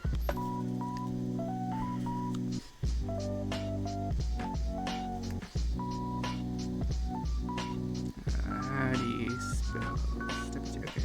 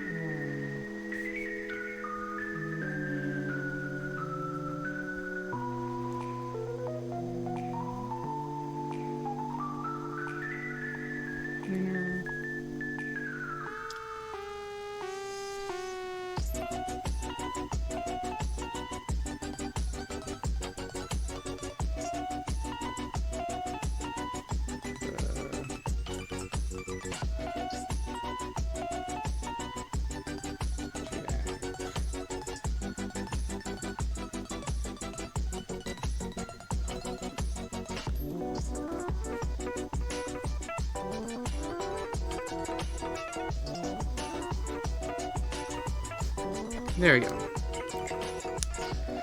There we go. That's finished drawing for tonight, and again, before we picked our winner, we got this much done on the crappy Blood Crappy Moon drawing. So yeah, so we're almost done with that one.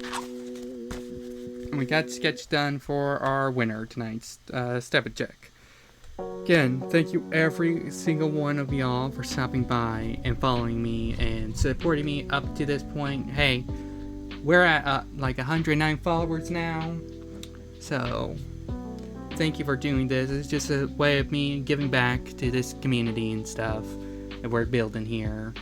Next art raffle will either be for when we hit 200 followers or when we hit our bit goal. Those are the next two incentives. So when we hit our bit goal, I'll be doing a, funny enough, Sonic OC art raffle. where I can draw whatever your character or whatever you want as in the Sonic art style. And 200 followers, if we have 200 followers here on Twitch, I will host another art raffle like this, except I will bump up the winners to not 1 but 2. So yeah, stay tuned for that. Keep on watching, and again, you know, if you did win, don't worry. Like I said, obviously there's gonna be more art raffles in the future, and we have my commissions are open if you're just dying to have a drawing from me, or just sit here and chat. You know, lurk, be here and chat, and you might even save enough points to get a drawing from me. A black and white drawing, but still, it's just a drawing from me. So again, thank you everyone who showed up. Let me get a raid started. Yeah, I think I know who we are going to raid if they are still on. Let me check my little deal here. Let's see, I have 38 people live. Who do I want to raid?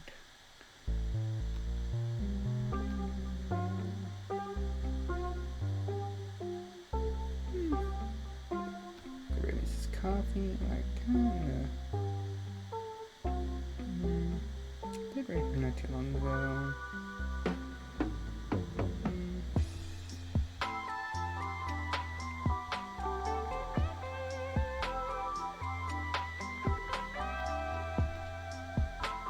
Let's see. You know, guess Krabby Man keeps on talking so much about them and really likes them. Let's give Mrs. Coffee some love. So let me get that raid started. Create a dashboard. Stream manager. Dashboard. Stream manager. Create channel. They're playing Sims 4. I'm not much of a Sims guy myself, but it's okay.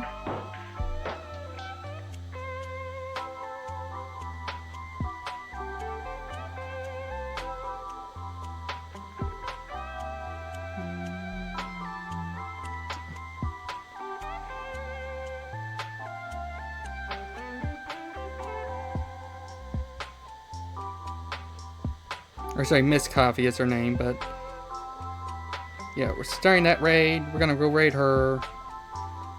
From what I've seen, she's nice and cool. So yeah.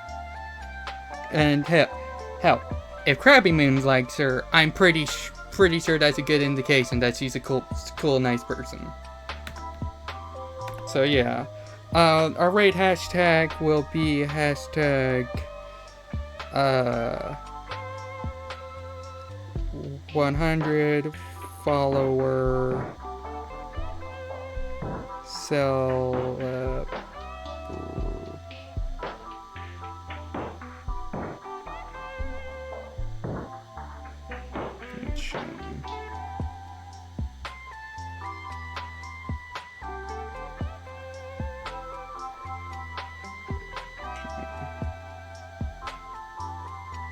$100 follower celebration. Because that's what this was today, so yeah. Again, thank you all for coming. Make sure you copy that little message for people we're raiding into.